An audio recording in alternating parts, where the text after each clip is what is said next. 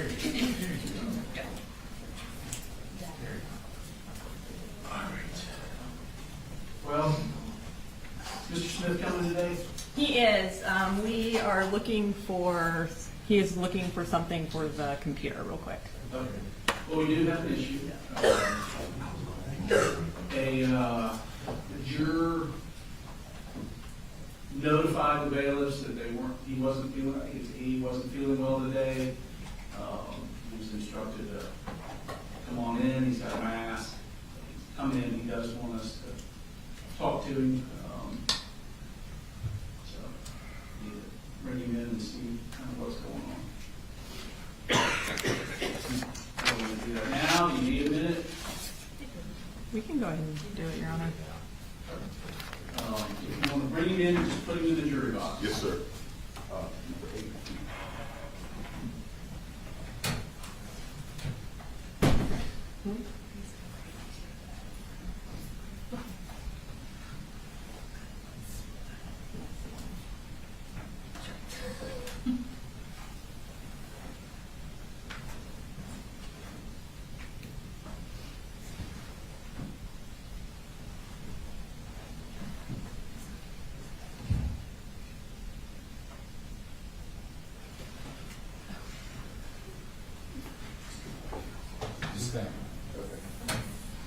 Good morning, sir. So it's been relayed to me that you are not feeling well today. Can you give me some details with that? It's mainly a lot of sinuses and chills and stuff. Chills, aches. Have you taken your temperature? No. When did you start feeling bad? Couple days ago, but pretty much pretty much most of the night was just nothing but like head pounding sinuses and chills. Are you taking anything? Yeah. So, Tylenol, sinus. Over-the-counter stuff? Yeah. How do you feel right now? Off and on. I feel like some chills are coming back.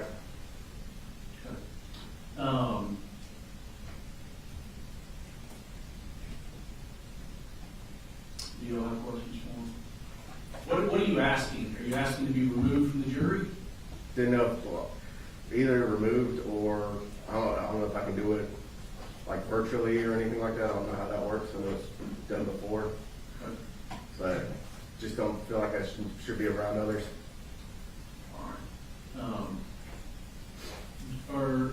And I don't, obviously from your selection, recall your situation. Are others in your home sick or? No, just me. Questions, Ms. Brooks?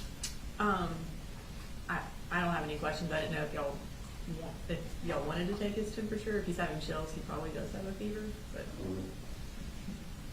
Questions from the defense? Good morning. Morning. If you've got a little bit of time to go to the doctor and get some medication for it, do you think you'd be able to resume? I could if I could get rid of those chills, but I don't think I'd want to do chills in the middle of the jury box. Okay. Main thing. I mean, it's the worst thing I've ever felt, and I don't usually get sinuses like that. Or they said more like flu-like symptoms. Mm-hmm. Well, it sounds like you probably need to go to one of the doc in the box or something like that, maybe. Maybe. Okay, just get some medication for it. I've already been taking sinus medicine and stuff like that, as well as antibiotic or. Okay. And let me do this.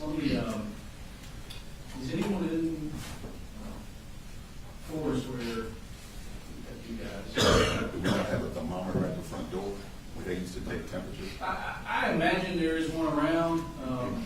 I may have already broken it a little bit because I've got sweats a little bit right now, but it's like a thing that comes and goes, so maybe like an hour later it'd be right back.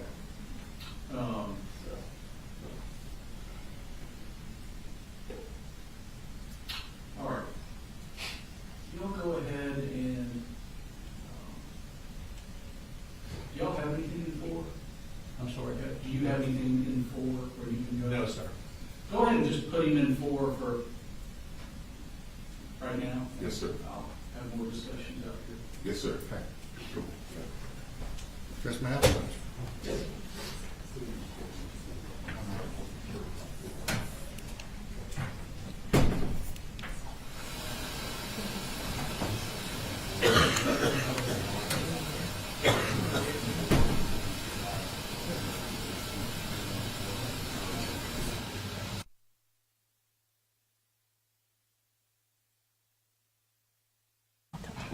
Hey, Terry, Yes. we put little. No, I'm sorry. It's okay, okay, we're just gonna do it again. I'm It's sorry. okay, it's okay. That's what we did. I didn't know. I seen them. I said, Right. my It's God. on the What is very what is it? Can you all go ahead and inquire, Okay, what do they have in the way of a thermometer? if I can just have.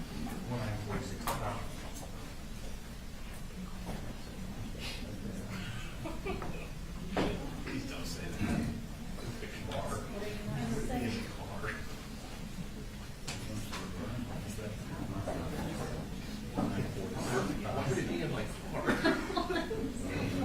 So many questions.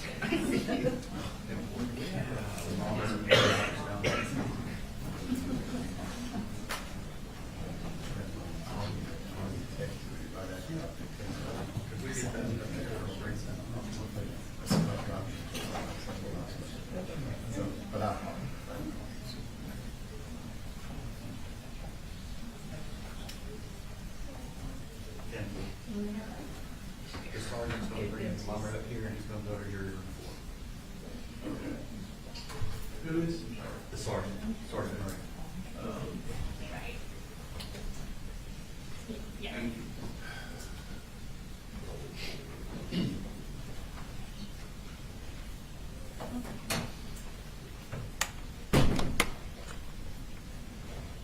Yeah, that'll work. Okay.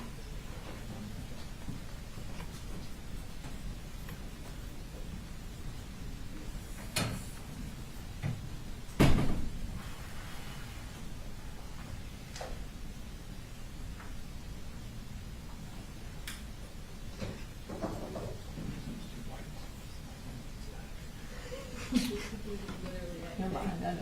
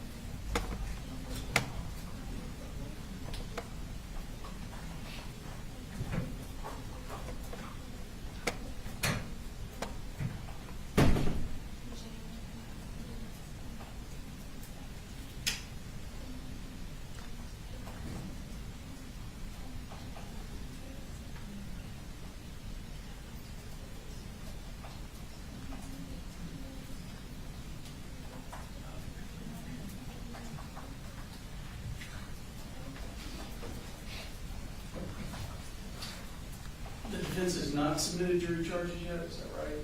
Or have you? We have not, there is a pattern, or not a non-pattern charge Mr. Berry is preparing for me now. And then I'm gonna email that as soon as, I will finish it while the first witness.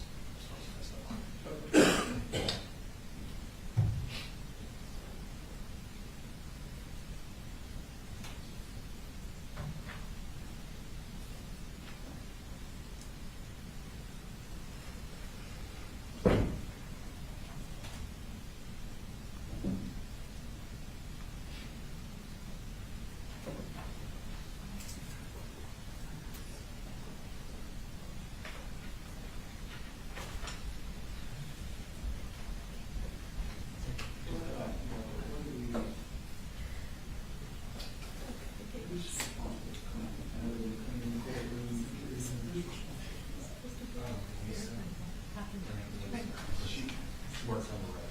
She did today. She'll be in late. I think she comes in later in the day. They've changed her hours for this trial. Let me get one of those. Yeah, see if somebody can come up just with like a hour of disinfecting spray.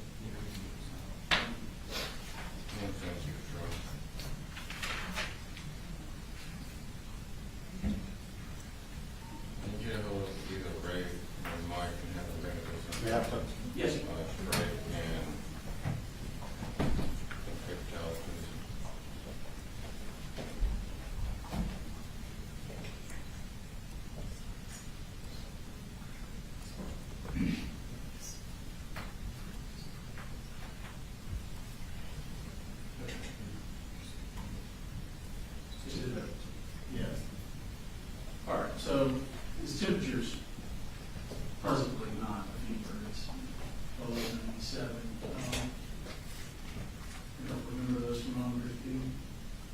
accurate, but,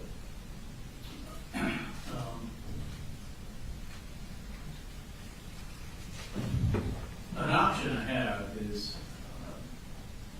put him in the chair on the end, clean the chair in the area where he was sitting, keep him in the other jury room today, having let me know if he's feeling bad so that it's interfering with his deliberations. The only other real viable option, as I see, is to release him. What are y'all's thoughts? I would start with the first option first, Your Honor, before releasing. I think probably so. We'll give up our jury room for him. And just kind of monitor, you can sit him on the end over there. It sounds like a great idea.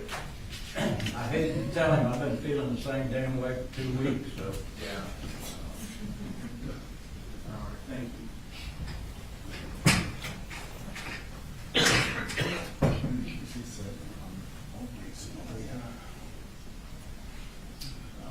I'll have to get some cleaning supplies. Yeah, I've got them bringing them up. Okay, you said he got it. You said you have them bring them up? They're bringing somebody up. Oh, okay, all right.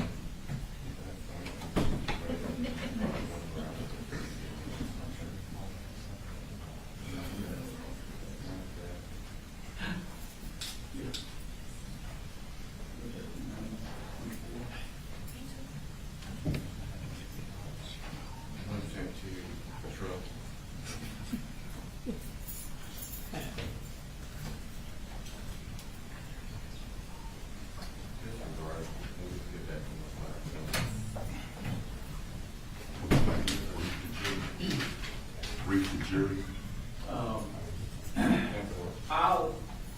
I'll do it in a minute. Just let him hang tight for now.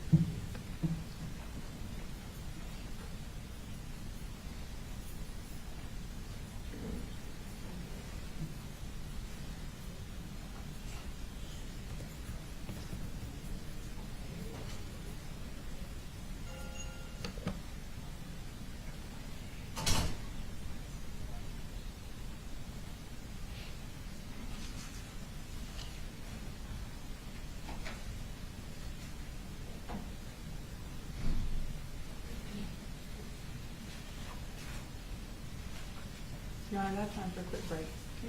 Thank you.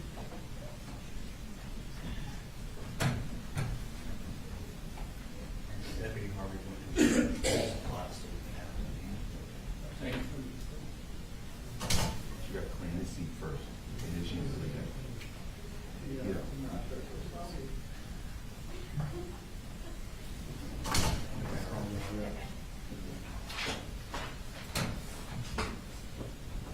Sorry about that. If you don't mind, if you can just wipe off his chair, the arms, and then the railing and stuff around where he sits.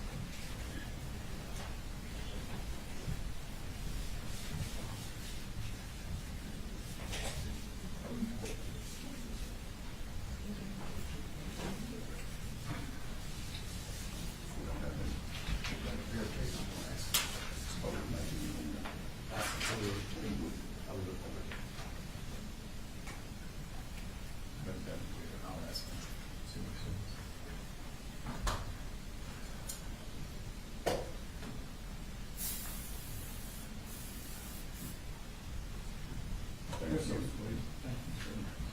sweet. Thank you.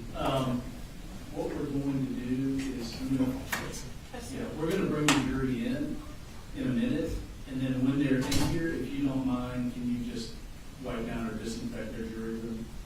Thank you, ma'am. I'll go into the jury room.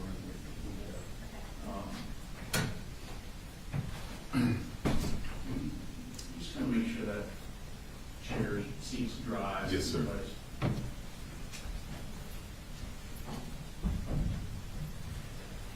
We'll put 49 sat here, we'll put 49 down there. Everybody can just slide in wherever they want to do. Okay.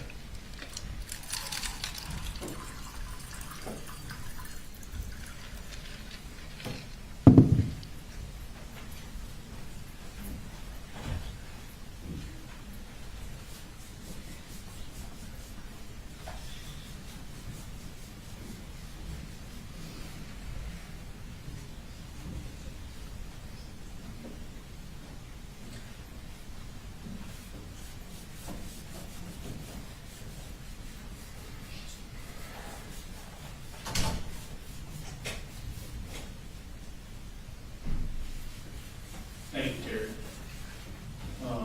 Should be good. Thank you. If you will, bring 82 back in, Yes, sir. and then, bring him back in when we're talking. Yes, sir.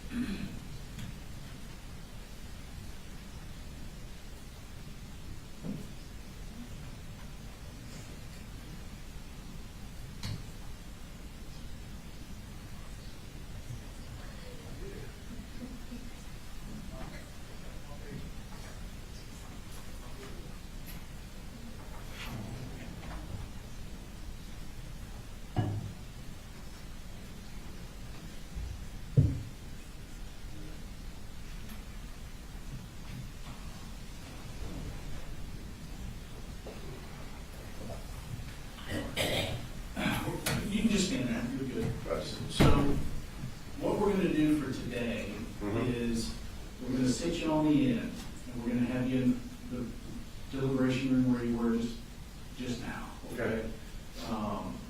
If at any point you start feeling bad such that you think, I can't even focus, I can't pay attention to the evidence, or if you believe, hey, I've got a fever, I'd like them to check me, Yeah. let me know, and we'll go from there, okay? And then just, that's how we'll handle today. So if you, like I say, if you start feeling really bad and can't focus, Mhm. if you need a break, or if you think you may have a fever, let me know. Yeah. Okay, you all right with that? Yeah, like I said, I'm just more worried about health of others because COVID, went back to COVID, never hit me this hard, Okay. so. So you just keep me informed as to how you're feeling and your ability to concentrate and listen to the evidence, okay? Okay. If you will now, if you'll just put him in the hall for a second, and bring the other jurors in. Yes, sir. Because he's gonna sit at the end anyway. Yes, sir. I'll talk to them. Yes, sir. Come on. No.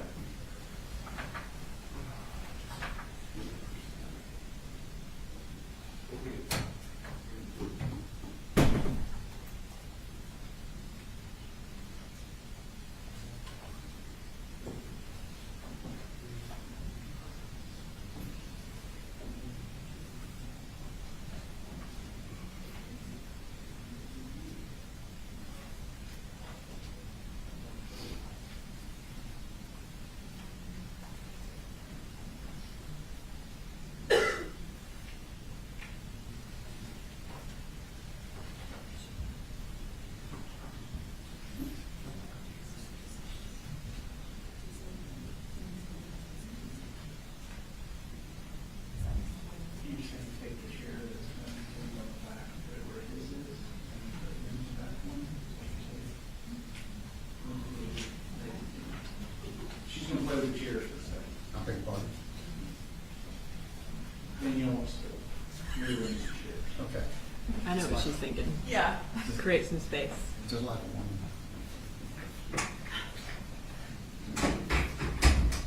Sit there. Like that. So he's not sitting I near got it. anybody. I was gonna do that. I'll claim credit for her idea.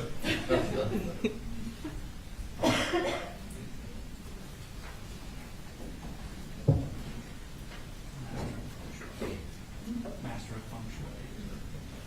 I do what I can do.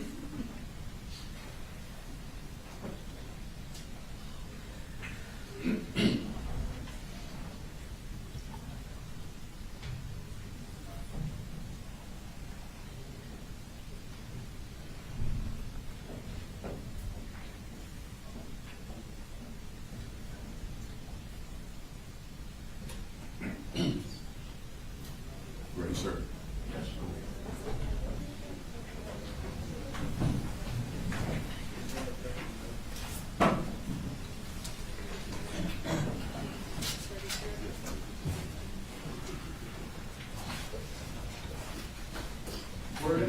We're gonna put 82 in that chair, ma'am, so if you don't mind moving to the back row.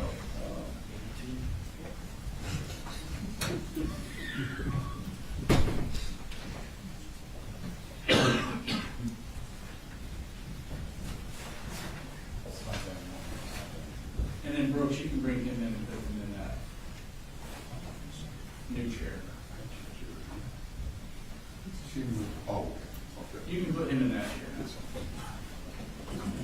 Good morning. Good morning.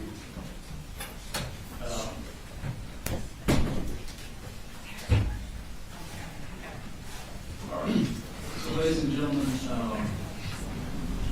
jury is not feeling well. He's wore a mask in today. I've given him instructions to advise me if he does not have a fever presently. Giving instructions if he starts feeling worse as the day goes on. We're going to keep him in another jury room during lunch and during breaks. But, just go ahead and isolate things today. We disinfected while y'all were still in there. We disinfected the area where he was sitting and the railing there.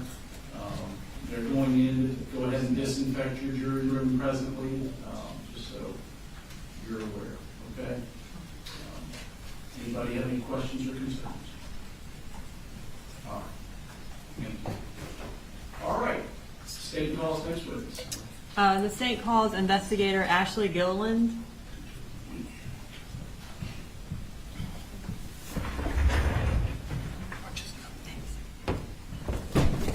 Please raise your right hand.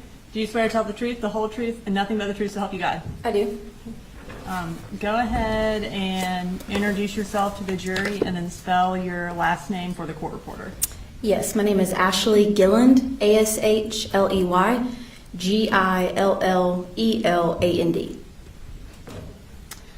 And where are you employed? I work for the Barrow County District Attorney's Office. And how long have you worked for the Barrow County District Attorney's Office? A little over 6 years. What are your job responsibilities at the Barrow County DA's office? So I'm a post-certified investigator. My role is essentially when the cases come into our office to help prepare them for court hearings and or trials. That can range anywhere from locating, interviewing witnesses, victims, obtaining search warrants for any kind of evidence that's needed in the case, as well as analyzing that evidence and then creating a summary that makes it easier to understand. So essentially, when a case comes to the DA's office, do you continue the investigation? I do.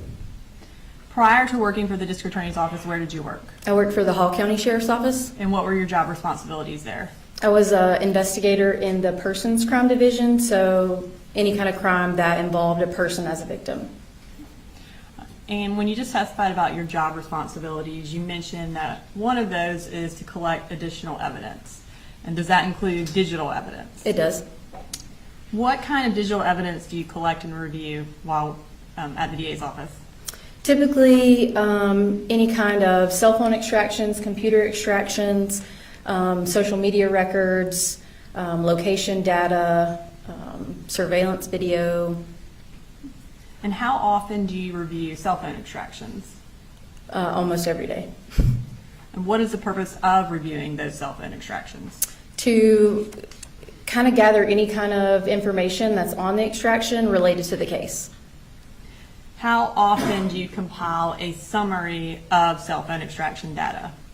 It's really case dependent and also depending on the amount of evidence, the amount of digital evidence in a case, but I would say probably fairly regularly. And what does that generally entail? I usually start with a timeline of events surrounding the incident date, and then again, depending on the amount of digital evidence, if it comes from cell phone extractions, computers, social media accounts, I will then take all that information and put it into a summary, usually in a PowerPoint form, just to make it easier to digest. And in addition to doing cell phone extraction, data review, do you also attempt to collect Google records? I do. And tell us what kind of records do you try to get from Google? So Google obviously collects and stores a ridiculous amount of information, and Google will require you to be very specific in what you ask for.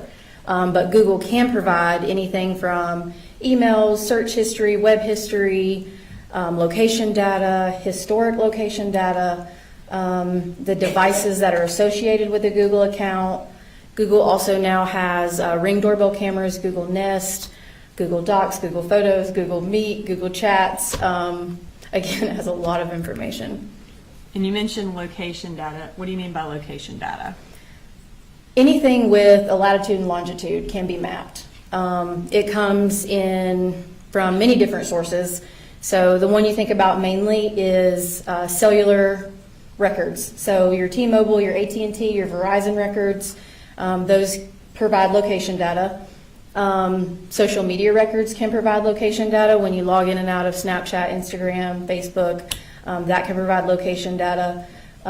Your cell phone as a whole can have GPS, Wi-Fi, Bluetooth, and then as well as any kind of digital media can also provide location data. And have you had any specialized training in working with cell phone extractions? I have. Can you tell us about that? So we use a company or a program called Cellbrite to do not only our extractions but our analysis of the evidence. And then within that company, they provide numerous amounts of trainings. So I've had anything from mapping forensic artifacts, searching for digital footprints, forensic techniques for investigators, recreating user activities, search warrants and digital evidence, just to name a few. And do you have any specialized training in Google records or mapping location data? For Google records, since there is so much data that can be obtained from Google, they do provide specialized training. There's a previous member from the FBI Joint Terrorism Task Force that puts on a training for Google and Apple records specifically, and so I've taken training with that. And what about with mapping of location data? There are a couple different programs out there that we use to map location data. The one that we started with when I started at the Bexar County District Attorney's Office was known as CellHawk. So CellHawk provided training in order to how to use the program itself, what types of records were able to be uploaded, how to analyze those records. We've also moved to a new company, I guess you could say, to map the records called Accurate Tracks. It's through LexisNexis, and I did take a 40-hour course on that, learning how to use that program. And do you hold any certifications related to digital forensic analysis? I do. I am a member of the ICAC Task Force, which is the Internet Crimes Against Children, focuses on child exploitation and child pornography, and then I also am certified cybercrime examiner. Have you previously testified as an expert in the field of digital forensic analysis? I have. Approximately how many times? 3 times. Your Honor, at this time I would like to qualify Investigator Goland as an expert in digital forensic analysis. No objection. All right, Thank you, Your Honor. Were you assigned to aid in the investigation of the case involving the Apalachee school shooting? I was. And how did you become involved in that? Initially, just from the start, I was in more of an assisting role. So the lead agencies being the Barrow County Sheriff's Office and the Georgia Bureau of Investigation were on the front end. And then my role was more as the evidence kept coming in to start analyzing that evidence and seeing if there was anything additional that we may need. And did you do additional search warrants to get additional evidence? I did. Did you also, and we'll get more into this in a minute, create a summary of the evidence that you reviewed? I did. Okay, let's start with the additional records you obtained. What categories of records did you get? I did get some financial records and then some online schooling records, as well as academy sports and outdoor records. And as far as financial records, what financial records did you collect? I did get the Wells Fargo bank records, and the academy sports and outdoor would be considered financial records.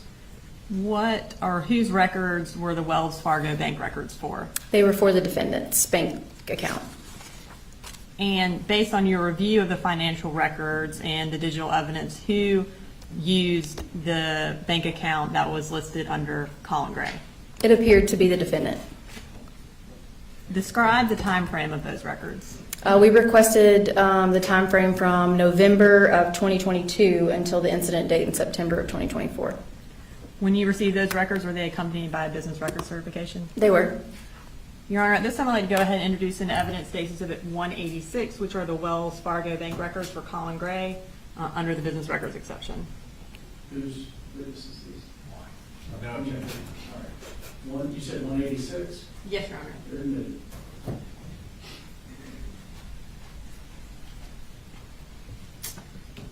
Okay, so I am going to pull up that record and, or not the entirety, but just kind of explain, how do we know this is Colin Gray's record? So this is a cover sheet that we receive once we get bank records. So you see the Wells Fargo logo at the top on the last page. But then this, it says Wells Fargo, and it has the name on the account and the address associated with the account and the account number itself. Okay. And then I'm going to pull up, what does this page show us? This shows just like your everyday statement, your bank statement. Okay. Zoom in a little bit. Can you tell us the columns that when we're reviewing the Wells Fargo records so the jury kind of understands it? Yes, on the left-hand side is the date and that's the date that it posted to the account. Some transactions will take a couple days to post to your account.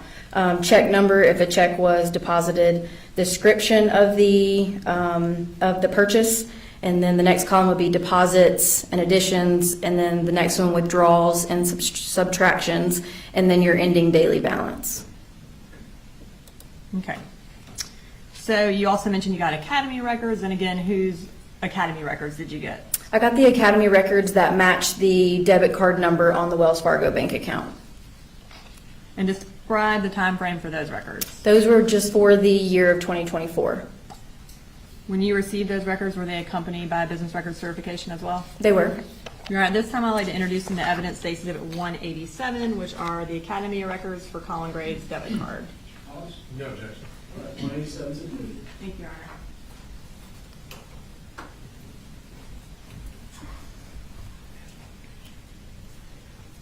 Okay. And then were other financial records obtained by another investigator in the DA's office? Yes, ma'am. And what were those? Those were Amazon records And whose Amazon records were those for? for the defendant's account. Okay. And I'm going to actually, we're going to go through Academy and Amazon real quick to kind of orient the jury.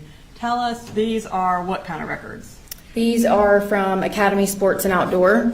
So this is what we get back when we write a search warrant for these records. And you'll see kind of the top left, the date and time.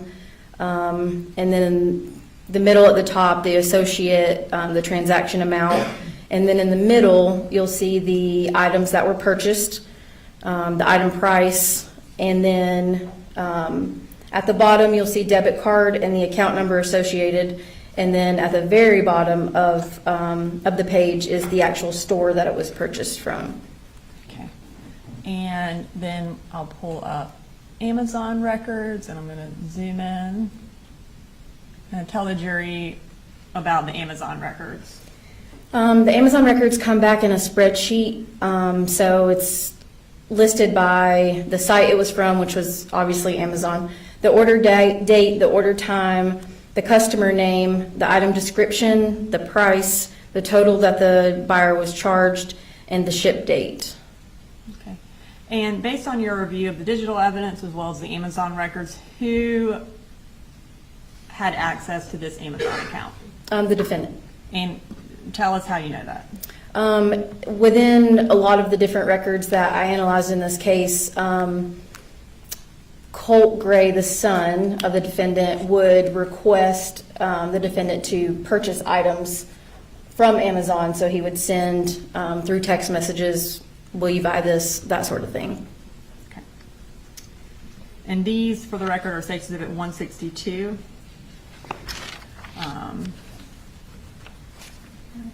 So did you also obtain some Google records? I did. Okay, and whose Google records did you obtain? In this case, I obtained the defendant's as well as Marcy Gray's. And what records, particular in the Google, were relevant to this case? Email, search history, and web history. What was the time frame of these records? These were, again, just for the year of 2024. And were these records also accompanied by a business record certification when you received them? They were. And you're right, this time I'd like to introduce into evidence State Exhibit 188 under the business records exception. And are these Colin Gray or Marcy Gray? These are of Colin Gray, correct? That's correct. Any objections, Mr. House? Judge, we would ask for a standing objection based on our objections from yesterday, but other than that, no objection. Does that make sense? I don't remember us addressing Google records. They're not in the Google records, but I know the other ones are coming up, that way I don't have to keep doing that. Okay. But just so that I'm clear, your objections at some break from the jury, or we addressed yesterday, I ruled on those, and you just want to preserve that objection. Yes, sir. All right, done. Thank you, Judge. So are they admitted, Your Honor? 188 is, Thank you. All right, so I'm going to pull up a page from Google, again, just to orient the jury to what these records look like. This portion of the Google records is from the web history. You'll see kind of like the top is the kind of the URL that's associated. It says visited, which means that that was a particular URL that was actually accessed. And at the time, it shows the date and time as well. Okay. let me get your thoughts. Just go ahead and approach. I just want to make sure that it's crystal clear. Just put on the record.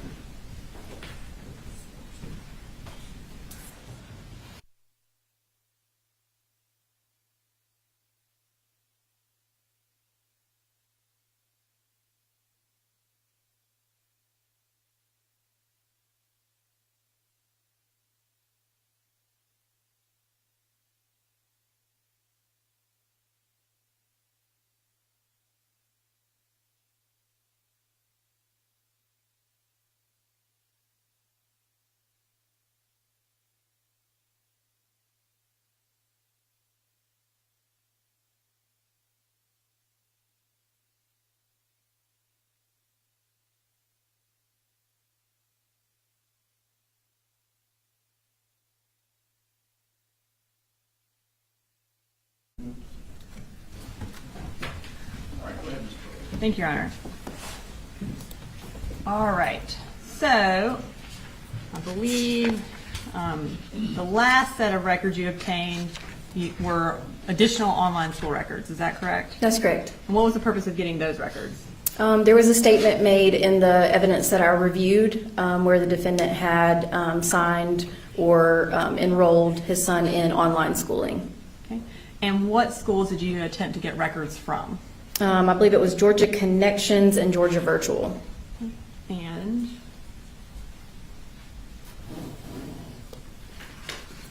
okay, so on the school records notebook, we also have State Exhibit 189 and 190 in there.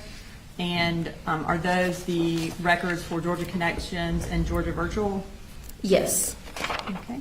And Your Honor, were they also accompanied by a business record certification? They were. All right, this time I would introduce into evidence State Exhibit 189 and 190. No objection. All right,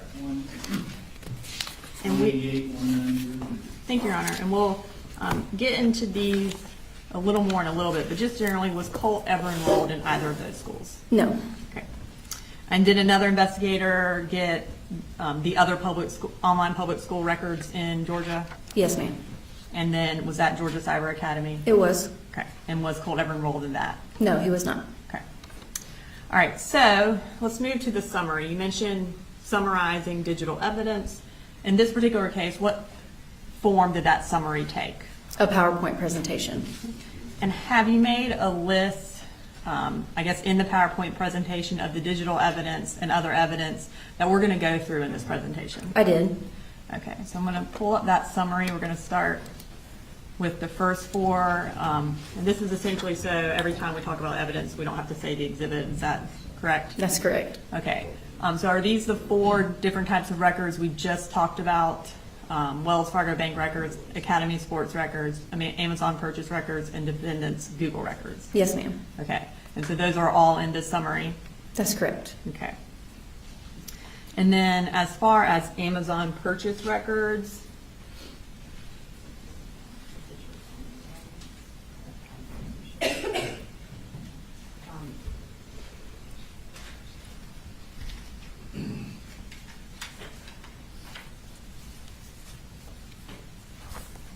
I'm showing you what's been marked as State Exhibits 211.1 to 211.5. What are those?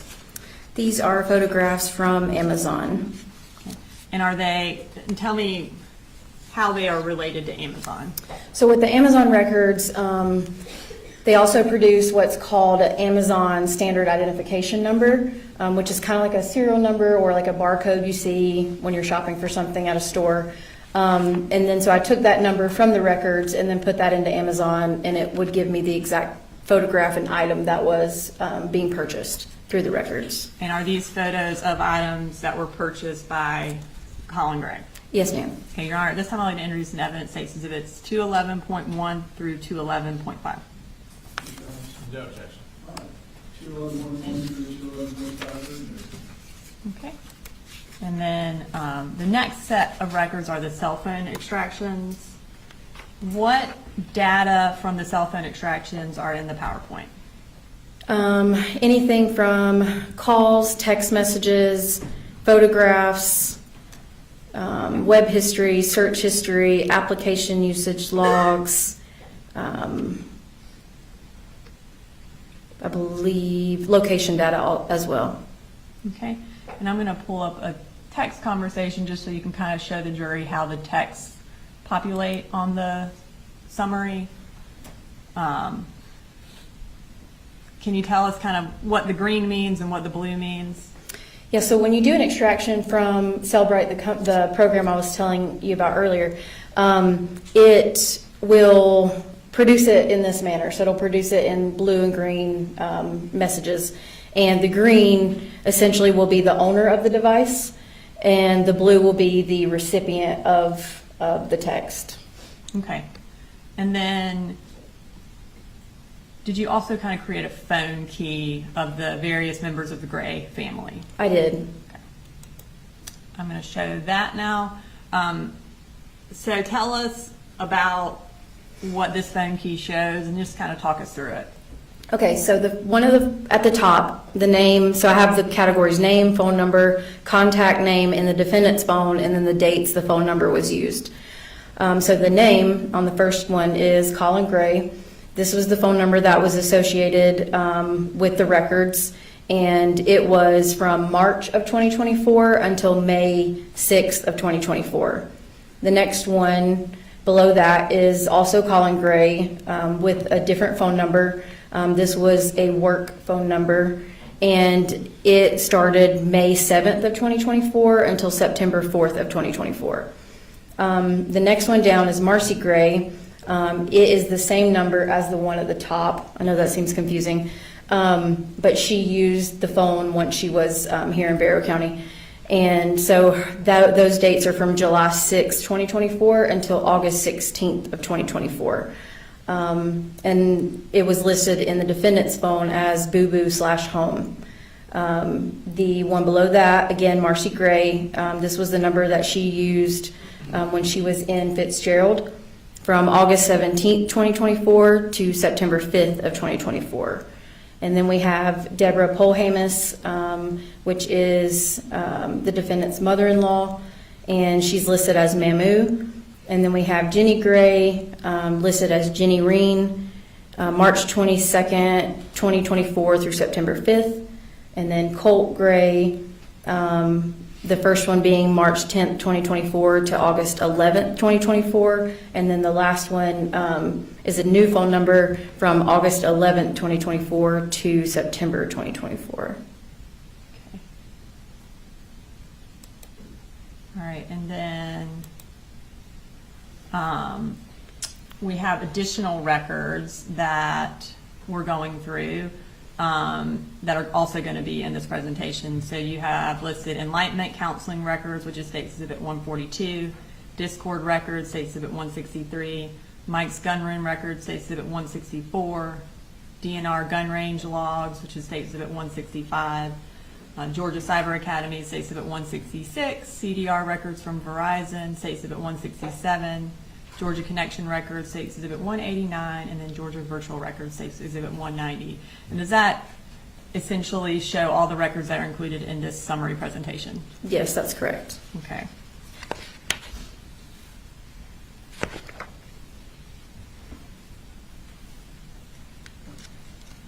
All right, so were the records you summarized voluminous? Yes. Okay, and kind of,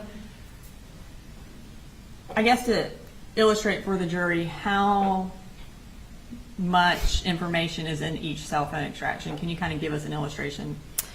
So there's a lot of information in each of the cell phone extractions, as you said. For example, one phone extraction, if we were to print it out, in this case, was a little over 39,000 pages. So just for like I guess a visual, the 3-ring binders that we have up here, this one's the largest one, which is 3 inches, and it holds approximately 500 pages. So if we were to print out one phone extraction, it would be about 78 binders. So a lot of information. So is that essentially impossible to print out everything? Without killing a bunch of trees, yes. Yeah. Okay. And so because of the voluminous amount of this information, will a summary of this information assist the jury? Yes. Okay. And how is the PowerPoint organized? It's chronologically by date. Okay. And kind of tell us how the jury can see what date we're talking about. I mean, obviously we'll say it, but just if they need to reorient themselves to the date. Yes, on each slide in the top left-hand corner will be a blue circle, and that will be the date that we're talking about. So if we're talking for a long time and a date's not being remembered, then it's on the top left-hand corner of the PowerPoint. Okay. And the PowerPoint that you have created, is it digitally on this hard drive? It is. And Your Honor, at this time I'd like to introduce into evidence State Exhibit 191 as a summary of the evidence. No objection. All right, 191's admitted. Okay, so let's, before we present the PowerPoint, I want to go through some basic kind of background information. What's the time frame for the PowerPoint presentation? Overall, I started with November of 2023. And that was because this was the first month in which the defendant had custody of all 3 of his children. Okay. And then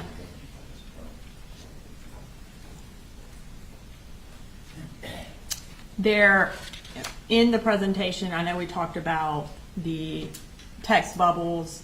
Are there also some timeline extractions that we display? There are. Can you kind of tell the jury what that is?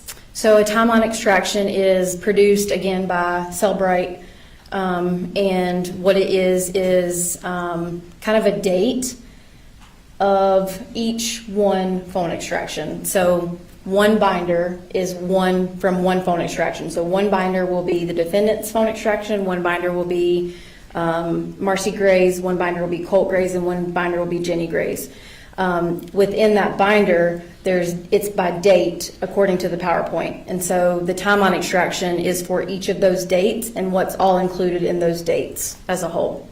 And when you do a timeline extraction, and it includes, text messages, call logs, web searches, are some things duplicated on the timeline extraction? They can be, yes. And why would that be? The phone extraction will pull from different sources. So it can pull from the surface part of the phone if it's a phone call, and then in the file system, like deeply hidden, it can pull from that as well. So you might see it duplicated. And I want to talk briefly about the times that are displayed on the records. I'm going to look back, show you the Amazon records, and tell us what time frame this is in. So where it says order time, the first one says 19:51 and 5 seconds, UTC. So UTC stands for Universal Time Coordinated, and it's just kind of the generic time that is used to regulate the clocks all around the world. We here are in Eastern Standard Time, so when we have to go through all these records that are produced in UTC, we also have to convert them to Eastern Standard Time. And for the majority of the records, are they in Eastern Standard Time in the presentation? They are, yes, they're converted. And what would it look like to show that they're in Eastern Standard Time when you see that UTC on the time? So in order to convert them, Eastern Standard Time is 5 hours behind UTC in the winter months, and then 4 hours behind in the summer months. So in this, you will see UTC -5 or UTC -4, which means the records have been converted and those are in Eastern Standard Time. And anytime you refer to a time, are you going to refer to it in Eastern Standard Time? Yes, ma'am. Okay. So we're going to go ahead and publish the PowerPoint. Now, I know you mentioned that you started in November. We talked a little bit about May of 2023 first? Yes. And what happened generally in May of 2023? This was when an FBI tip came to the Jackson County Sheriff's Office in reference to a potential threat of school shooting, and the Jackson County investigators went out to the defendant's home to speak with him. Okay. Now, based on the phone key that we just saw, is it accurate that we don't have any phone extraction data from this time frame? That's correct. Okay. So we can't see any text messages or phone calls that were happening around this time? That's correct. Okay. During your review, did you find a text message related to this investigation? I did. Okay. I'm going to go ahead and show that. And who is this text from and to, and tell me the time of the text. So this is from it's the number ending in 8572. It says me, which is the owner of the phone, which would be Marcy Gray at this time. And then to the number ending in 2768, Coley Jr., and this would have been the defendant at this time as his phone had already been taken. Okay. And what did Marcy say to the defendant? What the heck is this? I keep reading that the FBI investigated Colt last May about making online threats about a school shooting. It says they talked to you too. And this was September 5th at 12:12 p.m. Okay. And the attachment, I'll pull that up, but what generally is that? An article, a news article. Or the FBI tip. okay. And that was released around this time? It was. Okay. And and you've reviewed the statements from the defendant as well in preparing your summary presentation? I have. Investigator Smith interview with the defendant was around 3:30 on September 5th. Was this sent to him before that interview? It was. Okay. All right, so we are now moving to November of 2023. Tell us what's important or relevant from this month. This is when the purchase of the Sig Sauer rifle And that was used. Oh, sorry, yeah. That was used in the shooting of Apalachee. Okay. And I will pull up these records, and again, which records are these? These are the Wells Fargo bank records from the defendant's account. Okay, and I'm going to pull up November 13th, one of the transactions on the defendant's Wells Fargo records. Can you tell me what that transaction is? It's a purchase authorized on November 11th from Mike's Gun Room in Winder for $350. Okay, and what is Mike's Gun Room? It's just a local gun shop here in Winder that sells firearms, ammunition, and firearms-related accessories. And what kind of records do they keep? They keep the records when a firearm is purchased, and that's a form that's used by the Alcohol, Tobacco, and Firearms Bureau. So if something other than a firearm is purchased, do they have any records to that effect? They do not. Okay. And so for November 13th, that was authorized on November 11th, do we know specifically what was purchased? We do not. On this date? Is $350, would that be consistent with the down payment of a Sig Sauer rifle? It could be, yes. Okay. Now moving to our next transaction from November 17th. Tell us what that shows us. This is a purchase authorized November 17th from Mike's Gun Room in Winder for $559.50. And then is the total between $559 and $350, would that be consistent with the price of a Sig Sauer rifle? Yes. Now, were you able to obtain information about what was purchased on November 17th?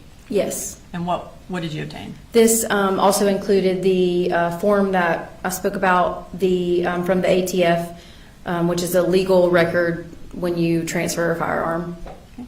And we're going to display that firearms transaction form. Okay, and then we're going to zoom in kind of on the top and the bottom. All right, so what does this form tell us? And kind of explain it through the record there. As an overall, it gives the what type of weapon it is, the model, the serial number, the type, the caliber, how many are being transferred on this particular date, and also the buyer's full name and address is also included, and then a signature and a date at the bottom of the page. Okay, and then who bought this firearm and what was the date? Colin Gray, the defendant, November 17th of 2023. Okay. And then as far as the serial number, were you able to compare that to the serial number of the gun used in the Apalachee shooting? I was. Okay. And I'm going to show that. Okay. And is that picture that is displayed below there, is that one of the crime scene photos from the Apalachee High School? It is. Okay, and what evidence number is that? 111.141. Okay. And when you're looking at the serial number on the gun that was obtained from Apalachee, as well as the one from the financial transaction or the firearms transaction record, are they the same? They are the same. Okay.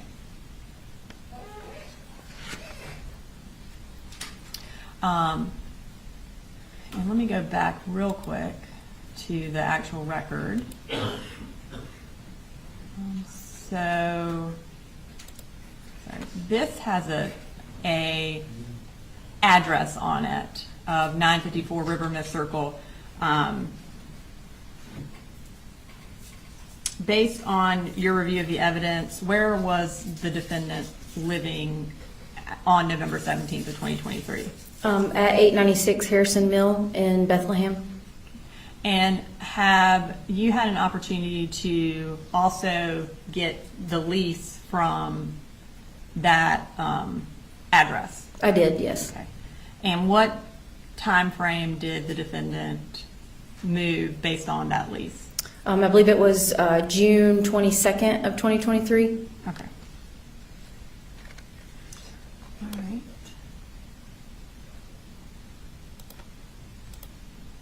So we are going to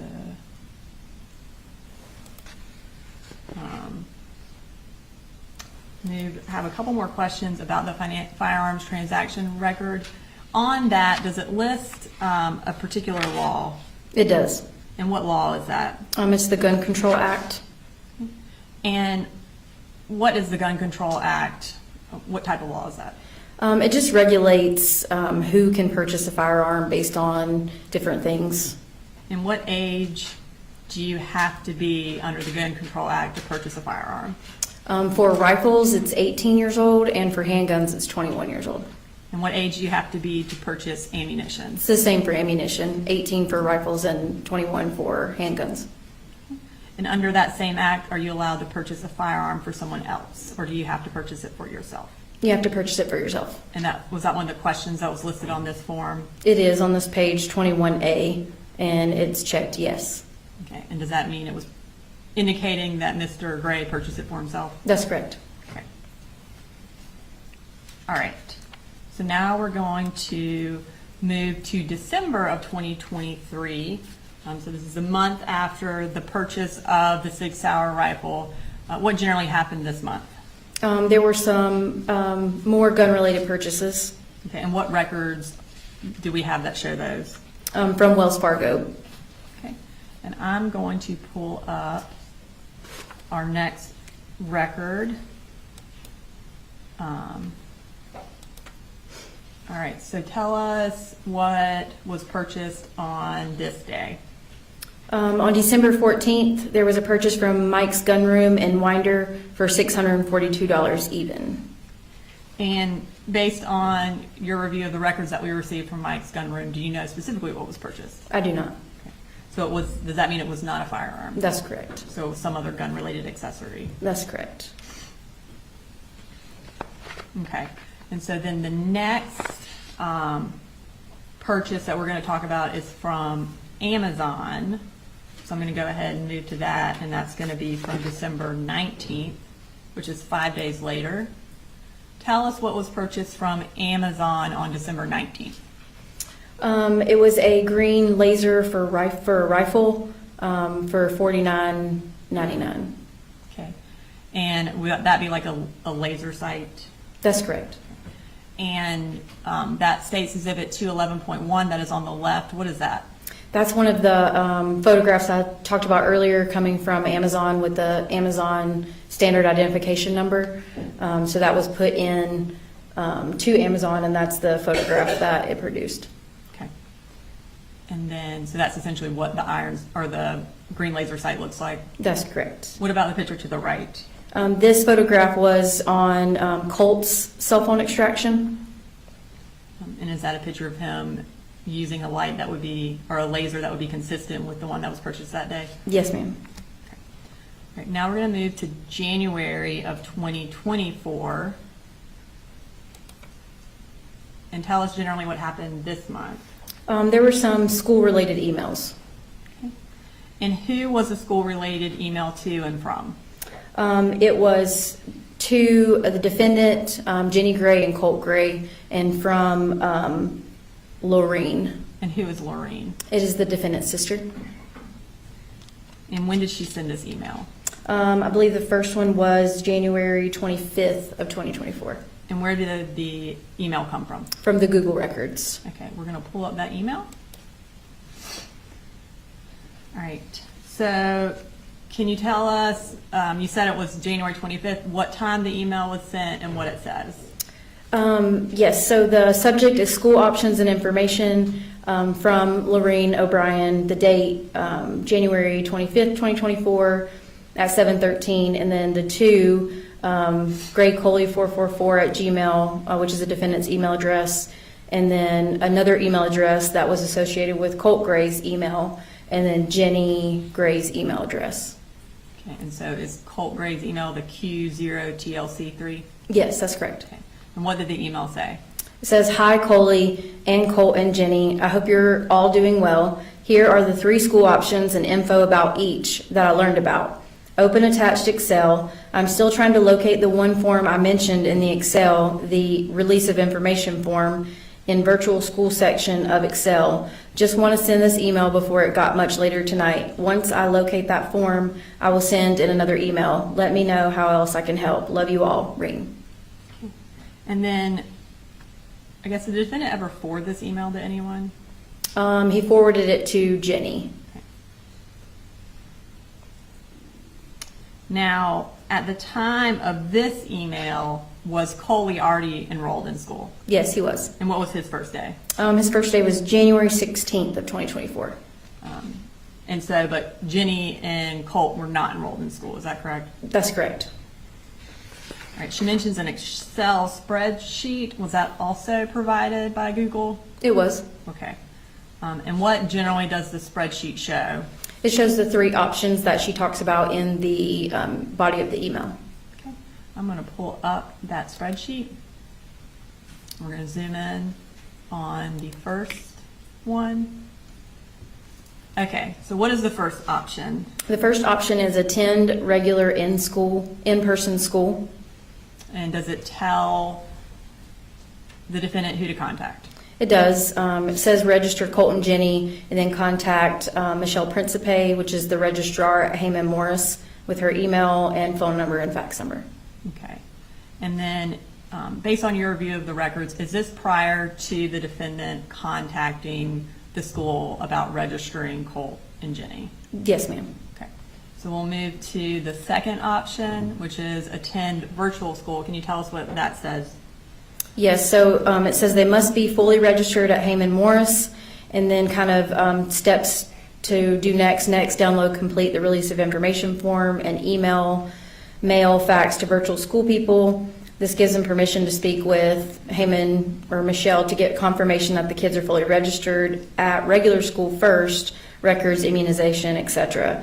And then it talks about the next step is already done, which is setting up accounts for them on the virtual school website.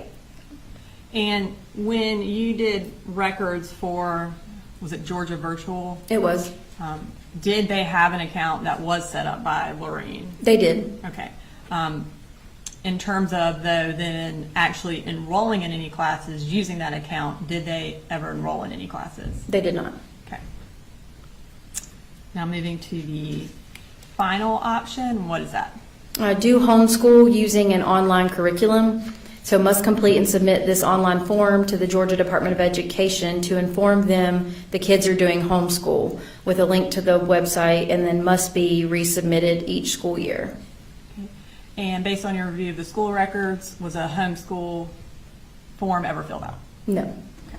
And then we'll talk about that last little part. What does it say?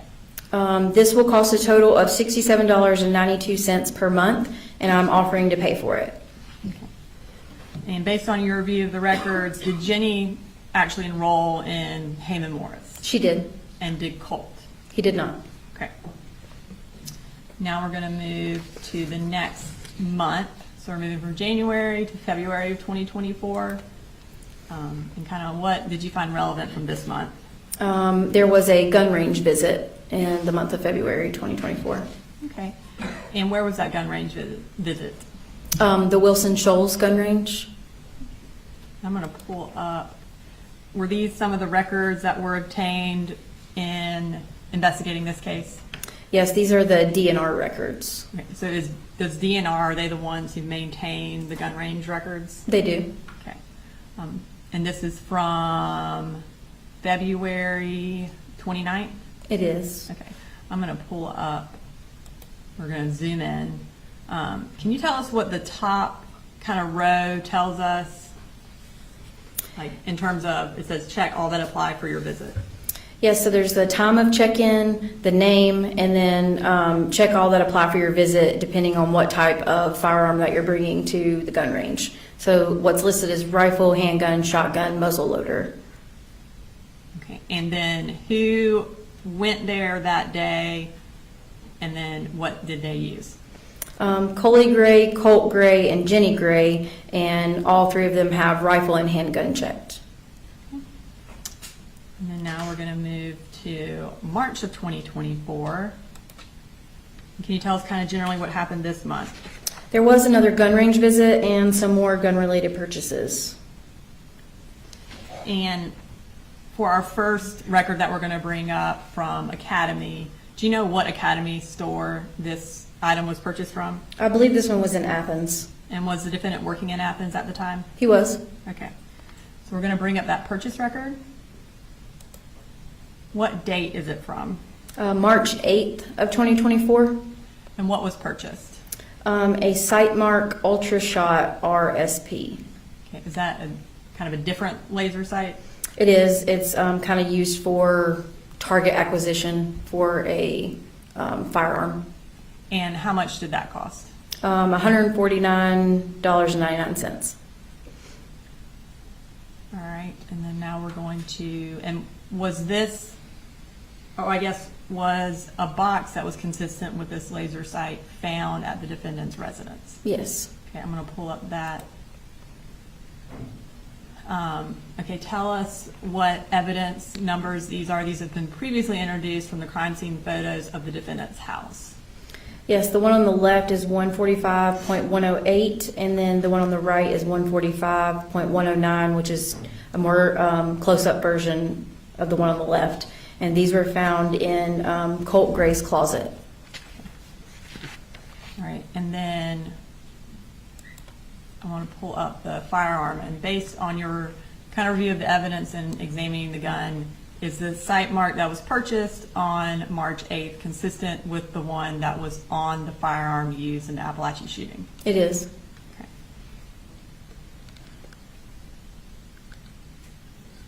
And what did the defendant purchase next?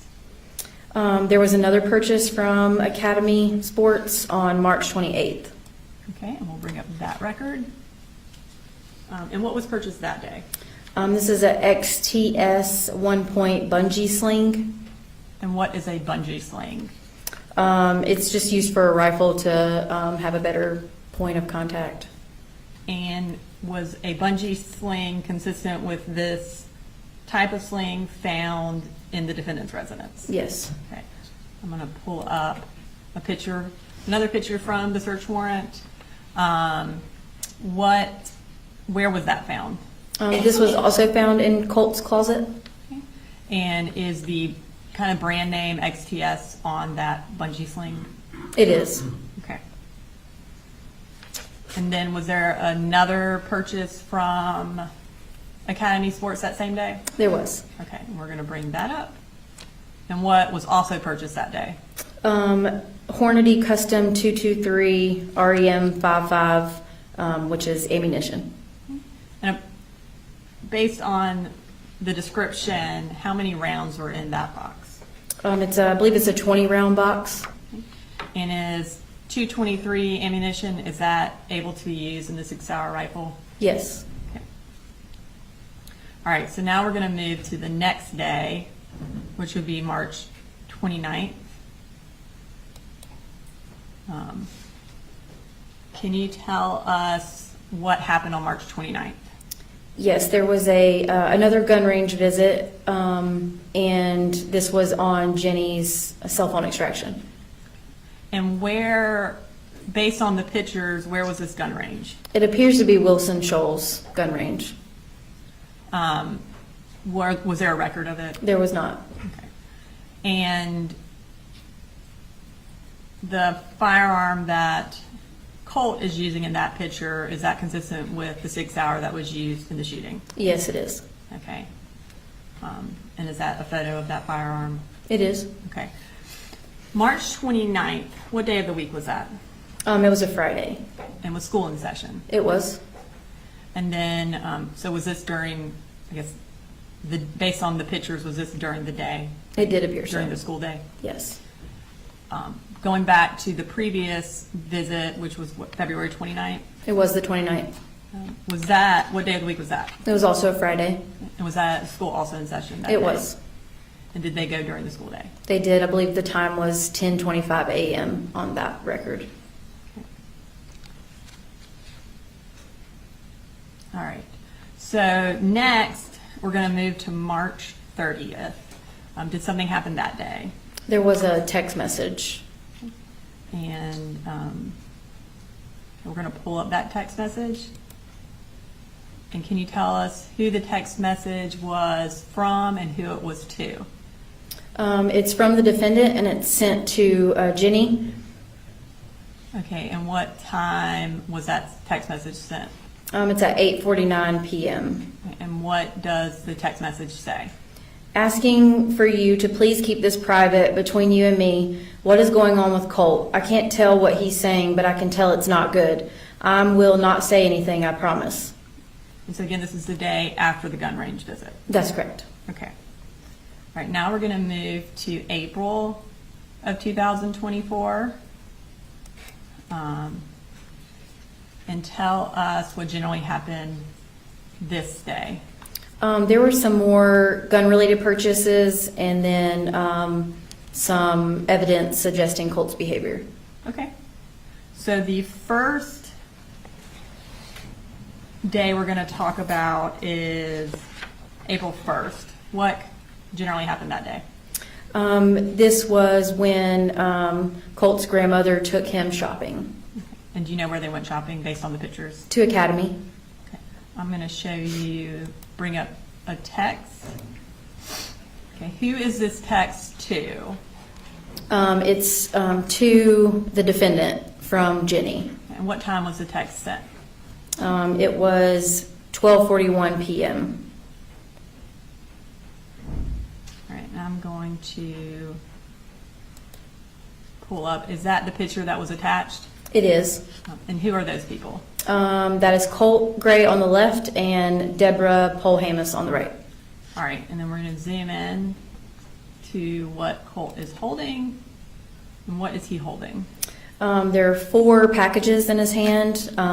All are magazines.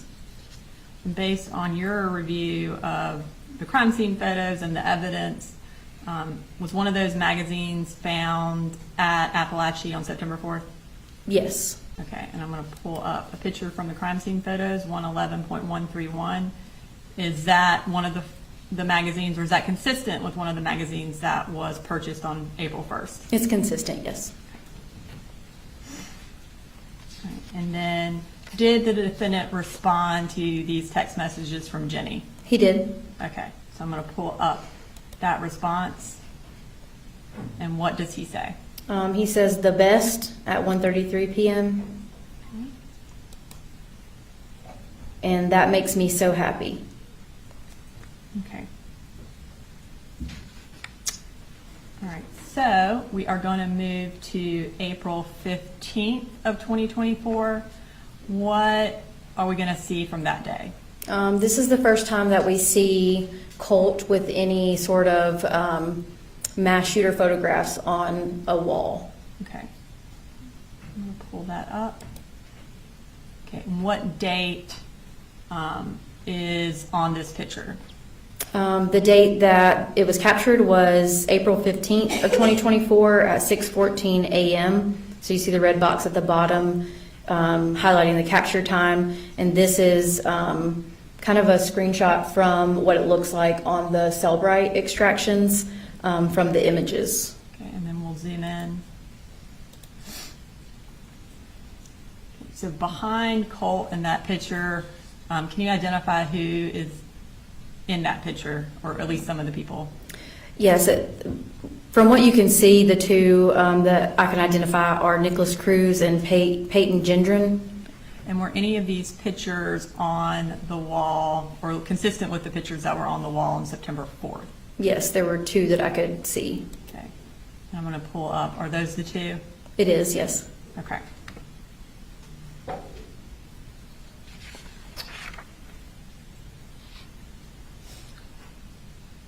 Now we're going to move to April 21st of 2024. What happens on that day? There's an email that is between the defendant and Deborah Polhamus. Okay. And where did you find that email? I'm in the Google records. I'm going to pull that email up. Can you tell us the time it was sent and then read it to the jury? The date and time is the 21st of April of 2024 at 1:04 p.m. Hey, I'm sorry the kids asked you again. Me and Colin went to church and I told them not to do that before I left. I told them we were trying to keep the power on and internet. I guess I'm going to just have the cable turned off to save money. That's what the other email I sent you was. Colt is relentless and I'm trying not to have him blow up on me.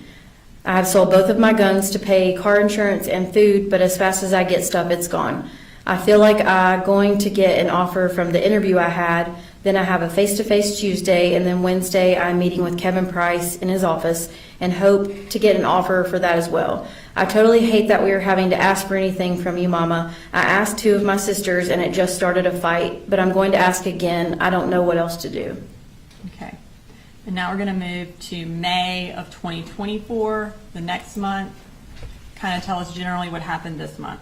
There were some more gun-related purchases during this month, as well as search history. Okay. And the first day we talk about is going to be May 3rd. What happened that day? There was a purchase at Elite Pawn. Okay. I'm going to pull up that purchase. So May 3rd, what was the amount of the purchase from Elite Pawn? It was $794.80. And are you familiar with Elite Pawn and jewelry? I am. And what's kind of, and are you familiar with that, like in your capacity as a law enforcement officer? Yes. And what generally is sold there? It is a regular pawn store that has lawn equipment, tools, but it also has a gun store as well. And I'm going to pull up kind of a picture of the storefront. Is that what the storefront looks like? It is. And on the left there, it says the gun room at Elite Pawn.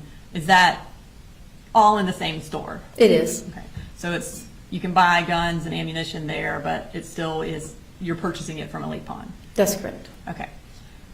Did you attempt to get records from Elite Pawn? I did. And were you able to obtain any? I was not. And why is that?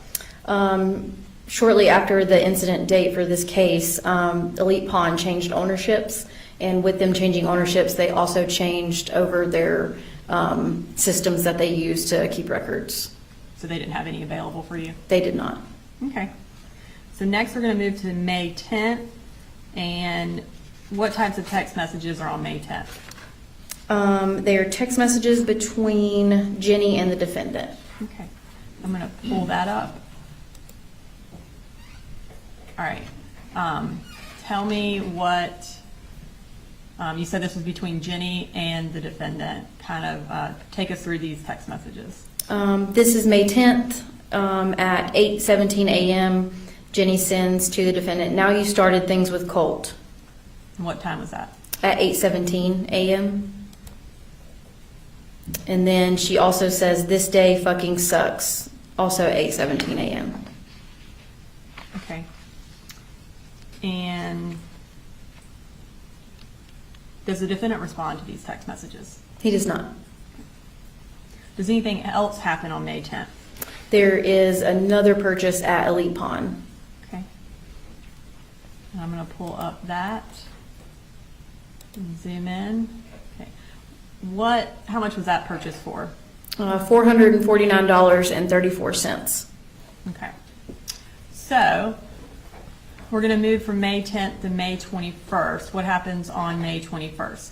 There is a search for a gun safe. Okay. And who searched for the gun safe? The defendant. Okay. All right. And kind of tell us generally what time these searches were and what kind of gun safe it was.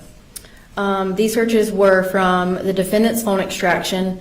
They were at May 21st, 2024 at 4:44 and 4:45 p.m. And these appear to be safes that can hold a handgun. And were there any corresponding purchases for gun safes around that time? There was not. All right. So now we're going to move to May 27th, which is 6 days later. Tell us what happened that day. Colt sends the defendant a text message with a attachment of a picture. I'm going to pull up that. All right. So what time did he send this picture? At 1:19 p.m. Okay. I'm going to pull up that picture. And what is that a picture of? It's a picture of Colt holding a firearm with a green laser light pointing at the camera. And based on your review of the crime scene photos, is that furniture and that room consistent with Colt's bedroom? It is. And does the defendant respond to that text message? He does not. All right, so we are going to move to May 31st, which is 4 days later. What happens that day? There is another purchase at Academy Sports. Okay. And what does the defendant purchase that day? This is from the Conyers Academy Sports location, and it's a Redfield 556223 REM COM, and this is a cleaning kit for a rifle. And would it be a cleaning kit that could be used on the Colt Sig Sauer? It could be, yes. And then also on May 31st, does the defendant purchase something else that's gun related? Yes, from Amazon. Okay, we're going to bring up that purchase. Okay, and what is that he purchased? The top one is a flashlight laser combo for $65.99. And that 211.2, what is that? That is from the Amazon identification number for the records. And is this something that could be used on a rifle? Yes, it could be. And then does he purchase something else from Amazon? Yes, the same day there is an accessory rail set purchased for $9.99. And what is the accessory rail set for? For a rifle. And I'm going to pull up 211.3. Is that a picture of the accessory rail set that was purchased? It is. Okay. And then 111.140, a crime scene picture from Apalachee. Is that accessory or rail set that is on that firearm, the firearm used in the shooting, consistent with the one that was purchased that day? It's consistent, yes. Okay. Now, okay, we're going to move to June of 2024. And generally what happened on this day?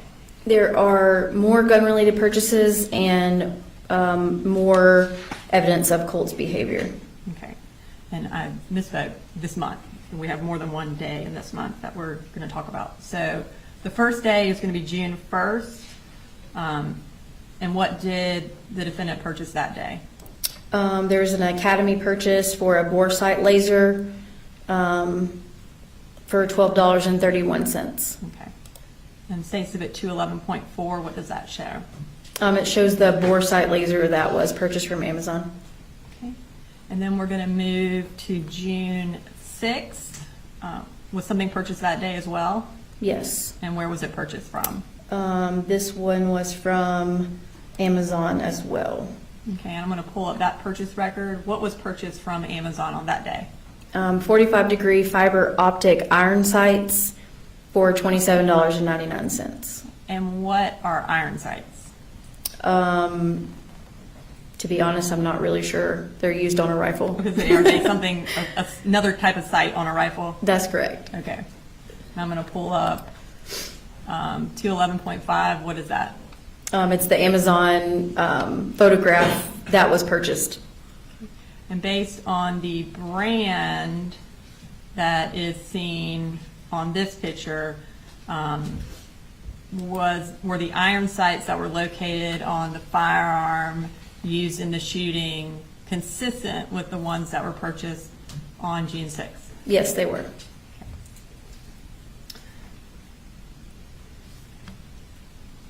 so next day, we're going to go just move one more day ahead to June 7th. What happened on 6/7? There were text messages. Okay, and I'm going to pull up that first text message, June 7th, what time? This was at 11:57 a.m. And who sent that? It's from the defendant And who did he send it to Colt. And what does he say? Okay, hey Bubba, hear what I'm saying right now, okay? And what I'm about to ask is not trying to start anything. Make sure you understand that, okay? Again, from the defendant at 12:04. Okay, question I have is this. Did you tell Mahmoud that you had the screwdriver in your hand for self-defense? Please tell me the truth, because we both know I wasn't even looking at you when you threw it at me. Okay.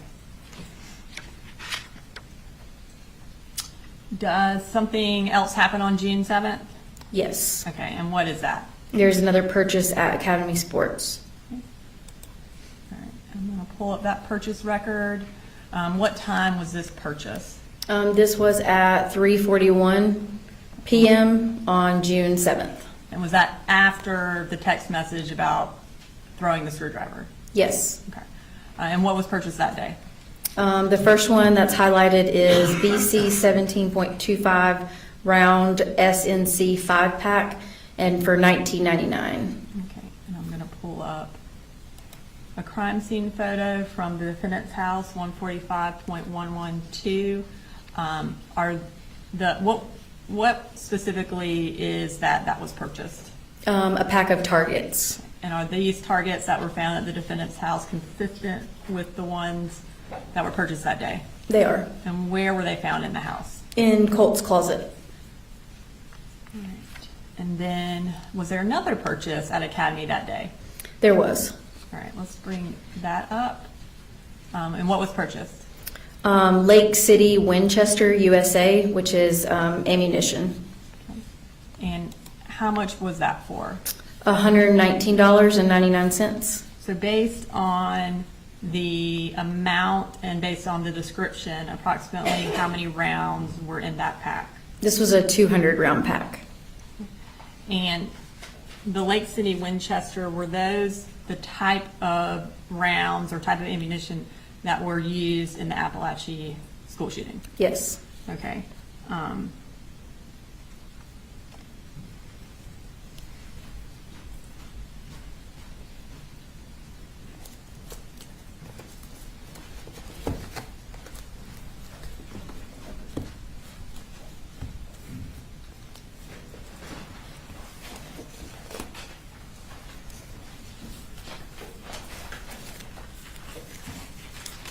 I'm going to start by handing you 115 and 109.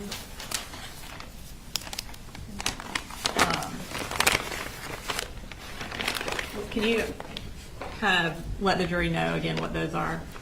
109 is 223 cartridge cases from room 2.152 from Apalachee High School. And cartridge cases, are those essentially, in layman's terms, spent rounds? It is, yes. Okay. And then 115 is 18 223 cartridge cases, Lake City, Winchester, from the hallway of J floor and room 2.152. And so based on this purchase, the Lake City Winchester rounds, are they consistent with the rounds that were actually fired, the spent rounds that were recovered in those evidence bags? They are. Okay, and now I'm going to show you 124 and 123.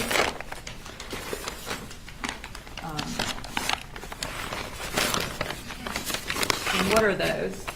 123 is one black colored 5.56 gun magazine and 17 Winchester 223 cartridges from the magazine on J floor, hallway J at Apalachee. And then 124 is a black and colored 5.56 gun magazine 15 Lake City cartridge casings for magazine, or cartridges for magazine, sorry, and 15 Lake City cartridges from magazine, also from the hallway J floor from Apalachee. Okay. And are those the unspent rounds? They are, yes. And are those rounds that were still in the magazines consistent, again, with what was purchased on June 7th from Academy? Yes, they were Lake City Winchester rounds. Okay. Thank you. Ms. Brooks, you should pause. We're gonna take a morning break. We've been in here since 9.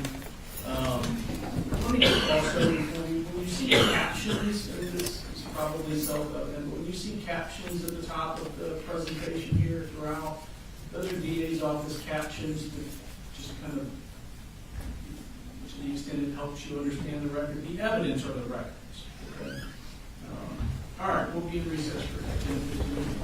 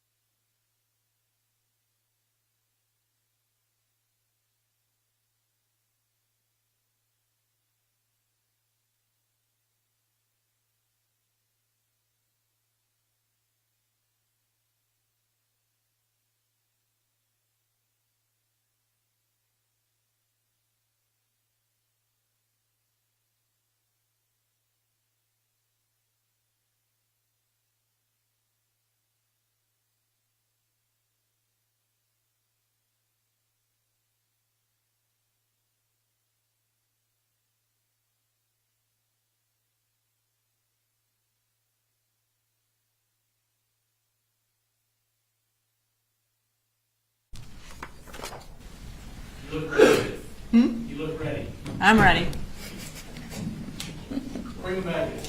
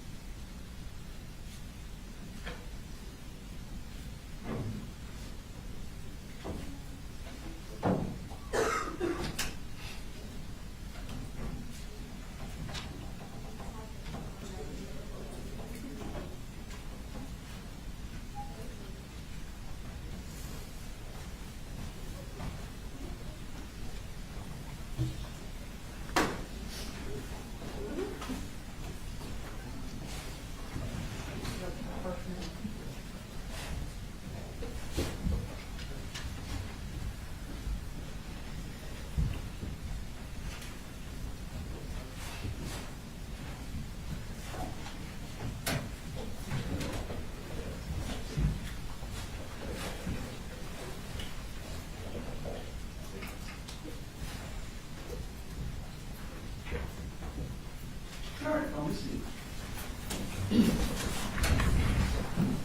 Go ahead, Mr. President. Okay. All right, so now we are moving from 6-7 to 6-10. What happened on June 10th? There was a purchase of a tactical vest Okay, and who was that for? for Colt, And who purchased it? the defendant. All right, so I'm going to bring up a text message from June 10th. It's a little bit hard to read, but can you tell us who this is from and who it's to, when it was sent, and what it says? So it was from the defendant to Colt, and it was June 10th of 2024 at 10:16 a.m. And it says, "Yo, I got this for you, son, because I love you. And also so hopefully you can work on being a little more patient. Colt, when it comes to you, and if you need something, if I can do it, I will do it. But if I cannot, then I can't do it. And that's when I need you to be okay with it. Knowing that as soon as I can, I will. At the end of the day, being disrespectful and flat out being mean and ugly doesn't do anything. So please, when you feel like you're getting angry or about to lose your temper, take a deep breath and realize I'm going to make it happen at some point.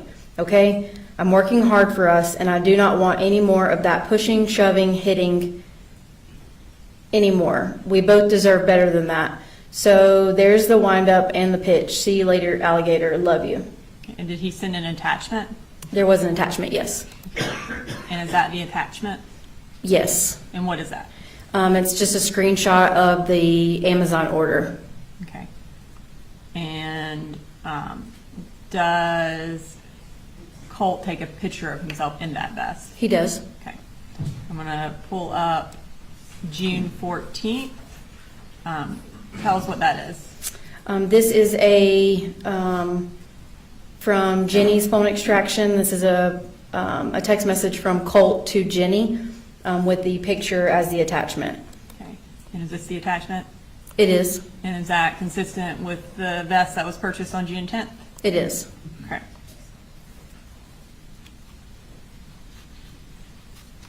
All right. So next we're going to move to June 20th. What happened that day? This day, Colt sends 2 photographs to the defendant. Okay. And I'm going to pull up that first text message. You said Colt sends it to the defendant. That's correct. What time did he send this picture to the defendant? At 9:17 a.m. Okay. And I'm going to pull up what the attachment is. Okay. Can you identify what picture Colt sent to the defendant? This is a picture of the defendant with Jenny and little Coley. Is there anything unusual about the picture? It looks like the picture's been altered. Looks like the face of the defendant has been scratched or marked with something, and then also the around the fingers, it's been scratched or marked on. And is that your wedding ring hand? It is. Okay. And then you said he sent 2 pictures, is that correct? Yes. Okay, I'm gonna pull up the next picture that was sent, and when was this sent? This was sent at the same time as the last one. Okay.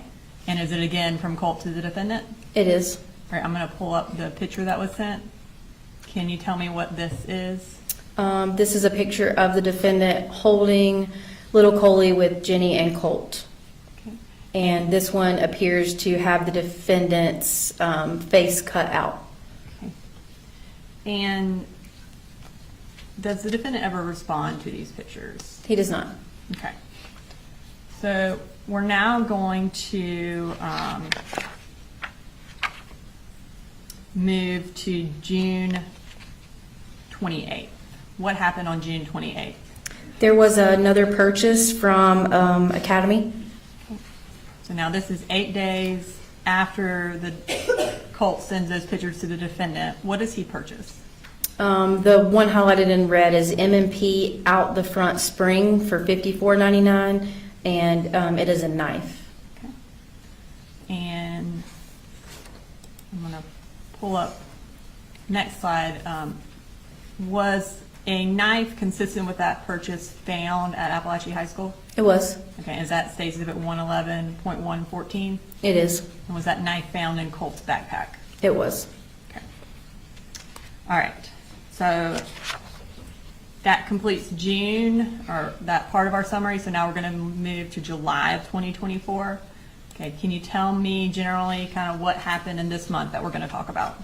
There's some more evidence of Colt's behavior in the month of July, and then also the defendant's search history. Okay. So now we're at 2 months before the shooting. And on July 3rd, this is the first day we're talking about. What happens this day? This is July 3rd at 5:27 p.m. This is a text message from Jenny to the defendant, and it says, "Hey, I think he calmed down." And does the defendant respond to that? He does. Okay. And is this his response? It is. And what does it say? It says, "He doesn't calm down that quick. And Jenny, I can't live like this. It's seriously not good." And then he responds again, "It tears me up. I just want him happy. And man, he like calls me everything in the book." Okay. Now, we're at July 3rd. When does Marcy move back to Barrow in relation to July 3rd? On July 6th is when the defendant goes down to pick her up from Glenville, Georgia. Okay. And then what's the next day in the summary after July 3rd? I believe it's July 9th. Okay. And what happens on July 9th? There's an email from the defendant to Deborah Polhamus. And then what record did that come from? It came from the Google records. I'm going to pull up that email. Can you read that email for us? Yes, the subject is a forwarding message back to school reminders from Coley Gray. This is his work email address, and to D. Polhamus at Hotmail, which is Deborah Polhamus's email. It says, "Hey Mama, I got this from Barrow Schools. August 1st is the first day. I'm worried about Colt's first day. What was the name of that lady you spoke with regarding Colt?" Okay. Now we're going to move to July 20th. What happens that day? Marcy sends a text to Jenny. And is that related to the panic attack Yes. that Colt had? Yes. All right, so I know we've already introduced these texts in through Marcy, but I want to have you read one of those texts for the jury. Okay, this is, it says from Dad, but this is the phone that Marcy was using while she was in Winder. And it says, "I told him we're taking him to the doctor next week. Going to schedule an appointment for when you and Mamie come back so she can drive us." And you said this was a text from Marcy to Jenny. Does it come off of Jenny's phone extraction? It does. Okay. So in this text thread, Marcy also mentions that Colt asked them to call 911. Any records that they called 911 that day? No, there were no records. And as far as in this particular text message, she indicates that they were going to take Colt to the doctor next week. In reviewing the financial records, did you find any evidence that the defendant took Colt to a doctor in this time frame? I did not. Any evidence that he took him anytime after this? No. All right, so next we're going to go to July 24th. What happens on that date? This is when Deborah Polhamus texts the defendant about getting Colt in school. Okay. All right, so July 24th at 1:41, Deborah texts the defendant. Can you tell us what she said? Says, hey, I am up here, but I am planning to leave tonight.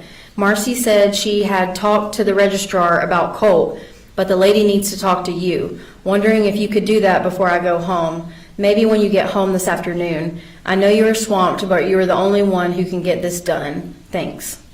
So at this point, had Colt been registered for school? No. Okay.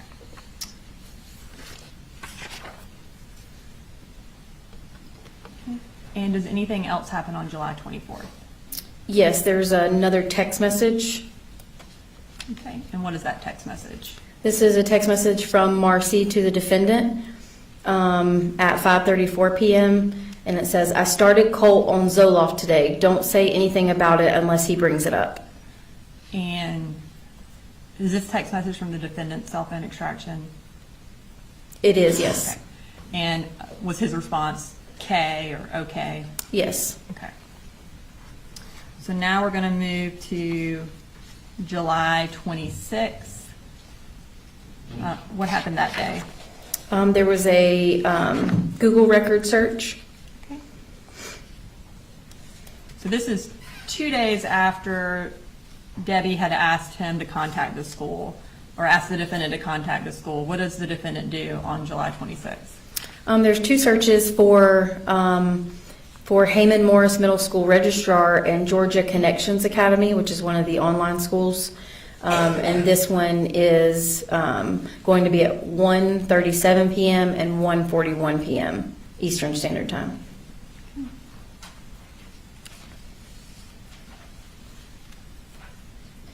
Okay, so that ends July. Now we're moving to August, 1 month before the shooting. Kind of tell us how August is shown in this timeline. August is organized a little bit differently because there was a lot more information provided in the records for the month of August. So on each day in August, I compiled a calendar to kind of orient with each day. Okay, I'm going to pull up the first calendar that we have for August 3rd.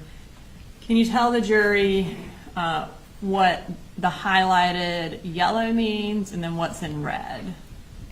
So what's in red is school-related events. So there's when the school year starts, his first day of school, the school holidays, and then the incident date. You see the dates, first and second, highlighted in yellow. Those are dates that Colt did not attend school. And then you see the kind of the blue box that's highlighted on the third. As we go through, the highlighted box is the day that we're talking about.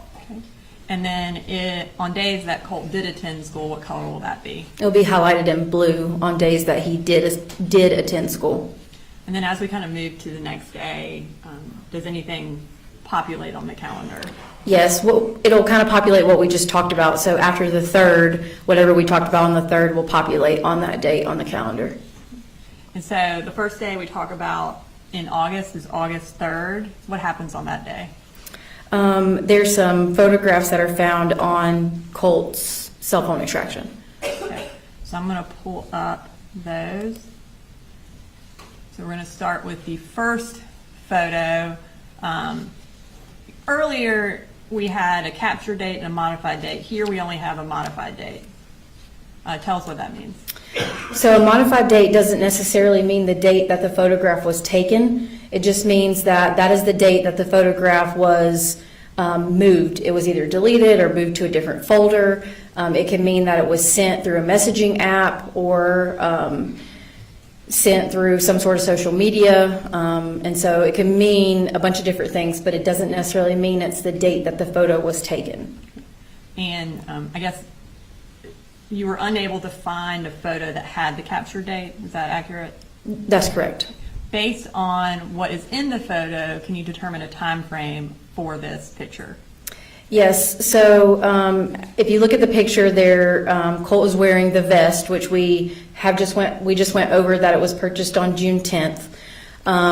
Also within the evidence, there was a capture date on photos when Colt dyed his hair, which was July 25th. And so his hair is dyed in this picture, so we can kind of have a date range from July 25th until August 3rd. When he moved the picture into, it looks like a messaging app based on the data. And what is he holding? He's holding the rifle that was used in the shooting. All right, and then I'm going to pull up another picture. Is that also modified on August 3rd? It is, yes. And did both of those pictures appear to be in Colt's room? They did, yes. Now we're going to pull up the final picture that is also modified on August 3rd. Tell us what that picture is of. This is a picture of the Sig Sauer rifle sitting in Colt's computer chair. And then you can see another rifle in the background. Okay. All right, so that ends August 3rd. Now we're going to move to August 4th. Okay. And tell us generally what happens on August 4th. This one is going to be a text conversation. Okay. So I'm going to pull that text conversation. Who is it between? The defendant and Deborah Polhamus. Okay. And can you read us the text? It says, "I hate to bother you at the beach. I just need to get a little more groceries with school, rent. I'm going to ask doctor tomorrow if I can catch up next week with them. I can send it back to you on Friday. Not much. Thank you either way." Okay. And where was the defendant working at this time? Kevin Price Construction. And based on his bank records, about how often was he paid and how much? Based on his bank records, he was getting paid weekly, $1,429, and with a $750 truck allowance per month. Okay. And we're going to move to August 5th. What happened that day? There were more photographs found on Colt's cell phone extraction. And then were there also, sorry, this is Debbie's response. Before we move to the next day, what did she respond?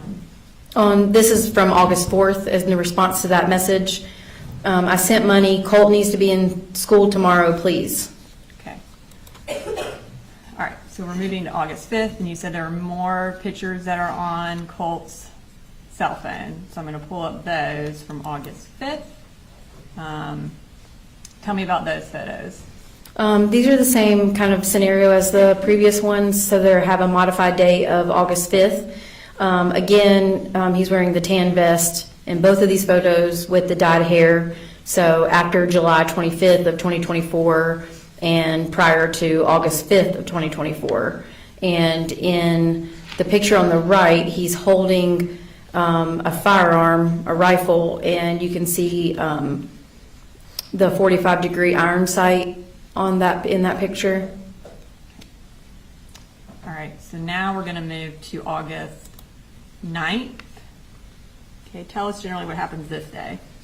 On this day, there were photographs found on Colt's phone of a school shooter shrine. Okay. All right. So I'm going to pull those up. Were there 3 photos found? There were. Okay, and you previously mentioned the other photos had a modified date. Do these have a captured date? They do have a capture date. Can you tell us what the captured date and time of each of these photos is?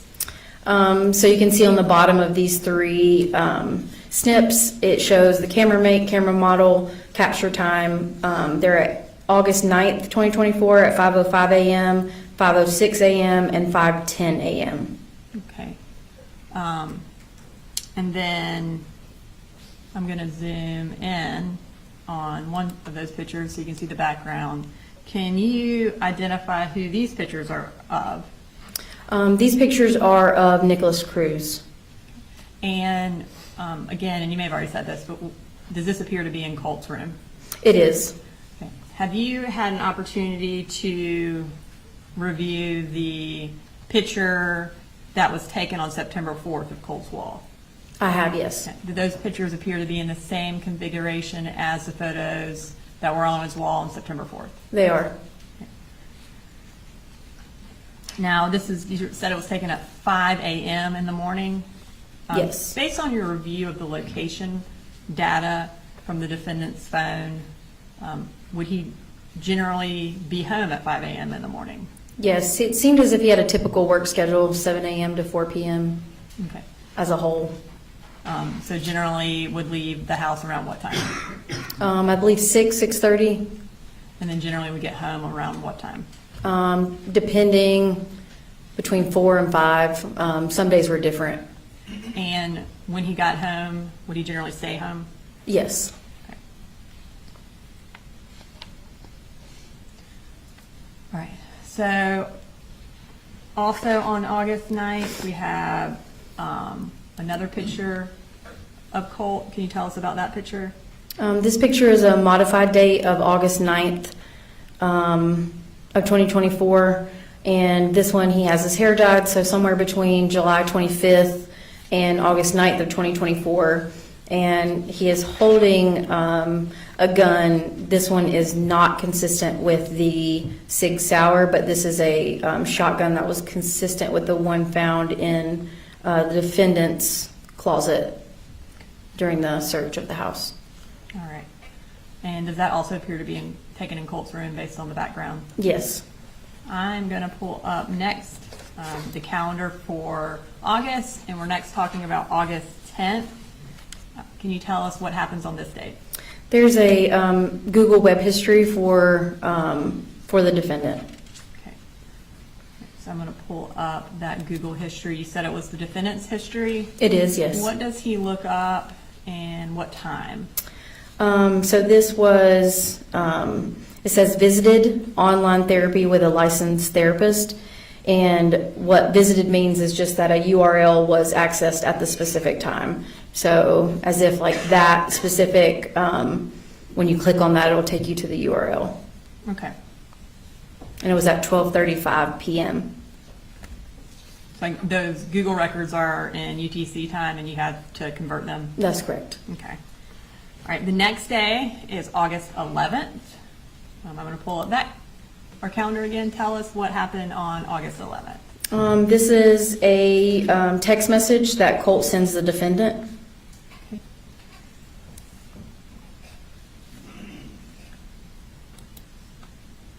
Okay. Can you tell us what that text message says and when he sent it? This was August 11th at 11:22 a.m. And he says, could you stop by Academy and pick up a 150 round pack of 5.56? If they don't have, and 5.56, 223 will do. All right, so the rounds that he is asking, are they consistent with the ammunition that would be used in Colt's gun? Yes. And does the defendant respond to this particular text message? No. All right, we're going to move to the next. I guess he sends a follow-up text, Colt does, to the defendant, and what does he say?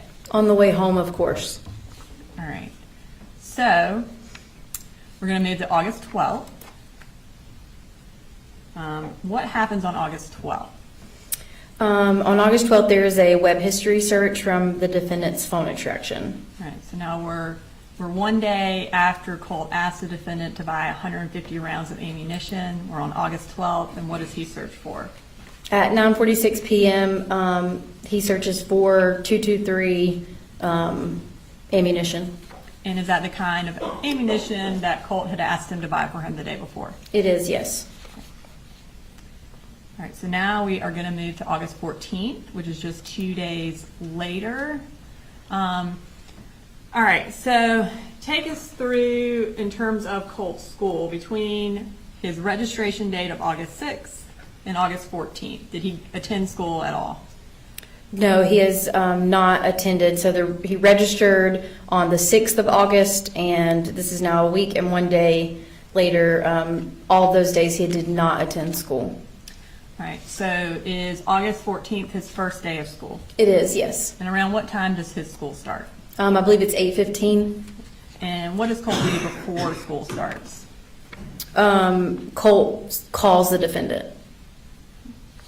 I'm going to pull up his calls. What time does he call him, and does the defendant answer? He calls at 6:48 a.m. and he does not answer. When the defendant doesn't answer, what does Colt do? He starts sending the defendant text messages. And again, are these text messages before the school day starts? It is, yes. Okay. We're going to just go through those text messages between Colt and the defendant. So the first one is at 6:49 a.m. Yes, it says, "I'm sick of your shit. This is the fucking end for you." And are all these text messages kind of like back to back to back to back? They are. "No more apologies. I have fucking had it with you. The way you twist shit is so old. You fucking caused this." All right, I'm going to stop for just a second. So as we're reading through these, it says, there's a line that says red. Can you tell us what that means? Yes, so the red, it shows, so the message at the bottom shows 6:50 and 37 seconds, and then the red is 6:52, so that's when the message was actually opened in the messaging app. That indicates the defendant opened the message at 6:52. That's correct. All right, so he says, "You effing caused this," and then what does Colt say next? "Whenever something happens, just know the blood is on your hands. Fuck you. Drive off a fucking cliff." Okay. So based on your review of the records, is this the first day Colt attends school since May 19th of 2023? Or May of 2023? I believe he wasn't in school all of 2023, so it would have been before that. Or I guess he went from Jefferson to here. Yes. So he has not attended school since he had been in Jefferson. That's correct. Okay. So Colt sends these text messages, and what happens after that? The defendant drives and picks up Colt and takes him to Apalachee High School. Does he respond to the text messages? He does at all? not. Okay. So you said he takes him to Apalachee High School. How do you know that? These are the location records that I spoke about earlier. This is through the program tracks, and the little red dot that you can see on the yellow pin, that's a specific location from his cell phone extraction data. So this is the one on the left is at 8:12 a.m. and that's the first time that we see his location data from his cell phone arrive at Apalachee High School. And then the one on the right is 8:19 a.m. and that's when he is leaving Apalachee High School. Okay. So he's there for 7 minutes. That's correct, yes. Okay. Now, what else happens on August 14th? In his Google records, or in the defendant's Google records, there's a reminder set in the calendar. Okay. Let's pull up that reminder. Whose calendar and what is the reminder for? This is a calendar from the Google records for the email address associated with the defendant. And this is a reminder that the title is Zoloft, And the start date is Wednesday, August 14th at 10 p.m. Okay.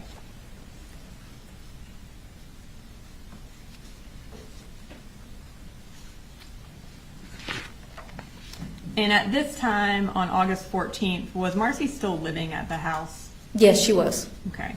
At this point, had the defendant, or I guess Marcy, set up insurance through the defendant's work for the family? Yes. And based on your review of the records, when did that insurance start?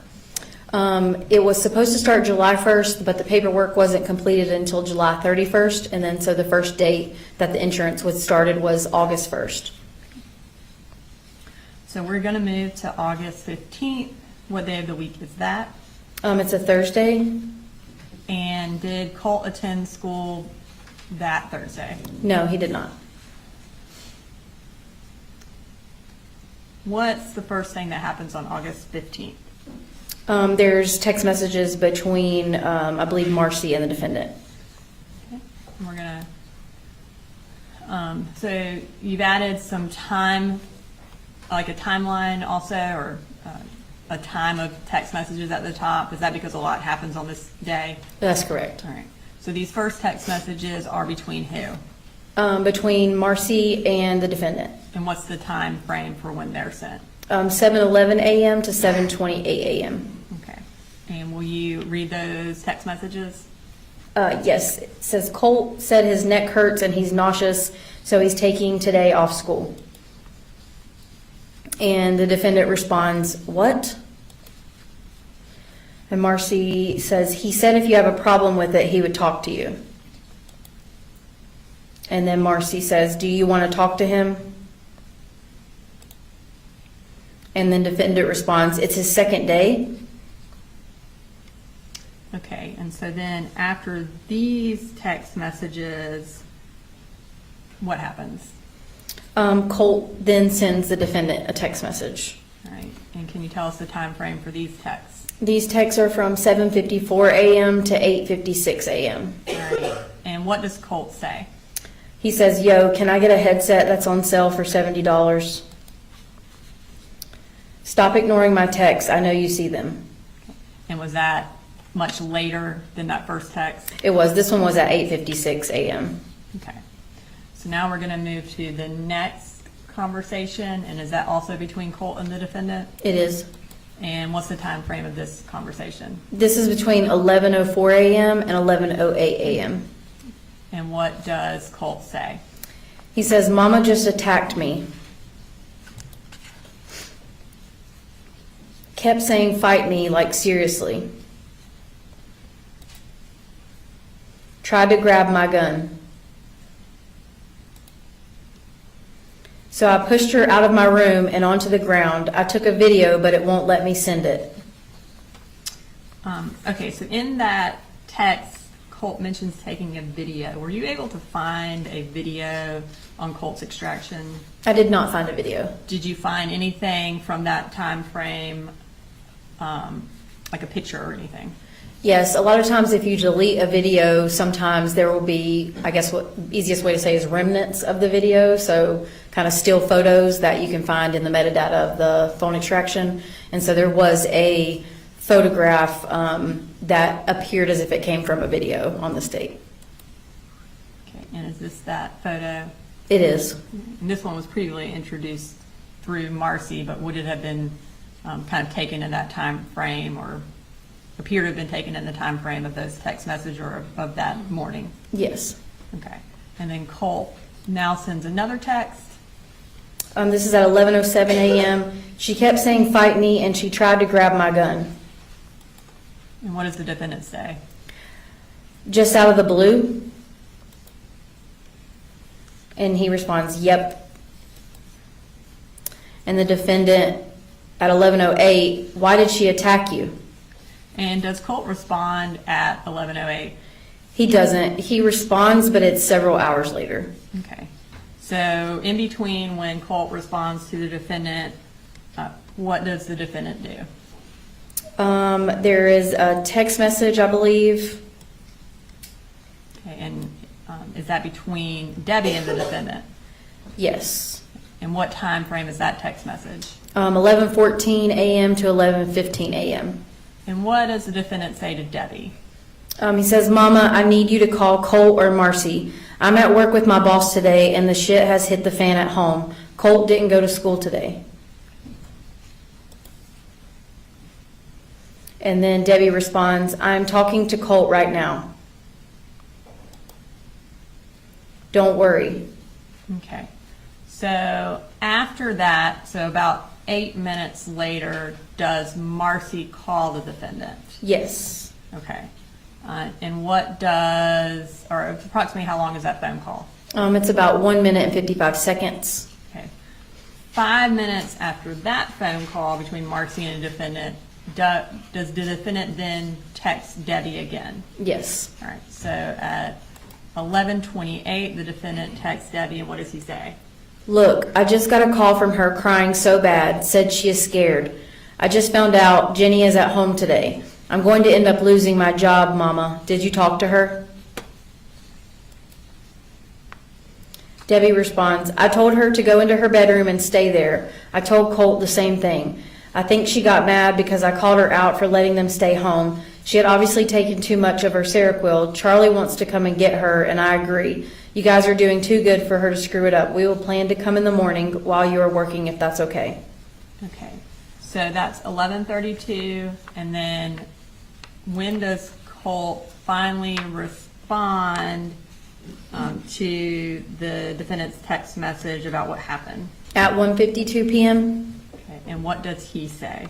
she was grabbing for my rifle, and I didn't know what she planned to do with it. So I kind of acted in fight or flight. And how does the defendant respond to that? He responds, it's all good. Why was the gun involved? Or how?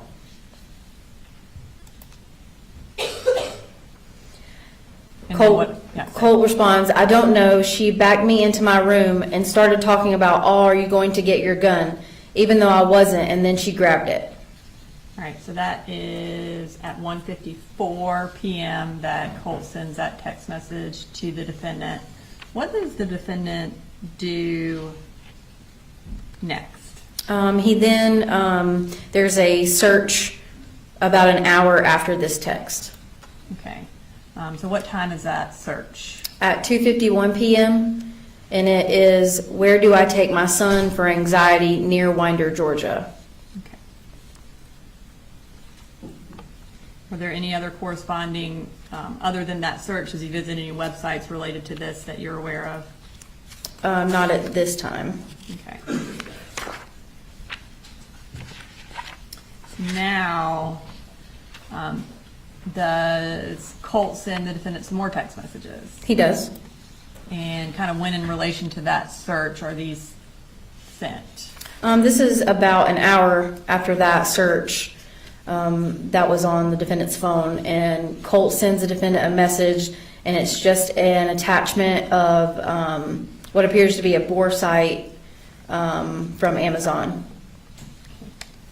And then what does Colt say? Could you please buy this?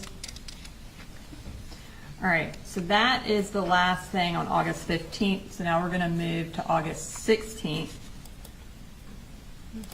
What day of the week is this? It's a Friday. And does Colt go to school this day? He does not. And what does Marcy do on August 16th based on your review of the evidence? She goes back to Fitzgerald. And does Marcy stay in Fitzgerald from August 16th until after the shooting? Yes, she does. All right, so on this day, on August 16th, so August 15th, Colt sends the text asking for a bore site. Does the defendant buy that bore site? He does. Okay. Does he do that on August 16th? He does. Okay. And how much was that bore site? It was $15.99. And what is this a picture of, 211.6? The bore site that matches the Amazon records. And was a bore site consistent with that found at the defendant's house? Yes. So that's 145.67. What, that bore site, can you tell me where it was found? Or is that a bore site, and where was it found in the house? This was in the defendant's bedroom, and it's the one circled in red next to just the ammunition, and it's inside of a pair of goggles. Okay. All right, so still on August 16th, the defendant buys a bore site. What happens next? Colt sends him a text message. Okay. So the text message is at 9 a.m. Can you read the text message that Colt sends the defendant? He says, "I am restraining myself. As for what I feel like doing right now, I have barely any control over." All right. So that was 9 a.m. on August 16th. And now we're going to move to August 16th at 10:30 a.m. What does the defendant do an hour and a half after Colt sends that text about restraining himself? He searches troubled teen options near Athens, Georgia. Okay. And does he, at this time, visit any websites related to that search? Yes, he does. What is the first website he visits? Eagle Overlook. I'm going to pull up that. Okay, so at the top of this record, it says cookie. Tell us what that means. A cookie is just kind of small pieces of text that websites use to collect information about you. So when nowadays you pull up your internet and you type in go to a website, and it'll say, do you want to allow cookies? When you do allow those cookies, then that allows that website to keep track of any information that you are putting on that website. And so essentially, if you visit a website, there will be a cookie related to that website visit? Yes. And what time was this website accessed? This was at 10:32 a.m. Now I'm going to pull up our next picture. And what is this a picture of? This is the picture of when you go to this website, Equal Overlook, and it is a top-rated drug addiction treatment center for teens in the Georgia area and mental health treatments for teens. Okay. And then we're going to move to his next website visited. What website did the defendant visit next? Wolf Creek Academy, Okay, what time did he visit that? 10:35 a.m. All right. And tell us what this is a picture of. This is a picture of the website when you go to Wolf Creek Academy, and it's a therapeutic boarding school for troubled teens.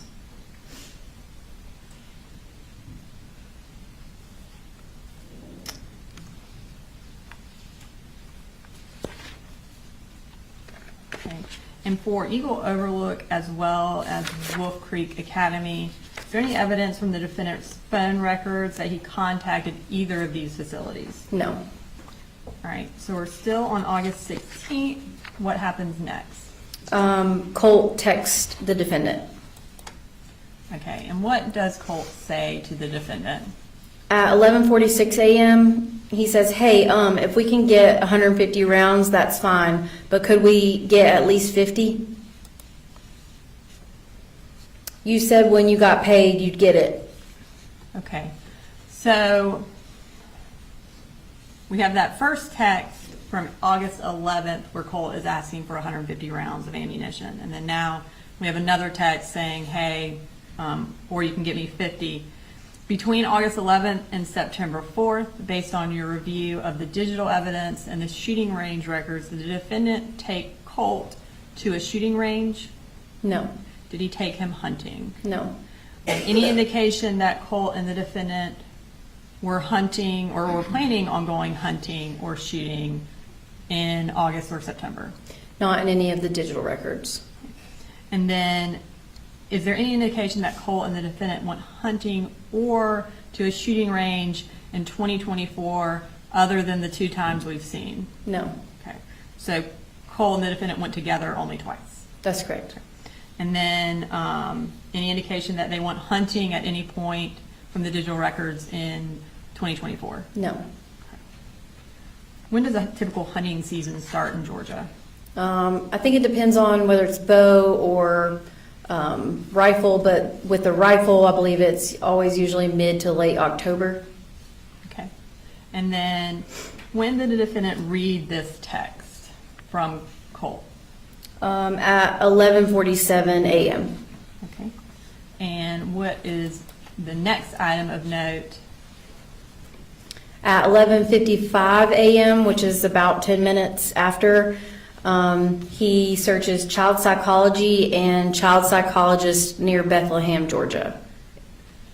One being at 11:55 a.m. and the other one being at 12:23 p.m. Okay. And then after that search, does he again visit specific websites related to that search? Yes. Okay. And what is the first one he visits? Hope Anger Management at 12:24 p.m. And I'm going to pull up this picture. What is this a picture of? This is a picture of the About section of the Hope Anger Management when you pull up their website. It offers services for behavioral issues, mental health, and therapy. Okay. And then does he visit another website related to the child psychologist search? He does. Okay. And what website is that? ccswinder.com at 12:25 p.m. Okay. And then I'm going to pull up a picture from that website and tell us what this shows us.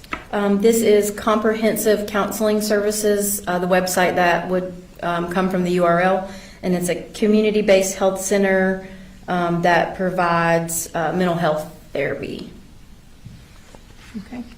And does the defendant contact either of these two places, Hope Anger Management or Comprehensive Counseling, based on your review of the digital evidence? No. Okay. Does he contact a mental health provider, though, that day? Yes. Okay. And who does he contact? Dawn Crook with Enlightenment Counseling. I'm going to pull up that contact. This has also already been admitted into evidence, but if you could just remind the jury what time and what he said to Dawn Crook to kind of put it in, basically put it in relation to the other text messages we've seen today. So this was at 12:41 p.m., so kind of 20 minutes after the last search. He sends a submission form to Enlightenment Counseling that says, I am a working dad of 3. Colt is my oldest, 14 years old. We have had a very difficult past couple of years and he needs help. Anger, anxiety, quick to be volatile. I don't know what to do. I have United Healthcare. Can you help? Thanks. Okay. And so after he sends this to Dawn Crook about Colt, does he respond to Colt's text messages about the ammunition? He does. Okay. I'm going to pull up that response. This is at 2:05 p.m. On the way home, please, Bubba, tonight, let's just be mellow. Please, I have a need to work through. Just remember, I love you. And then what does Colt say to that? He responds, did you see my text? And was that at 2:06? It is, yes. And what does the defendant say to that? He says, yes, later. I need to pay everything first, but we will. And I guess the previous text messages were those about buying ammunition. Yes. All right, so now we're still on August 16th.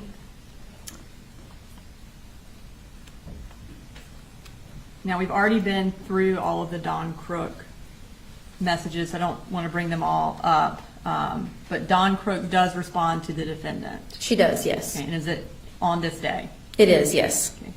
And does he respond to her email to him? He does. Okay. And I'm going to put up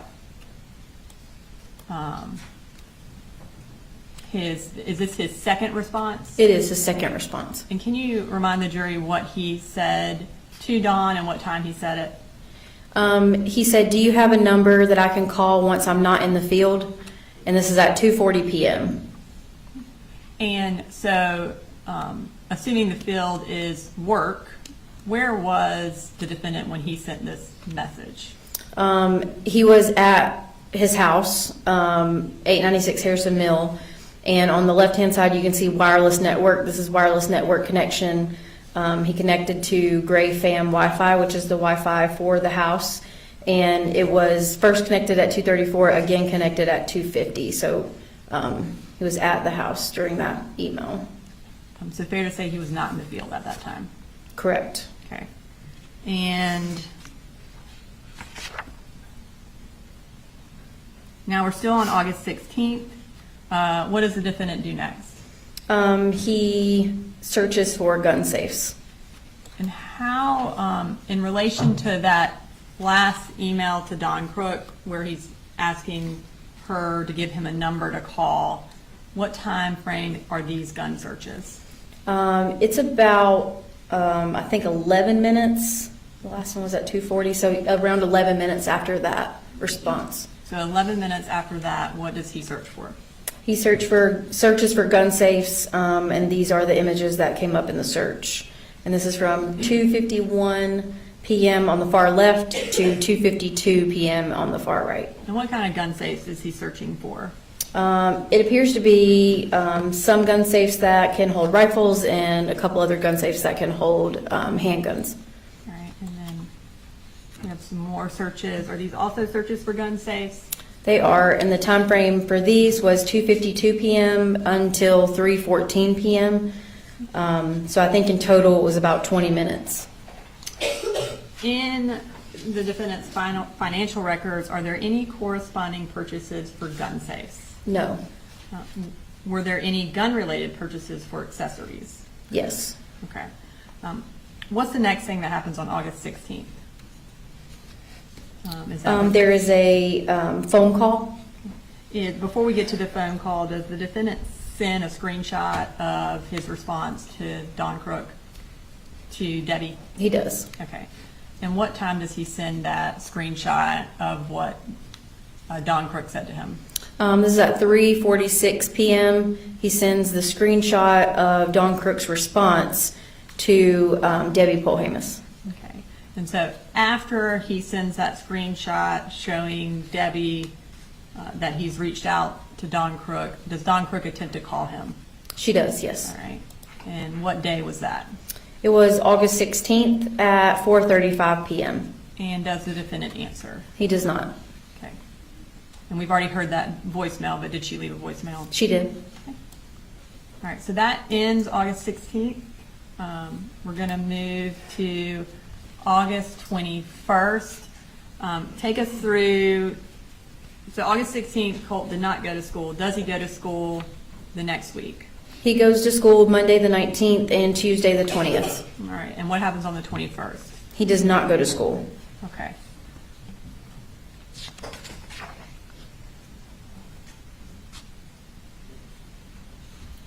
And what's the first thing that we have that happens on August 21st? There's another missed call and voicemail from Don Crook with Enlightenment Counseling. Okay, so this is 5 days after the first one? Yes. And then does he answer? No. Does she leave a voicemail again? She does. All right. Now, we're still on August 21st. Does Marcy text the defendant this day? She does. Okay, what does she text him about? About the Advantage Behavioral Health Crisis Stabilization Center. Okay. And again, we've introduced these through Marcy, but just for the timeline purposes, she sends this text and about them taking, or Advantage Behavioral taking their insurance. Does she also send a link to Advantage Behavioral? She does. Okay. And is that the link she sent? Yes. Does the defendant actually visit that link? He does. Okay. So I'm going to pull up that, which is also on August 21st at 4:39. So pretty close in time to when she sent the link. He opens it. Yes. Okay.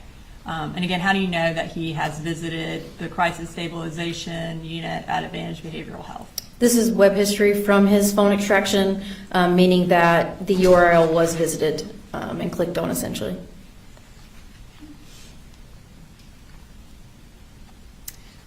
Does the defendant ever respond to Marcy's text about the facility? No. And then after he visits the website, what happens next? There is a follow-up email. Okay. And again, and this is, we've introduced these previously, but this is Don Crook, again, trying to reach out to the defendant about counseling. Yes. Based on your review of the digital records, did the defendant ever respond to this email or either phone call? No, he does not. Okay.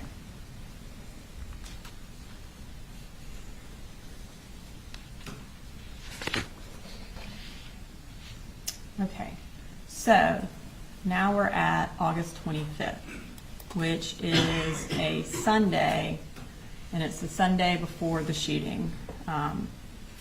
What happens on this day?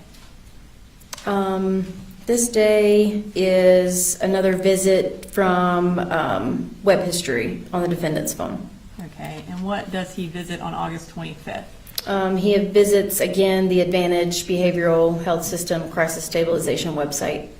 And does he visit it, it looks like twice? Yes, And what- 2:11 a.m. and 2:16 a.m. Okay. So, I think August 26th, Your Honor, is a pretty dense day. Do you want, I don't know if you want to go ahead and take a lunch. Yeah, we're close. Ladies and gentlemen, we'll go ahead and take our lunch break. Be in recess till 1 o'clock.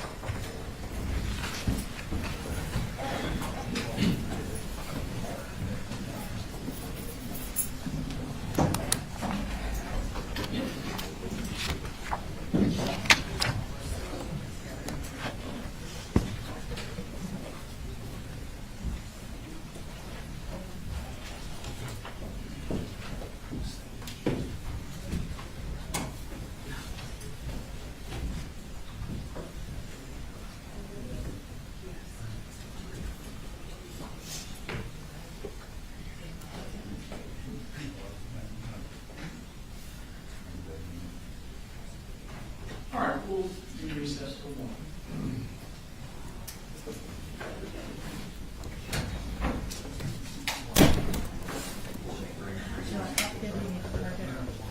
Yeah, let's start.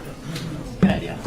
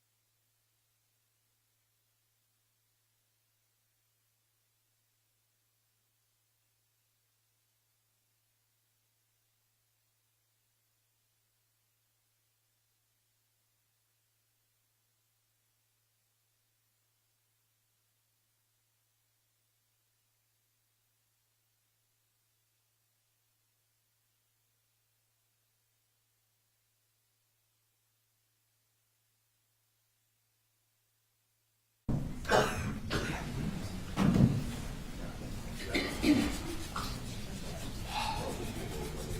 for him?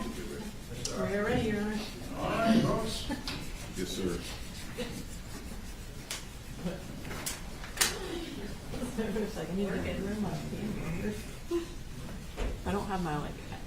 I have a.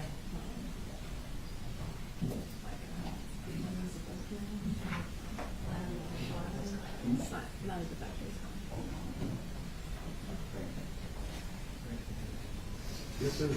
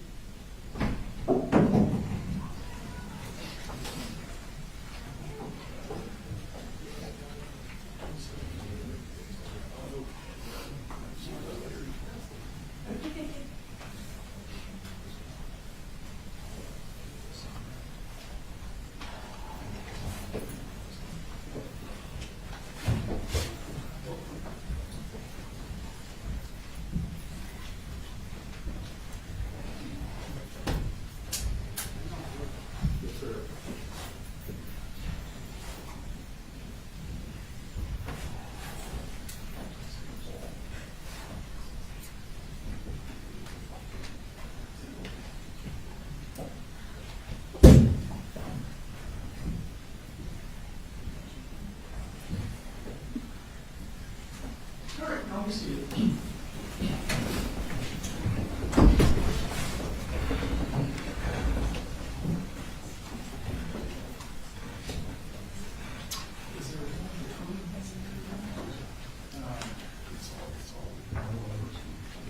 you want to read? Where's the, y'all show me the furthest to my left monitor. It's not that. They can't see that. You can move this chair out the way.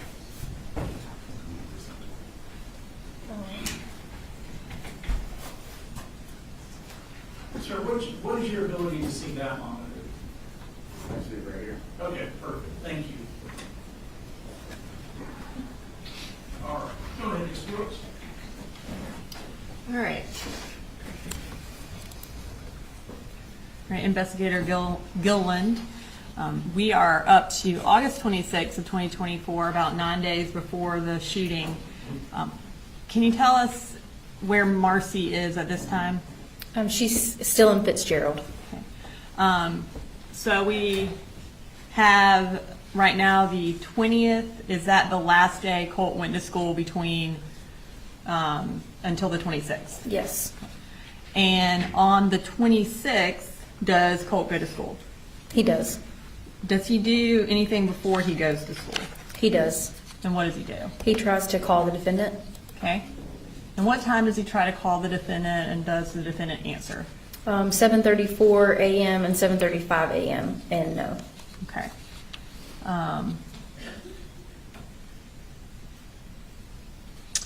And where is the defendant when Colt is trying to call him? His location data from his cell phone device shows him at 896 Harrison Mill Road. Okay, so is that his house? It is. After Colt tries to call the defendant at 7:34, what happens? What's our next relevant item? A little bit later, Lisa Butler from Apalachee tries to call the defendant. Okay. So based on your review of the evidence, where is Colt at the time Lisa Butler tries to call the defendant? He's in like the counseling office / suite at the school. Okay. And these calls look a little bit different. Can you explain that? Yeah, so these are not from location data from the phone. These are actually from the cellular company records. So these would be from T-Mobile.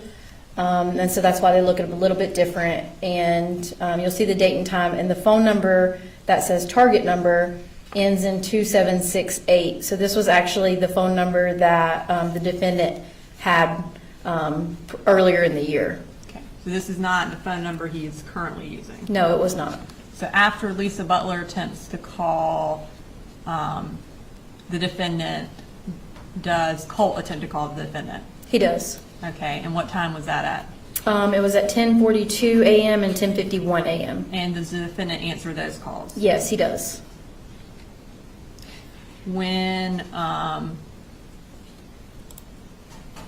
the defendant answers that phone call from Colt, where is he?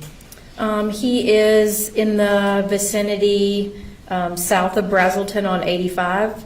About how far away is that from Apalachee? I believe being mapped, it was about 15 miles or 20 minutes, give or take. And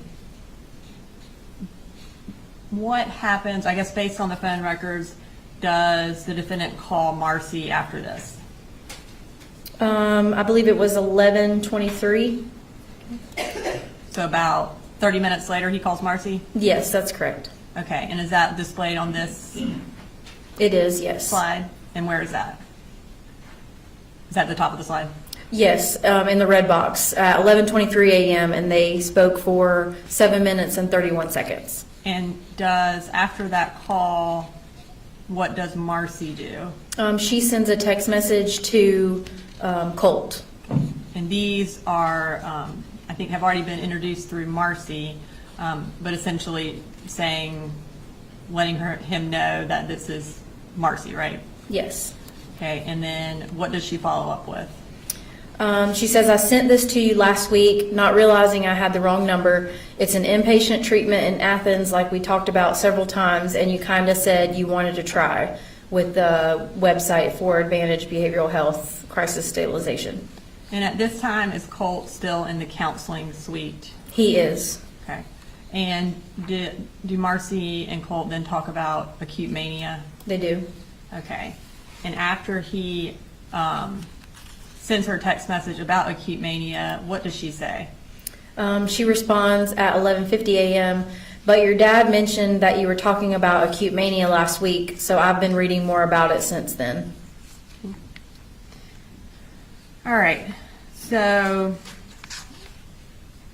in this time frame, Lisa Butler sends the defendant the email about Project Aware and copies 2 other clinicians. Do any of those clinicians follow up? They do. So I'm going to bring up the first one, which is from Karen Hope. What time did she send that email? She sent it at 12:04 p.m. And does she give her phone number or email for him to call if he has any concerns? She does. Okay. And we're going to take the next one out of chronological order. But does Jade Baker also follow up? She does. And what does she say? This Just is generally, yeah. This is a couple of days later, but she just explains that she's going to be the one working with Colt and that she plans to work with him early next week. And if they have any concerns, provides her phone number. And so counseling is supposed to start sometime around September 3rd or September 4th. That's correct. Okay. Now, in the first email that was introduced through Lisa Butler, did she also provide her contact information to the defendant in her email? She did. Okay. From viewing the defendant's phone extraction, did he ever call Karen Hope, Jade Baker, or Lisa Butler at any point? No. Okay. Did he ever email them with any concerns? No. Is the only email he sent the one where he had signed the Project Aware form? Yes. Okay. All right, so now we are still on August 26th. Do we have some more photos from Colt's phone on this date? We do. Okay. I'm going to pull up that first one. Can you tell me the time of the photo and what it appears to be of? This is August 26th at 6:25 p.m. This is again a modified date like we spoke about earlier, and it's a picture of a hand holding a box of Winchester ammunition. Now, those consistent with the type of ammunition that was used in the shooting? Yes, They also consistent with the type that the defendant purchased in June? yes, And based on this photo, was it taken in Colt's bedroom? it is, yes. I'm going to pull up another picture from that same date. Tell us about this picture. This is a picture from Colt's bedroom, the wire rack, and these are different types of magazines that are on top of the rack. And then I'm going to pull up the last photo from this slide. Tell us about that. This is a picture on Colt's bed with the blue blanket with 4 black magazines, 1 tan magazine, and then the rifle, which appears to be the 6R rifle on the bed as well. Those magazines that are in that picture, are they consistent with the magazines that were found at Apalachee on September 4th? They are, yes.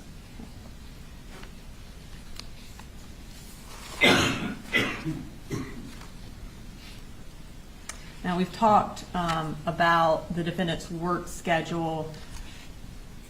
Would there be days where he would be at home when Colt was at school?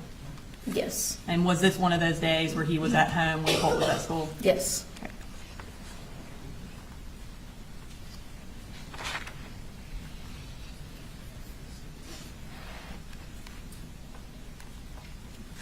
All right, and then what is the last thing that happens on August 26th?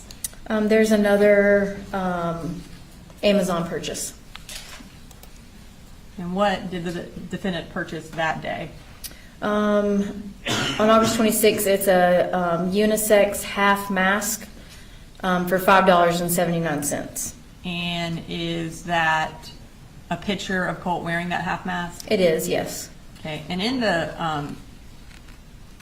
the photos over there that were found on Colt's wall on September 4th, is Nicholas Cruz wearing a half mask in one of those photos? I believe he is, yes. Okay.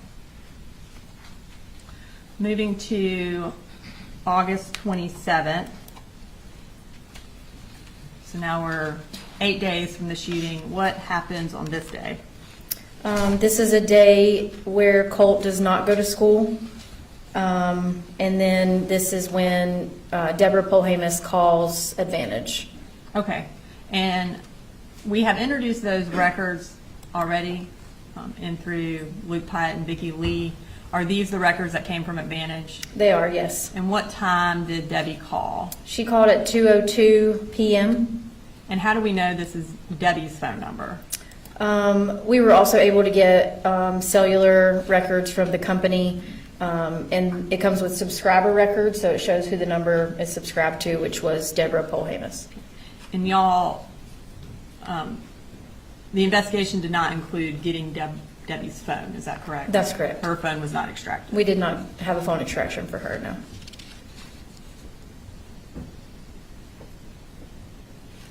Okay, and then now, a little farther on August 27th, what does the defendant send Colt on this day? This is at 4:24 p.m. He says, been trying to get in touch with y'all. Give me a call when you get this. Want to make sure everybody's okay and see how it's going for you today and make sure you're happy. I love you. Call me. Okay, so is the defendant at work on August 27th? He is. And are Coley and Jenny, are they at school on August 27th? They are. What were their absentee dates? Was it a few? In August, I believe Coley was only absent once, and then I believe Jenny was only absent twice. Okay. And is Marcy still in Fitzgerald? She is. And then is Debbie, I guess, on her way from Fitzgerald, but she is not in Bexar County yet? That's correct. Okay. So on the day after Colt's anxiety attack at school, is he home alone? He is. Okay. All right. What else does the defendant do on the 27th? There is another search for a gun safe. I'm going to pull that up. And what time was that search at? It was at 6:11 p.m. And is that a safe that could be used for a rifle? It is, yes. Approximately how much did this gun safe cost? When I looked this one up, it was around $180. And was there any corresponding purchase for a gun safe on this date or any days between August 27th and September 4th? There was not. So now we're at August 28th, which is exactly 1 week before the shooting. Does Colt go to school on August 28th? He does not. And what's the first thing that happens of note on this day? Colt calls the defendant. Okay. And is this all of his phone calls? It is from 7:31 a.m. to 7:32 a.m. Does the defendant answer? He does not. Okay. And then after the defendant doesn't answer, does Colt call him? He sends a text Sends him a text, yes. And what time does he send him that text? at 7:33 a.m.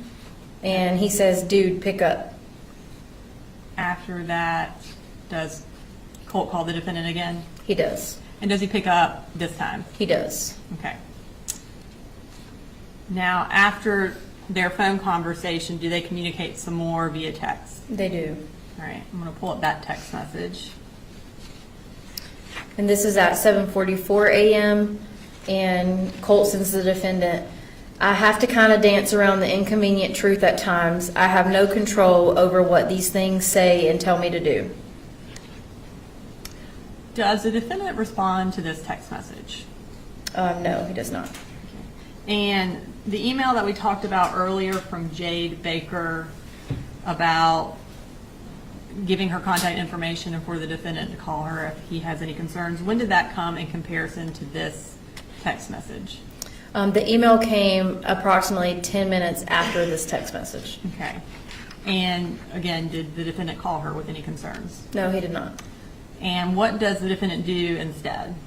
He texts Marcy and tells her to call him. So the text message at 7:45 says, "Call me." And was that just a few minutes after Colt sent the text It about was. the inconvenient truth? Yes. And does Marcy call him?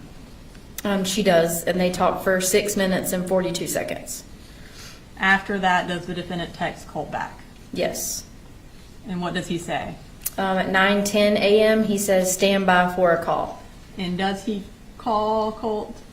He does not call Colt. Colt calls him at 9:15 a.m., so about 5 minutes later, and they talk for 8 minutes and 45 seconds. All right, and then after that phone conversation, does the defendant then call Marcy? He does. Okay.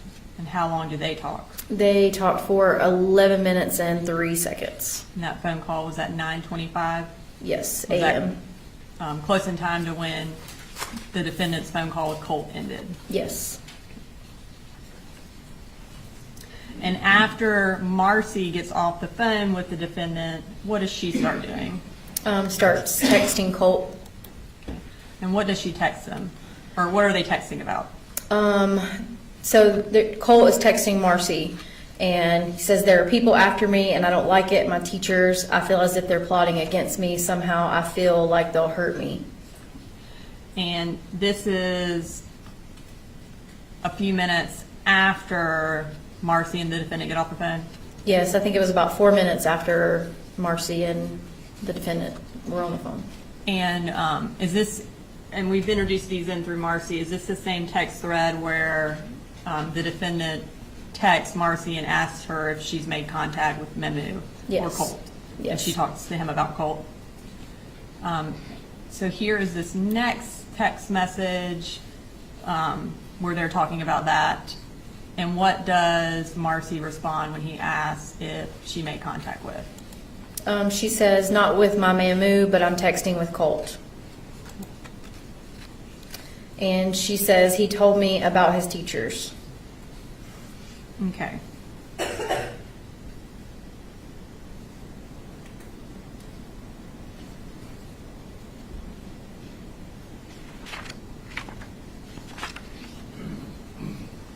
All right, so we're still on August 28th. What is the next thing that we have? The next thing is another photo of from Colt's phone extraction.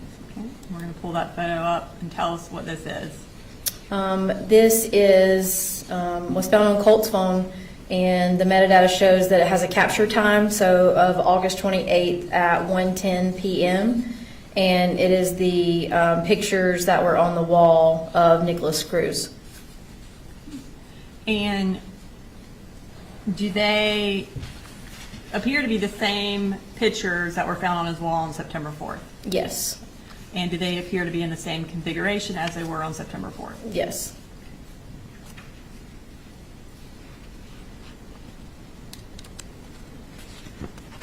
All right, so we've got one more picture from Colt's phone. I'm going to bring that up. Tell us about this picture. This picture is from Colt's phone, and is a picture of Colt with the half mask on and holding what appears to be the 6 Sauer rifle in his hand. And this picture would have been taken within a day because we saw the records where he had ordered the half mask. So this would have had to have been taken on August 27th or August 28th? That's correct. Okay. All right, now we are up to August 29th. Tell us what happens on this day. Colt did not go to school this day, and there are some text messages that the defendant sends to Marcy. Okay. All right, so we're going to first start with the text that the defendant sent to Marcy. And what does he say? He says, "I wish that she would just take him back home with her for this long weekend so we can just figure out what we're doing without having to confrontation or anything." And that was at 8:10 a.m.? Yes. And does, after this text message, does the defendant text Jan O'Brien? He does. And who is Jan O'Brien? It's his sister, the defendant's sister. Okay, I'm going to put that text up. And tell us about that. He sends the message, "Morning, sister. I don't know. We're having a little bit of trouble with Colt. I think he needs to be like, are you camp or something along those lines, where he can go and get the help he needs and stay there until he does. It's been really difficult. I just wanted to give you an update." Okay. And then the next thing that happens, tell us what happens next. There's a text conversation between Colt and Marcy. This is at 10:27 a.m. What does Marcy ask Colt? She says, "How do you feel today, Colty?" And how does he respond? He says, "Yeah, I'm here. Sorry. It's just getting worse. Had to take another. I'll make it to school. Trust." Okay.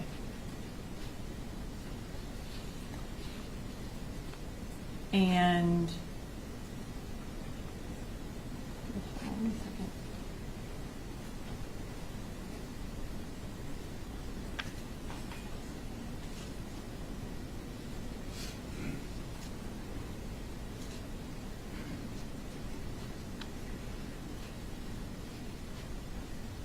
Hold on 1 second.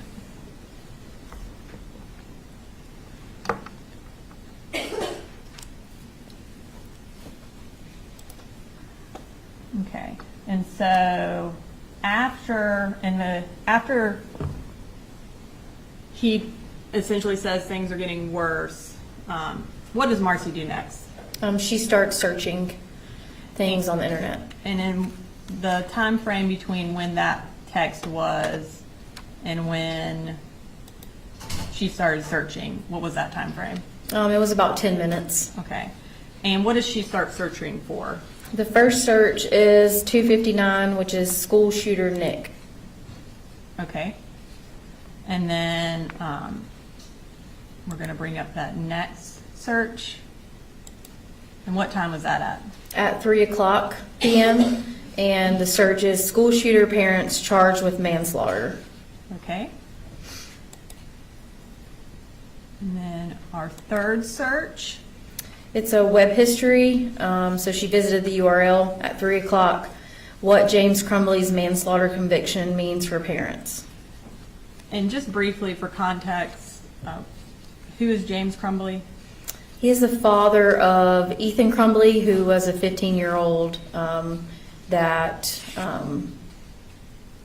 shot and killed students in Oxford, Michigan. And was James Crumbley the father arrested related to that case? He was. Okay. So at 3 o'clock, she visits that particular article? Is that correct? That's correct, yes. Okay. So after she visits that article, what does she do next? At 3:05, there is a search. Why were Ethan Crumbly parents charged? Okay. And then we're going to bring up another search or another article that she read. Tell us about that. Yeah, this is the web history at 3:05. What led to James and Jennifer Crumbly's guilty verdict? And is Jennifer Crumbly Ethan's mother? She is, yes. And was she also arrested in connection with that case? She was. And then we're going to bring up the next search. And what is that? At 3:09 p.m., she searched Safe Storage Gun Laws, Georgia.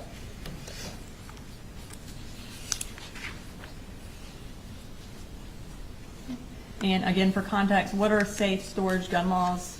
It's just laws in regards to storing your firearms away from children. Okay. Then we're going to pull up her next search. And tell us about this. This is a web history where the title is Secure Storage or Child Access Prevention Required, Everytown Research and Policy. And we're going to bring up one more. Okay, and what did is this another website she visited? This is a cookie that we talked about earlier. It's giffords.org at 3:13 p.m. And this is, I guess, like a group of activists that are trying to promote gun safety. Okay. And so a few minutes essentially after Colt texts her and says he's worse, she starts searching for Ethan Crumbly. Does she talk to the defendant close in time to her searches? She does. Okay, and we're going to bring up that phone log. Okay, tell us about how long after that last search and how long their conversation was. It was approximately 30 minutes after the searches at 3:55 p.m. And they talked for 14 minutes and 11 seconds. What time do they get off the phone? Around 4:10 p.m. to 4:11 p.m. Okay. And essentially, as soon as Marcy gets off the phone at 4:11, what does she do? She goes back to a website, what led to James and Jennifer Crumbly's guilty verdict. And was that a website that she had previously visited? It was, yes. All right.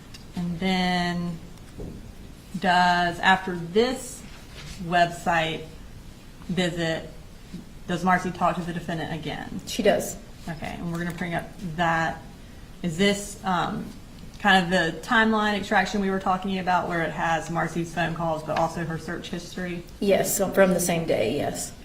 So it looks like around 8 minutes after she accessed what led to James and Jennifer Crumbly's verdict, she spoke with the defendant? Yes, and then there's an 8-minute call, a 1-minute call, a 4-minute call, a 5-minute call, a 1-minute call, and then some more web history visits after that. And are those web history visits also related to why Ethan Crumbly's parents were charged? Yes, and then the last one was Mental Health Hospital, Athens, Georgia. Okay, so it looks like there are about 6 phone calls between Marcy and the defendant after that search related to James and Jennifer Crumbly. Based on your review of the phone extractions, is that an unusual amount of phone calls for them in that short period of time? Yes, around this time, yes. All right, so now we're finished with August 29th. We're moving to August 30th, which is a Friday. Was that a school day? It was a school holiday. Okay. All right, so on August 30th, what's the first thing that we're going to talk about? Colt calls the defendant. Okay. And what time does he call the defendant? At 7:04 a.m. And do they speak? They do not. All right, and what does Colt do after the defendant doesn't answer? At 7:05 a.m., he sends him a text message that says, "You forgot to give me my Zoloft." And then that, also on August 30th, did the defendant and Marcy talk again? They do. And did they again have a lot of phone calls? Yes, I think there were approximately 16. I'm going to pull those up. Kind of take us through these phone calls. They start at 9:50 a.m. and go all the way until 9:28 p.m. And there's a few minutes here and there. The first one, 13 minutes, 1 minute, 2 minutes, 3 minutes, 2 minutes, 2 minutes, 2 minutes, 1 minute. And that's pretty much throughout the whole day. Okay. All right, so August 31st, based on your review of the evidence, this is a Saturday. What's supposed to be happening this Saturday, or what has been talked about happening this Saturday? This is the day in which Marcy and her mother were coming up to Winder from Fitzgerald, and they had all talked about taking Colt to Athens or Advantage Behavioral Health in Athens. Okay. Does, kind of that morning, does Marcy text the defendant about coming up? She does. Okay, and let's bring up that text message. What does it say? This is 10:24 a.m. About to leave Fitz. Mamu isn't coming to stay because my daddy's birthday is tomorrow. Can you and Boo meet us halfway so she doesn't have to drive all the way up and back in one day with a broken hand? And do Marcy and the defendant have a phone call after that? They do. Okay, let's pull that up. How long was that phone call, and when was it at? It was at 10:43 a.m. and they spoke for approximately 3 minutes and 43 seconds. Okay. So, they talk, and then what happens next with the defendant? He then sends a text to his sister. Is this the Jan O'Brien he previously sent a text to about Colt going to a camp? Yes. Okay. So we're going to pull that text up. So this text is about 15 minutes after, or 20 minutes after he texted Marcy texted him. Tell us what the defendant texts Jan O'Brien. This is at 11:05 a.m. He says, "I hope everything is going good for you. I need a favor if possible. I'm a couple dollars short on rent and wanted to see if I can borrow some money, and I will Zelle it back to you Friday. I'm short because of co-pays for doctors for Colt. I think I'm going to have to check him in a place so they can try to help him. He had a full-on panic attack at school Wednesday. So I'm trying to get him into a psychologist in Athens. I'm doing the best I can and work 60 hours a week. Anyway, I will give it back next week. It's just crappy timing." And does she respond? She does. And what does she say? She says, "How much do you need?" And then what does the defendant say back? And he responds, 200, gets my rent paid, and I'll count change for next week. Okay. So in that first text message to Jan about checking Colt into a place to get him help, he also says he's short on money because he's been paying co-pays for doctors for Colt. You mentioned earlier that as of July 24th, there was no evidence that the defendant had paid for any doctors for Colt. Between July 24th and August 31st, were there any payments to doctors' offices? Not other than the medicine will. And the medicine will, is that related to the defendant? It is, yes. Okay, and tell me just briefly what those, I guess, time frame of those visits, how often do they happen? I believe it was once a month or sometimes twice a month. And so other than the defendant going to the medicine will, there are no other payments for doctors? There are not. Okay. And at this point, does the defendant have insurance? Yes, he does. And did Jan, in fact, send him money? She did. Okay. And what happens next? The defendant receives some text messages from Marcy. And what are these text messages about? She says, "So that's it. You were prepared to spend money on gas and everything else to go to Lake Blue Ridge, but you can't spend the gas to drive 2 hours and pick me up. That's bullshit and you know it." at 2:01 p.m. I can't believe how selfish you're being. Me and Boo have literally been counting down the days for 2 effing weeks till I could come visit. I would never have done this to you. And I know this is a little bit out of the timeline, but after the defendant texts Jan about the co-pays, does he continue to have a conversation with her? They do, yes. And what is it about? There was a Georgia Bulldogs game that day, so they were just talking back and forth about the game. Okay. And so this first text message is at 12:48 about the game being a defensive battle. Does Jan respond to that? She does. Okay. Agrees it's a defensive battle, and then the defendant responds. What does he say? OMG, Jano, our QB is going to win the Heisman Trophy. Just still talking about the game. And do they kind of continuously talk about the game until the game is over? They do. Okay. So we're still on August 31st, the day they're supposed to go to Advantage Behavioral. Does the defendant take Colt to Athens that day? He does. Okay. And does he take him to the crisis stabilization place in Advantage? No, he does not. Okay. Where does he go in Athens first? They first stop at Sonic at 4:09 p.m. Okay. And how did you know that?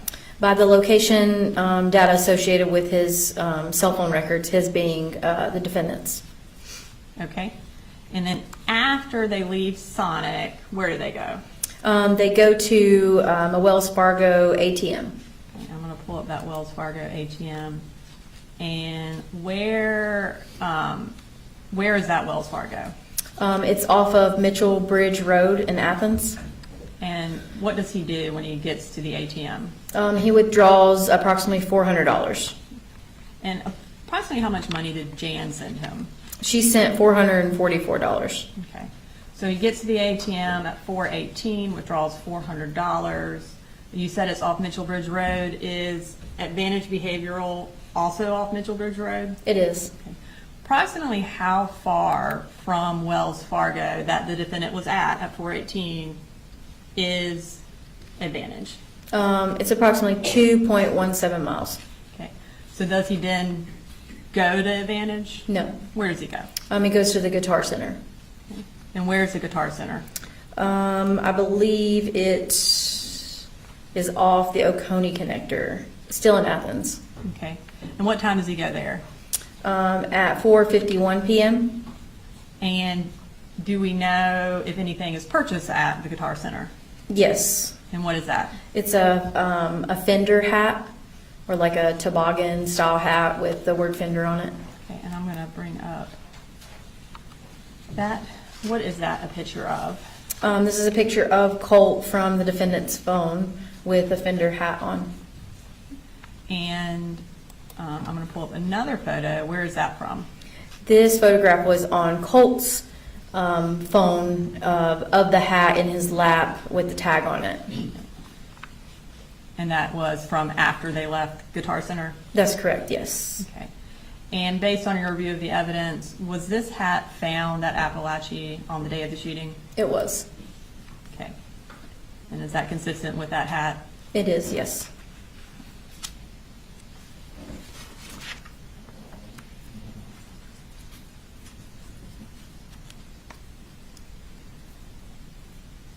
Okay. So we're ending August. We're moving into September of 2024. What's the first day we talk about? September 1st. Okay. And so September 1st is 3 days before the shooting. Is September 1st, what day of the week is that? It's a Sunday. Okay. And what happens on that date? Marcy sends the defendant a text message. All right. And what does she say? She says, "Why are you doing this?" All right. So during this, between August 31st and now when she sent the text to him about not picking her up, has there been any other communication? Has the defendant texted her or called her or anything? No. Now we're at September 2nd. Was that a school day? It was a school holiday. Okay. Now, what's the first thing that we're going to talk about on September 2nd? Another photo on Colt's cell phone extraction. Okay. And when was this photo taken? This was taken September 2nd at 4:58 p.m. Okay.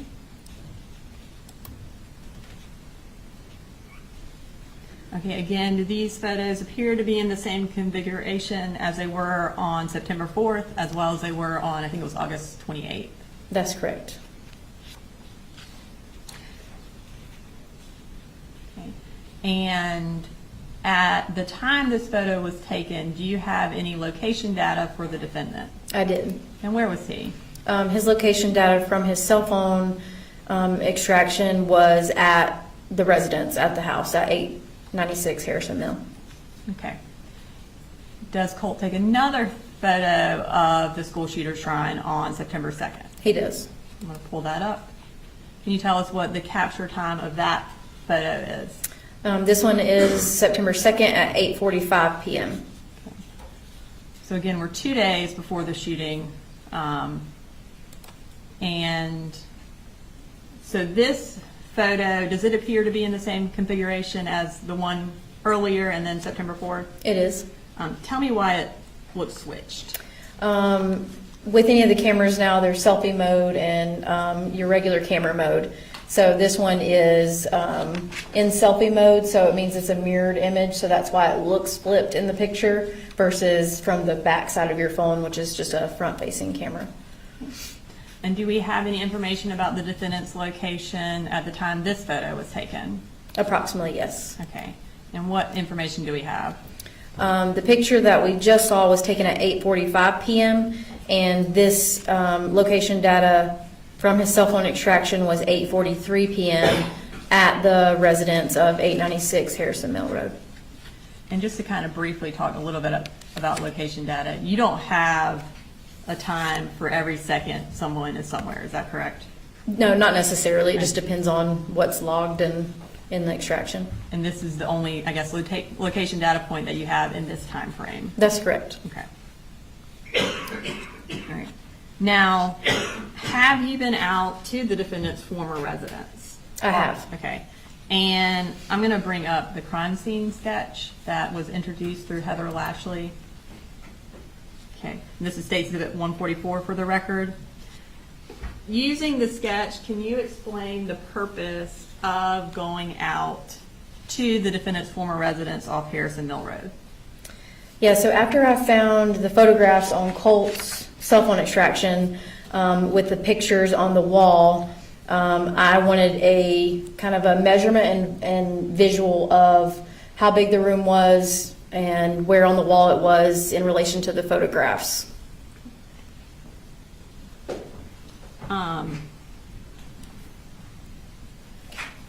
And I'm going to get, can you just kind of show on the sketch where you took measurements of?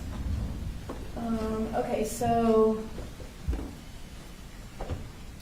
this would be Colt's room, and so I took measurements. The shrine was located on this wall, and so I took measurements from just the wall itself. There's a window right here, and then I took measurements from here to the door frame, and then also the door frame to the bathroom door frame, which is across the hallway, and as well as just the size of the room itself. Okay. And generally, I guess when you were at the house, when you were standing in the doorway for what was Colt's bedroom, could you see across to the wall where the school shooter photos were? Yes, I could. Okay. Was it, as soon as you opened the door, is it visible? Yes. Okay. And can you see that wall also from the bathroom door? You can, yes. Okay. Now you said you took measurements of the size of the room. How big was the room? It was approximately 93 inches by 114 inches, And then, which is relatively small. as far as the distance from the wall to Colt's door, what was that? It was approximately 12 feet and 2 inches. Okay. And have you taken an opportunity to measure where 12 feet 2 inches is in this courtroom? I did, yes. Okay, and can you, using the board, show us where the wall would have been in relation to the bedroom door? Sure. Good to step down.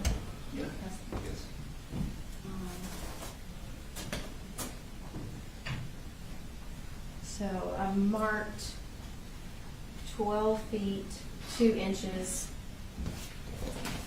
So this would be from the box right there all the way to here is 12 feet 2 inches. So that would be from the bedroom door frame to the, the bedroom wall to the door frame. So if you're standing here, this is what you would see when you walked into Colt's room? Yes, that's correct. Okay. Where, or what's the distance to the wall, from the wall to the bathroom door? So then it was an additional 39 inches. So it would be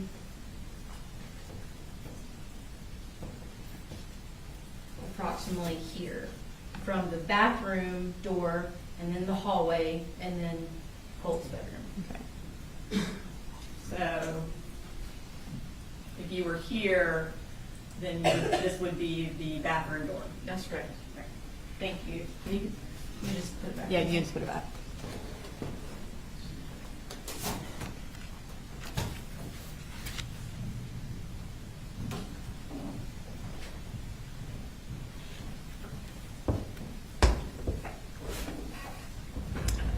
All right, so now we're moving to September 3rd, the day before the shooting. Was this a school day? It was. And did Colt go to school this day? He did not. What's the first, oops, and actually, I missed one thing. We've got another photo on September 2nd that I need to bring up. Tell us about these photos. These are from Colt's phone extraction from the 2nd of September, 9/12. These are modified and were sent in a messaging app. Excuse me. Like the photographs before, we can say that this is anywhere from July 25th until September 2nd. And that's because July 25th is when he dyed his hair? That's correct. Okay. And are these, do they appear to be in Colt's bedroom? They are, yes. All right, so now we're moving to September 3rd. Colt did not go to school this day. What's the first thing that happens on this day? There's some text messages between the defendant and Deborah Polhamus. Okay, let's bring up September 3rd. What happens on this day? Deborah Polhamus sends a message to him that says, "Let me know when to pay. Marcy wants to know why she has not heard from you guys, if there is a specific reason." Okay, and did she Zelle the defendant money? She did. Approximately how much? It was $100. Between Saturday morning of August 31st and this text with Debbie, did the defendant communicate with Marcy at all? No, he did not. Does the defendant text Marcy after this exchange? Yes, he does. Okay, and we have one more text with Debbie where she says, "Did Colt go to school? Gonna Zelle now." And then the defendant sends Marcy a text. Can you tell us about that text? He actually sends this text to Deborah Polhamus, and it says, "Shoot, he told me he was. I texted him twice during the day, and when he didn't answer, I knew he didn't. But I didn't get upset with him. I told him I need him to go because it's part of getting the resources involved." All right, and what was the next text? This is also again to Deborah Polhamus. "He was great all weekend, no fights or arguing or nothing. I think he just has to break the ice and go back, then he will be good." All right, and now we are up to his text message to Marcy. And this one's to Marcy at 7:31 p.m. "Hey, sorry, just trying to keep everyone and everything together and calm. It's not the easiest thing, but I want you to talk to Boo regardless, okay?" And does Marcy respond? She responds, she says, "I've been talking to all three of the kids every day. You were the only one ignoring me." And he responds, "Okay, good." So this last text is at 8:25 p.m. What does the defendant do next? He then searches for another gun safe at 10:49 p.m. And is this gun safe approximately the same amount of money as the other ones? It is, yes. Between the money that the defendant is being given by Jan and Debbie, as well as his paycheck and his truck allowance, did he make about $9,000 in the month of August? Yes, approximately. Okay. Now we're going to move to the day of the shooting, September 4th. How is this part of the presentation laid out? This is more kind of minute and hour chronologically. All right, so we're going to start with when the defendant leaves home. When does he leave home? So he's still at home at 6:47 a.m. and then you see his device start to move at 6:53 a.m. And based on your records or your review of the digital evidence, does he go to work? He does, yes. Okay.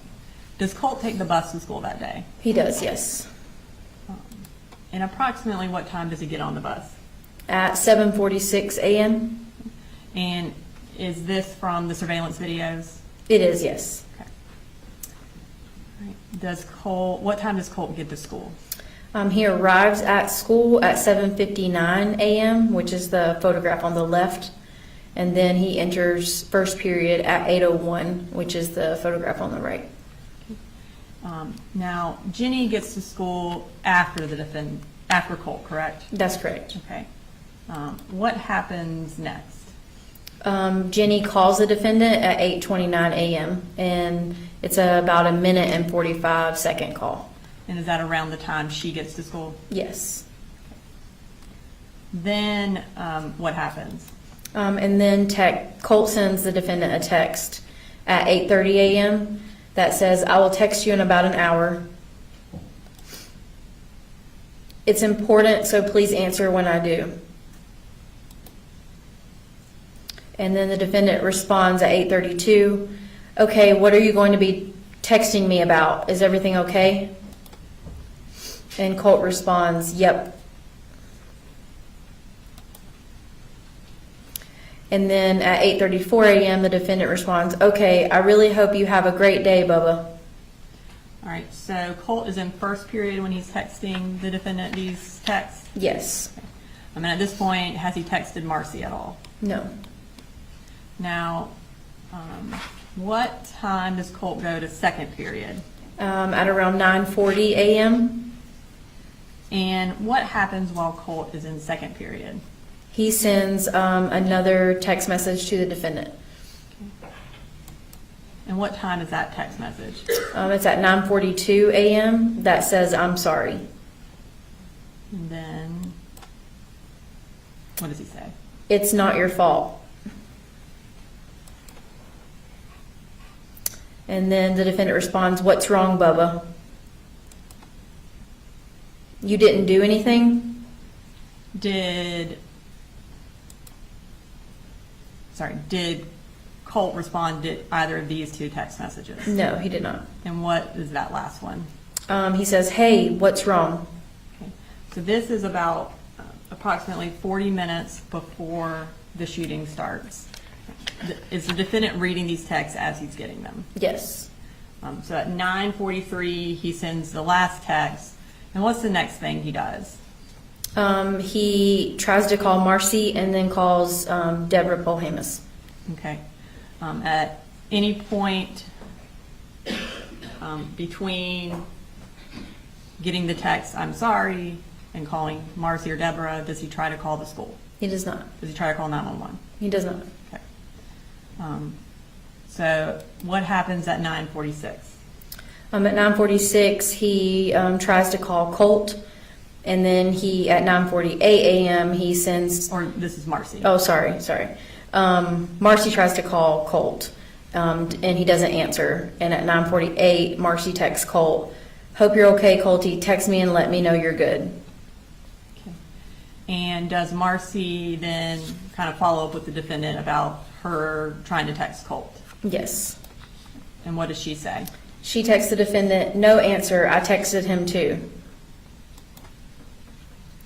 And then he responds, "Tell your mama to text him." And where is the defendant at the time of these text messages? He was at work in Forsyth County. Okay. All right, so what happens next? At 9:50 a.m. is when Marcy calls Lisa Butler. And again, approximately how long was that phone call? It was approximately 8 minutes and 57 seconds. Okay. And so she gets off the phone with her around 9:59. Is that correct? Yes. Okay. So while they're on the phone, what happens? Colt leaves second period and he goes to the bathroom at 9:54 a.m. So at this point, has Colt texted Marcy? No, he has not. Does he then text Marcy while he's in the bathroom? He does. And what does he say? At 10:02 a.m., he sends a text to Marcy that says, "I'm sorry." And Marcy responds about what? Does Colt respond to that text? Or I guess, what does Colt do instead of responding to Marcy's text? Does he text the defendant? I was about to say, I think he texts the defendant and doesn't respond to Marcy. Okay. And what time does he text the defendant? At 10:03 a.m., he says, "No, I love you and Jenny and Coley." And then says, "You're not to blame for any of it." And then at 10:04 a.m., he responds, "Any of what, Bubba? Please tell me you're okay right now, please." And at the time that the text comes in about "know that I love you" and Jenny and Coley, is the defendant still at work? He is, yes.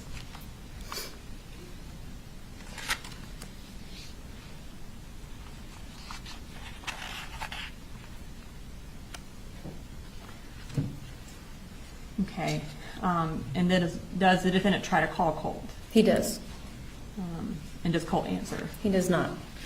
Does he try to call the school at this point? He does not. And so now we're at 10:10. Where is he located? Still at work in Forsyth County.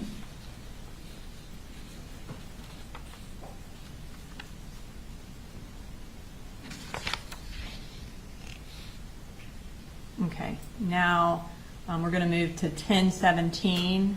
So we're still before the shooting, which starts at 10:22. What does Marcy send the defendant? At 10:17 a.m., she says, "You should probably go ahead and make arrangements to leave work. They're going to need you at the school." So she's telling him to leave work. Does he leave work? He does not. Okay, so at 10:22 he is still at work. Yes. And what happens at 10:22? Colt begins firing. Does the defendant attempt to send more text messages to Colt? He does. And what does he say? At 10:23, he says, "Hey, look, let me just come get you and we'll leave. Okay, don't worry about school, no trouble. I'll come pick you up and we'll go get some lunch and just take a second, okay? And we don't even have to go back to school, okay? You gave it a good try. We can do this online. Don't just let me come get you." And at 10:27, "Baba, just give me a call, please. Let me know you're okay and let them know in the office I'm going to check you out. Just let them know and I'll come get you. And look, we just go somewhere and kind of chill and relax. Let's get through today. We'll figure out what we got to do tomorrow. Please, will you please call me?" And where is the defendant at 10:38? He's still at work in Forsyth County. Okay. So the next conversation I'm going to pull up is between Jenny and defendant. And this first text, what time is this? This is earlier in the morning on September 4th, so this is 6:21 a.m. So she's just asking about going to Dollar General to get some gum. Other than that phone call we talked about at 8:29, is there any other communication between Jenny and the defendant between this text and the one we're about to see? No, there's not. Okay. And what does Jenny say? At 10:55 a.m., she says, "I'm scared." And what does the defendant say? He responds, "It's going to be okay." And based on your review of the evidence, is this before the news broke that the shooting had occurred? Yes, it is.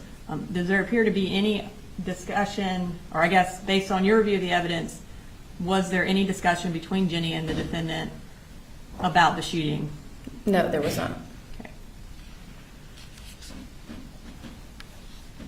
And does he ask any questions about what she means? He does not. All right, so we're going to move to 10:55 right after Jenny sends this text message to the defendant and he responds. And what happens? The defendant sends Marcy a text that says, "Anything?" And Marcy responds, "No," and now nobody is answering the phone at the front desk at the high school or at Heyman Morris Middle School. And what time was that? At 10:56 a.m. Okay, and based on your review of the records, is she attempting to call the schools? Yes, between the last call and now, I believe it was, she searched Apalachee and called the school 5 times and also searched and called Heyman Morris several times. Okay, and does the defendant ever call either school? He does not. Okay. And in response to her saying no one's answering, what does the defendant say? He sends a text to Marcy. "They are apparently firing people today, like I need that." What time was that At 10:57 a.m. at? And then what happens?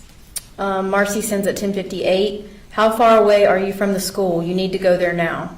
And is the defendant still at work? He is still at work. Does he leave when she sends this text? He does not. Okay. And what does he respond when she says, "Hey, you need to leave and go to school right now"? He says, "Super and a PM," asked if that was it and was told he didn't know. And Marcy responds, "Why did they fire them?" And he responds, "Not sure on PM." And then she responds, "Mama has a doctor's appointment tomorrow and then we're both coming up there." And what does the defendant say? He responds, "Okay, he was kinda ahead." And Marcy asks, "Ahead?"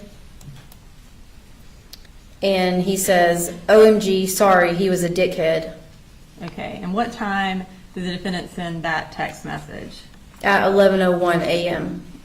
And does Jenny send him at the same time he's talking about that, does Jenny send him a text message? She does. And what does she say? She says 3 people are dead at the high school. Okay, and that text was at 11:01? Yes. And what does he say? 11:02, he says, "How do you know?"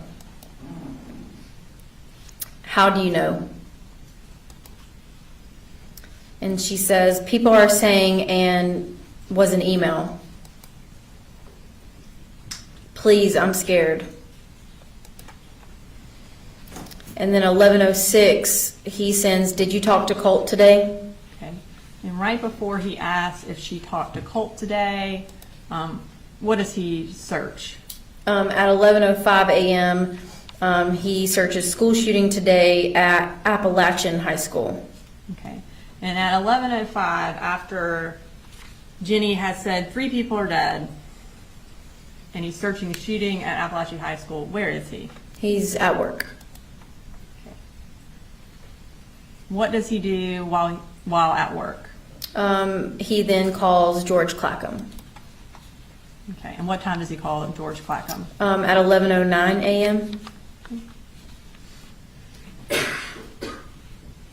All right, and so did Jenny and the defendant continue their conversation? They did. Okay, so at 11:11, what does Jenny say? She says, "Are you coming to the school?" And he responds, "Yes." And she responds, "Thank you." And then at 11:13, she says, "They may not let us out of our lockdown thing when you arrive, but still stay." And 11:15, he says, "Well, I'm on the way. Have you heard from Colt?" And when does he finally leave the Forsyth County Fire Station? At 11:18 a.m. Okay. And while he is in the car, does Marcy send him a text message? She does. And what does she say? At 11:34, she says it's already on the news. So the defendant leaves work at 11:18. Does he go straight to Heyman Morris to pick up Jenny? No. Okay, where does he go? He goes to Quick Trip. Quick Trip? What Quick Trip? It is in Buford, on the way from work to his residence in Bethlehem. How long is he at the Quick Trip? From 11:45 to 11:52, so I think approximately 7 minutes. And does he buy something there? He does. And what, based on your review of the evidence, what does he buy? So in the bank records, it shows QT and it says inside. So it usually with gas stations will distinguish if you buy something inside or buy something outside on your bank records. So this was inside for $1.79. Okay, would that be consistent with the amount of a beverage or a drink? Yes, And did he buy any gas? he did not. Okay. So this is 11:45 to 11:52. He's at a gas station. And then do him and Jenny talk some more? Yes. So tell me about that. So at 12:19 p.m., he sends a text to Jenny. Jenny, have you talked to your brother? And at 12:19, she responds, no. And at 12:20, she says, but I think we are thinking the same thing, and I don't want to talk about it over text. And then at 12:20, yep, 10-4, I'll be here in just a few. Let me know when you're back in the building and when I can come get you. Okay. And where does he go? Does he go to Heyman Morris or does he go somewhere else? He does not go to Heyman Morris. He goes home And what time does he get home? at 12:27 p.m. Okay, so he arrives home at 12:27 p.m. What time does law enforcement arrive at his house? At 12:32 p.m. Okay, and what is this? How do you know it's 12:32 p.m.? This is a body cam from one of the deputies that arrived that day. Okay. After the defendant gets to the house and after deputies arrive, who does he call? He calls Marcy. And what time does he call her? He calls her at 12:38 p.m. and they talk for 5 minutes and 13 seconds.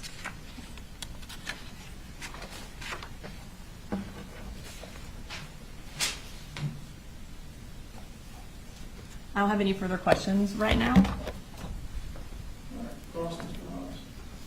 Yes, Judge.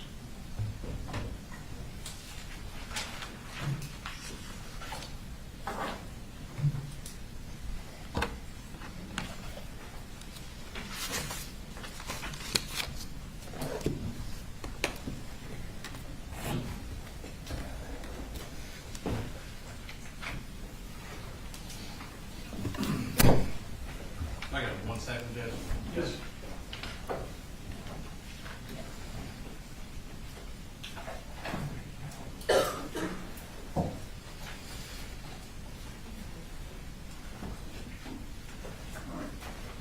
Bailiff's telling me you want me to break. Somebody want me to break? All right. We'll go ahead and take a. That's fine, it's just like, organized. Take a break.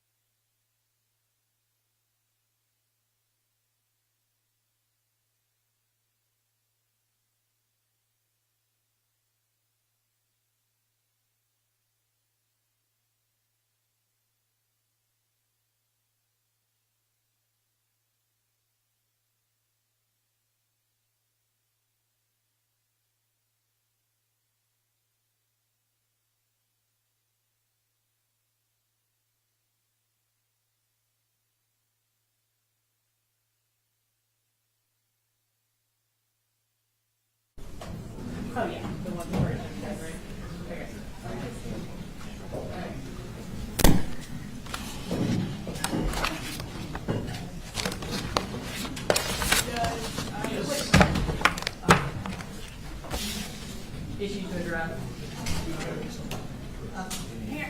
The sheriff sent me a text message saying that someone was taking photos in the courtroom that was not media. I wanted to bring that to the board's attention. No, His name was Alan Walkham. I don't know if he's in here or not, but I guess he's posting them all over his website, and I wanted to make, or his Facebook page. So I want to make sure specifically he's not in here when we're playing the surveillance video. Is Alan Walkham in the courtroom? Does anyone know Alan Walkham? Is his Facebook have a picture of It Alan does. Walkham? I can show you. I don't see him in the courtroom, but Can we see that picture? yeah. Is it pictures of jury too? I don't know. The only one I got was us and the judge. Okay. But I haven't looked at his Facebook page. It was the one that we had kicked out. Yeah, it was the first guy that we kicked out. Okay. And he has not been in the courtroom since. When was that? That was last week. Oh, we definitely took a picture of you today. You didn't wear that suit twice? Yeah. They weren't excited. Well, did you have to put shoes on? Yes, but this is definitely today. Also, like. Oh, yeah.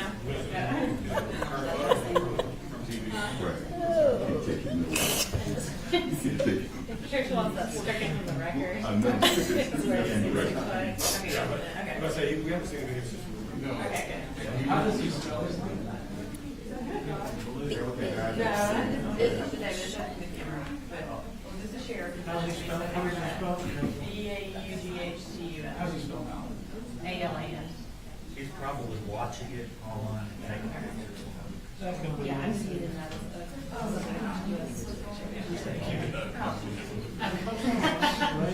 That's I don't know. As of now, studies are not. I have what I got to do.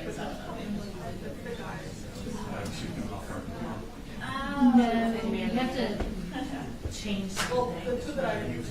PowerPoint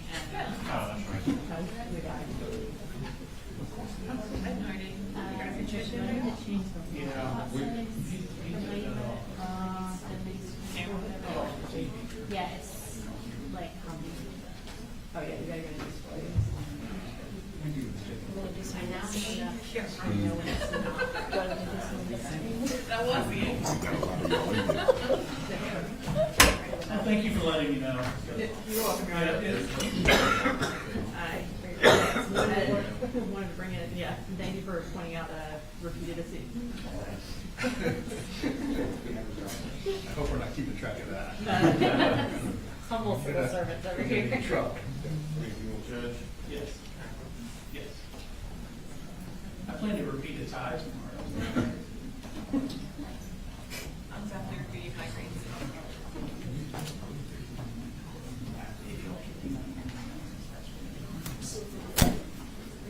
But you look for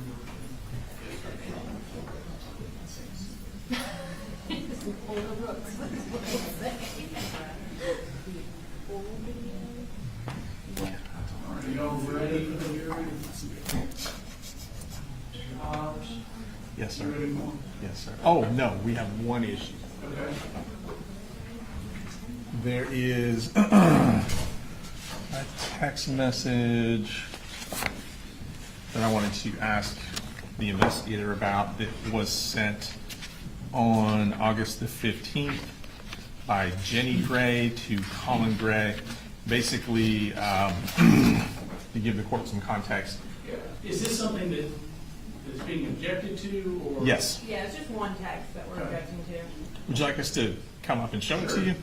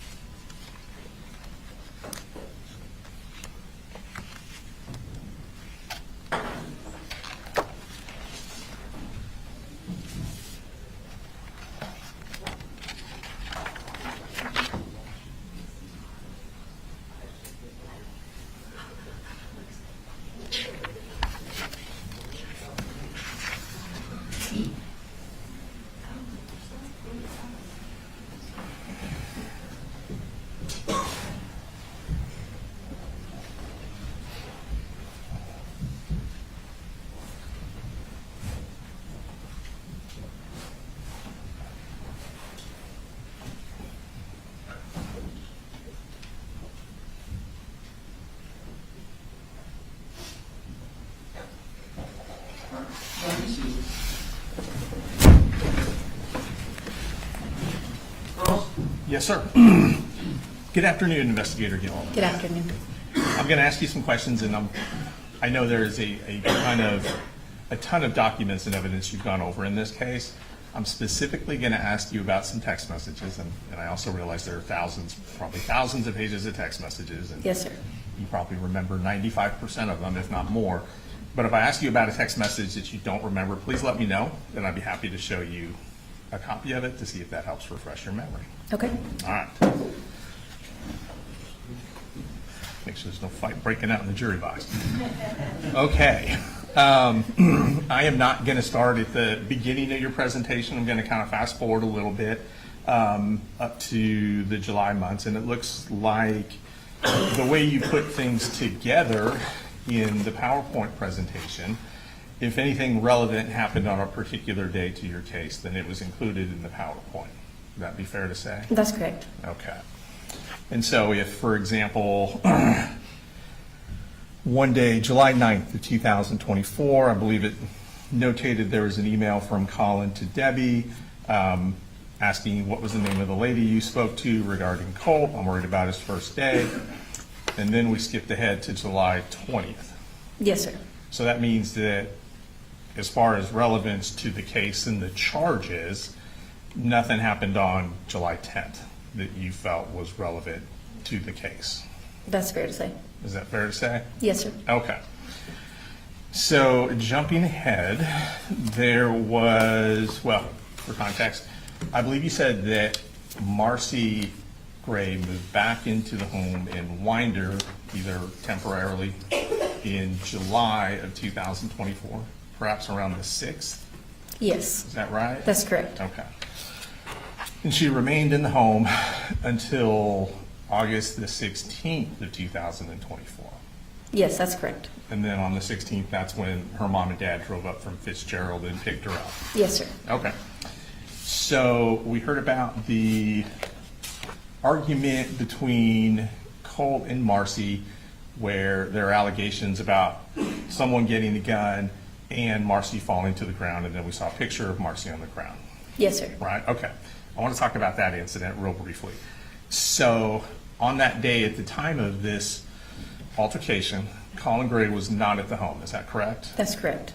And Marcy Gray was at the home along with Colt and Jenny. I believe so, yes. Okay.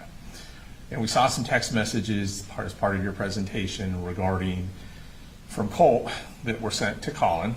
Yes, sir. And basically, those text messages would have been presumably Colt's version of what happened. Yes, Is sir. that fair to say? Yes, sir. All right. And then we also know that Marcy spoke with, I believe you said there was a phone call around the same time between Marcy and Colin Gray. I believe so. Okay. And then do you recall there being text messages around the same time from Jenny to Colin? I do remember that, yes, sir. And those text messages also described what happened. Is that fair to say? Yes, sir. Okay. And going to, and I'm just going to, well, let me do this. Well, so I'm going to ask you about those text messages and just tell me if you remember these particular messages. So these start at August 15th on 2024 at 11:31. And they're going to be from Jenny Gray to Colin, just to kind of help you orient. Okay. So at that time, did Jenny text Colin and ask, did anyone else text you like Mama or Colt? Yes, sir. And Colin replied, yes, both. Yes. All right. And Jenny asked, what did they say? Is that correct? Yes. Colin responded, 2 stories. Yes. So to me, that means that based on that answer, 2 different versions have been put forth as to what happened. Yes, sir. Okay. So then Jenny texted, I don't want them to get mad at me if I tell the truth. Is that correct? That's correct. To which Colin said, why? I'm asking you about what really happened. I won't say that to them, but something has to change. To which Jenny responds, all right, so basically we were all in the kitchen and they were getting agitated with each other. Mama said if they wanted to fight, they can fight. So Colt went back into his room. Mama followed him down the hallway and kept instigating, and she went into Colt's room. When she was on there, she tried to grab his gun and was apparently all in his face. Parentheses, I was still in the kitchen, so I just heard it all, parentheses. Then Colt pushed her out of his room and she fell onto the floor. I came out of the kitchen and stood over her and asked her if she was okay, but she didn't answer me. To which Colin responded, got it. Jenny then responded, it was kind of scary. I just hope that it doesn't happen again. Is that fairly and accurately portray that conversation between Jenny and Colin on that day? Yes, sir. Okay. Thank you. Now, is that text back and forth in evidence anywhere? Is it part of? No, it is not. No, it's not part of the extraction, book. but not actually in evidence? Right, it's part of the extraction. Okay. Now, going back to the 15th, this being the last day that Marcy was there, and, well, I guess she would have been there all day on the 15th, and then she was picked up by, according to this, dun-dun-dun-dun. And obviously on the 15th, Colt wasn't in school. That's correct. And Jenny wouldn't have been in school either. Correct. And that would have been a school day. Yes, sir. Okay. And apparently, if memory serves, the first day of school actually would have been the day before. That's correct. His first day of school was the 14th. Thank you for correcting. Colt's day, first day of school. Yes. Okay. Which he had attended. Yes, sir. That wasn't the first day of the semester for Apalachee High School. That was simply the first day that Colt actually attended school. That's correct. Okay. And do you recall any text messages between Colt and Colin regarding that first day of school? I do. And is it fair to say that the text messages from Colt to Colin were positive about his first day in school? That's correct. Did he indicated that things were going good? Yes, sir. And his dad responded, thank you for this. I'm so happy, so damn proud of you. Yes, sir. You remember Colt responding to the likes of, well, basically saying, everyone is so mature. I do. Is that referring to the other students, presumably? I guess so, yes, sir. Okay. He says, this being Colt, love it here, man. To which Colin responds, Colt, I swear I'm about to dang cry. You have no idea how much your happiness means to me. You are the man. Colt responds with GED, here I come. This is exactly my type of school environment, maturity. Colin then responds, heck yeah. He responds, he being Colt, thoughts on dinner, celebratory maybe? Colin responds, hell yes, what's the request?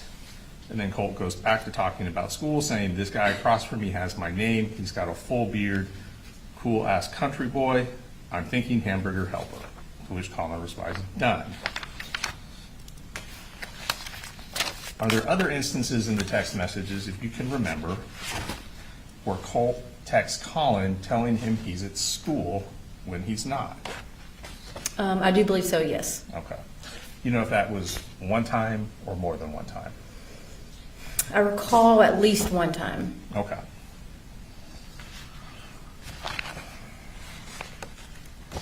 Yeah, and I'm going to finish up on the text messages so we don't have to worry about those. But there were some text messages, and you probably do recall these, between Colt Gray and Marcy on the 31st of August, referencing Colt's attempts to contact Nicholas Cruz. Yes, sir. Do you recall those? I do. Okay. And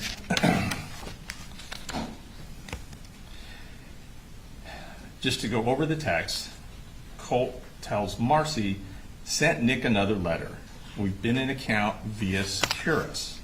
Do you know what Securus is? I do. What is Securus? It's an account that's used by most, sometimes jail facilities or prison facilities that you can send emails and or calls or video visits through. We used to have Securus here in Barrow, but changed over a couple years back. Okay. So if you were on the outside of one of these facilities and wanted to communicate with an inmate, Securus is a platform that would allow you to do that Yes, sir. once you registered for it. Yes, sir. Okay. And Colt tells his mother, essentially that he sent Nicholas Cruz an email, Yes, sir. to which she responds, I didn't know you had sent him one already. Did he answer your first email? To which Colt responded, I sent them kind of at the same time about 3 days ago. They've both been approved. It's just a matter of them actually getting sent. To which Marcy responds, that's cool, 3 exclamation points. Colt says, I lied about my age, so don't worry about that. To which she responds, okay, what all did you say? Colt responded, I added some money to his commissary too. I told Dad it was a scheme game. To which Marcy responds, LOL, all caps, that's awesome. Do you recall that exchange between Marcy and Colt being in those text messages? I do. Yes, sir. Okay.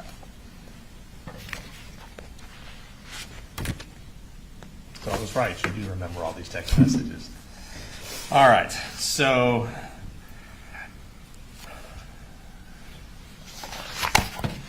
going back at the school calendar, we know that Colt attended school only for a couple of days during that semester. Is that That's right? correct. Yes, sir. And he lied to his dad at least once, if not more times, about being in school when he was at home. Yes, at least once. And we know that, for example, on the 16th, the day that Marcy was picked up by her parents, Colt was at home that day. He was, yes. And that was a school day as well. Yes.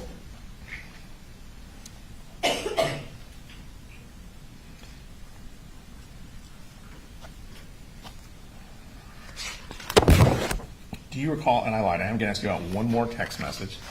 Do you recall a text message or any text messages between Colin and Marcy? You mentioned the Saturday they were supposed to go to Advantage Behavioral. Yes, sir. Okay, that's the Saturday I'm referring to. One of the text messages you showed during your presentation talked about going camping at Blue Ridge. Yes. Is that correct? Yes, sir. Do you recall seeing any other text messages between Colin and Marcy about camping with the youngest child, Boo, that weekend? I don't remember specific text message. I do remember some search history back in July Okay. for some Lake Blue Ridge or Helen type searches. Okay. So, and on the 31st of August, to go back to when Miss Marcy Gray was speaking with Colt about the Nicholas Cruz and the emails, there were not any text messages between Marcy Gray and Colin Gray referencing that conversation, were there? That's correct. And just to be fair, I think you said there were some phone calls, however, around that same time. Or was that later? I don't remember. I don't think there was any communication on the 31st. Let me check. Sure.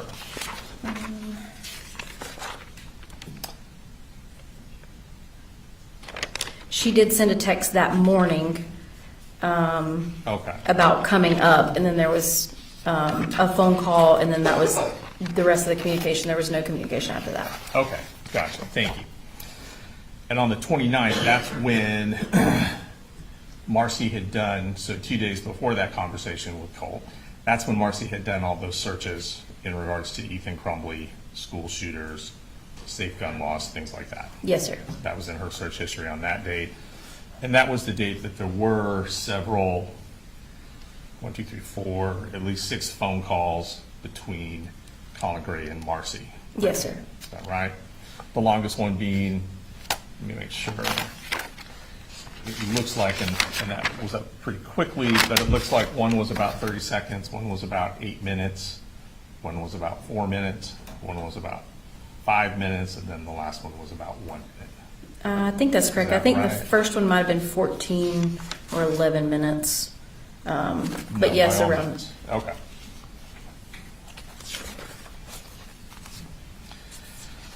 And then the next day would have been the 30th. That would have been a school holiday. Yes, sir. Is that correct?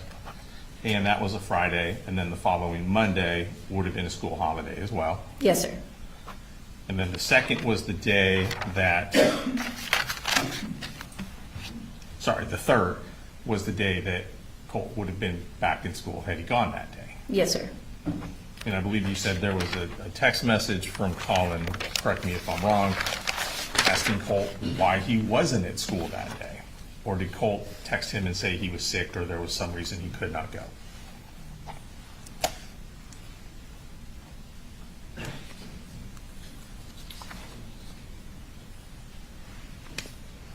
I don't remember the text on September 3rd, if there Okay. was any between the two. Gotcha.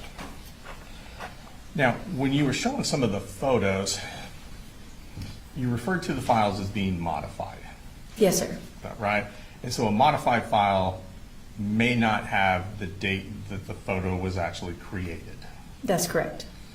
And it looks like you're able, in some of the instances where his hair had been dyed, Colt, for example, if you know the date the hair was dyed, then you can at least give us a range from, it wouldn't have been before that date, obviously, to the date that it was actually modified. That's correct. That's how you're kind of coming up with a range for some of those? Yes, sir. Okay.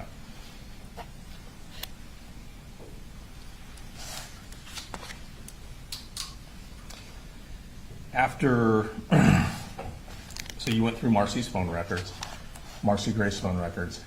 After that conversation on the 31st with Colt regarding speaking to Nicholas Cruz, there's no indication she called 911 or anything like that, is there?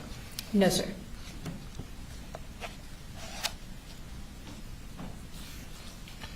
After those searches on the 29th of August that she did on her phone regarding school shooters in the Crumley, there's no indication she called 911, is there? No, sir. Okay.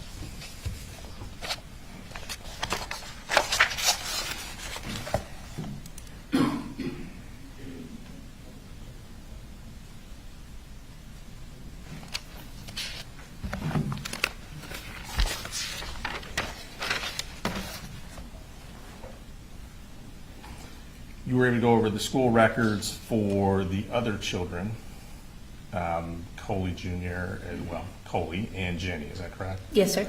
And I believe you mentioned that the youngest one, Coley, sounds like was taken to school based on the Google records by Mr. Gray. That's correct, yes. And he only had one absence. Yes, sir. That first semester, correct? Yes, sir. And then it sounds like from the records, his daughter Jenny, who would have gotten on the bus by herself, had 2 absences Yes, sir. For the month of August. for the month of August. Yes, thank you.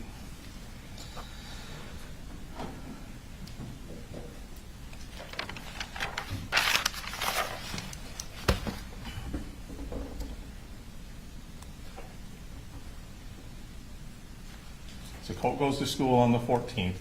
He sends his dad text messages that things are going well. And then there's the altercation with Marcy the very next day. Yes, sir, correct? that's correct. And then the 16th, Colt does not go back to school. That's correct. In fact, he doesn't go back to school for several days after that altercation, does he? I think the next day was the 19th that he The did go to school. 19th. Okay.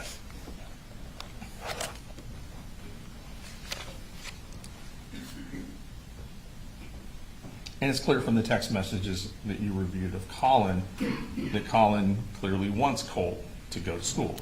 Yes, sir. It's just as clear from the text messages that Colt does not want to go to school. That's correct.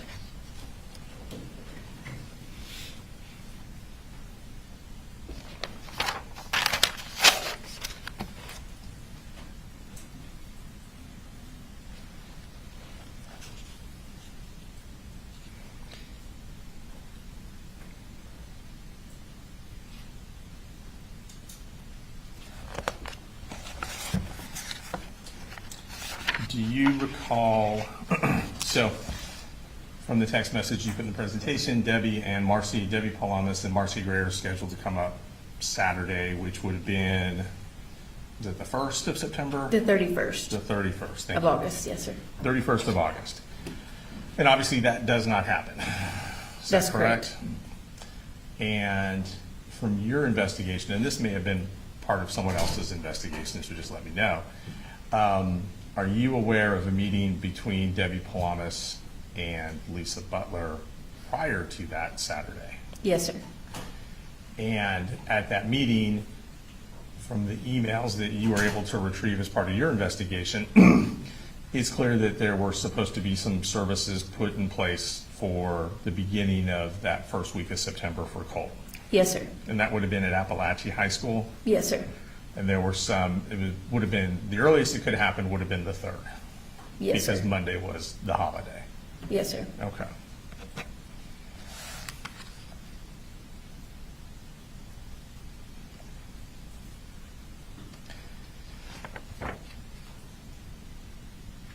All right, 1 second, sir.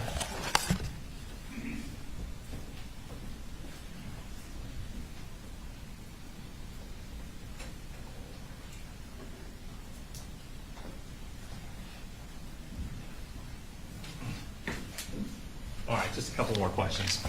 I know you've been up here all day.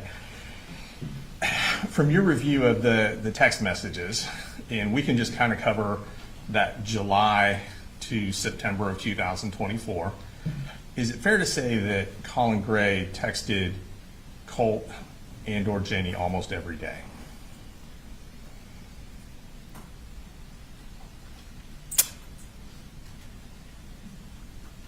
I don't know that I would say almost every day, but he did text them frequently. Okay, texted him frequently? Yes, sir. And did those text messages from Colin to the kids, were there positive messages in some of those text messages? They were, yes, sir. Did he express how he loved his children He in those did. text messages? Yes, sir. That he was proud of his children? Yes, sir. That he was trying to get them to go to school? In a couple of them, yes. Okay. He was asking them how school was, how their days were? He did, yes. Okay. And he stated things like he was proud of them? He did. Okay. Okay. Thank you. No further questions. Just briefly. Yeah.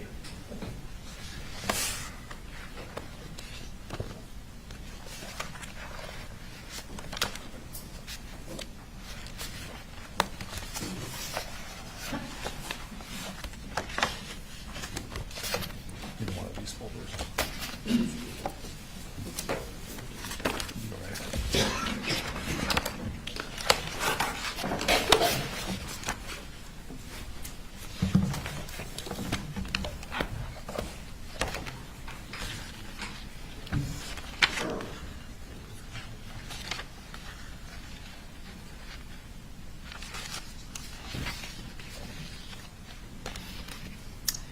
All right, so in the course of the district attorney's office investigation, did we attempt to get jail calls when Marcy was incarcerated in Ben Hill between her and the defendant? We did. Okay, and were we able to get those calls between the two of them? We were not.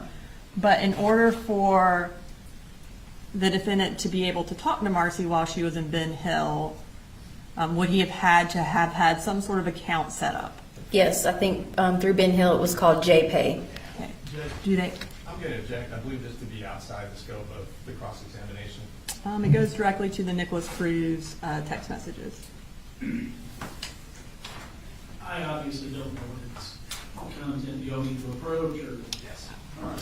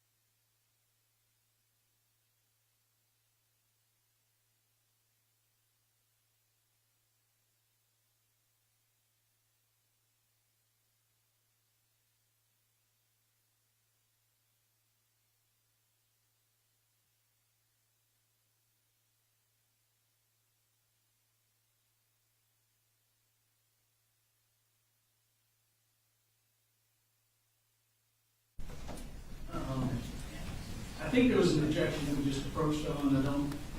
Do I need to rule on anything? Yeah, I'll withdraw the objection based on. Yes, I'm just going to show Ms. Gilliland to refresh her recollection about what platform Ben Hill uses.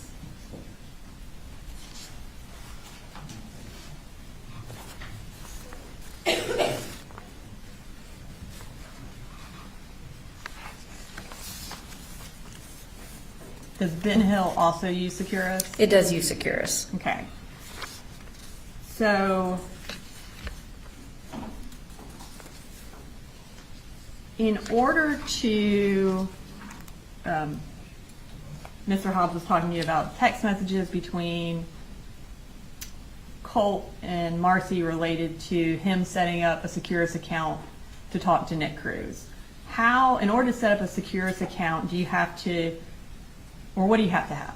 So you have to create an account with a name, an email, phone number, and then if you want to add money to make calls or send email, text messages, then you also have to upload a some sort of funds, so a credit or debit card. So when you upload funds, is that charged to that debit or credit card? It does, yes. Okay.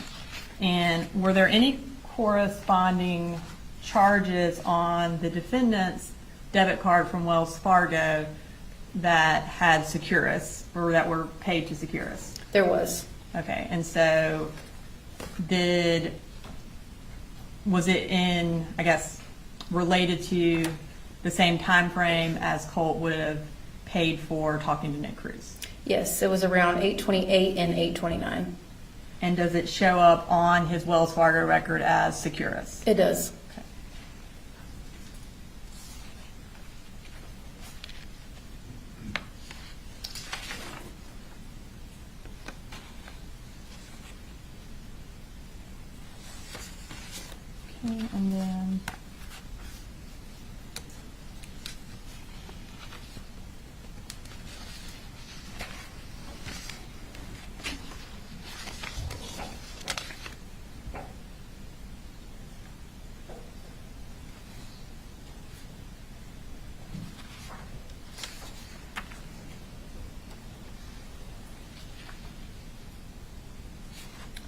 and then in relation to those Nick Cruz text messages, on that same day, on August 31st, does Marcy also bring up the fact that she wanted to come visit Colt in order to maybe take him to Advantage? She did.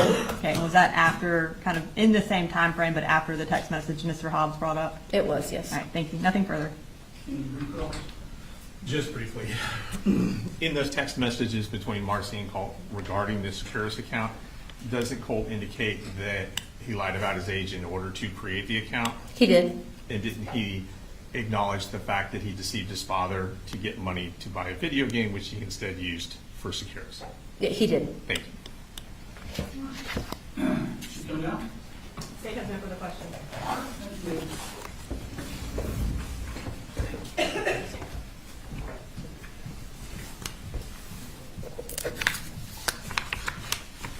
State calls next, please.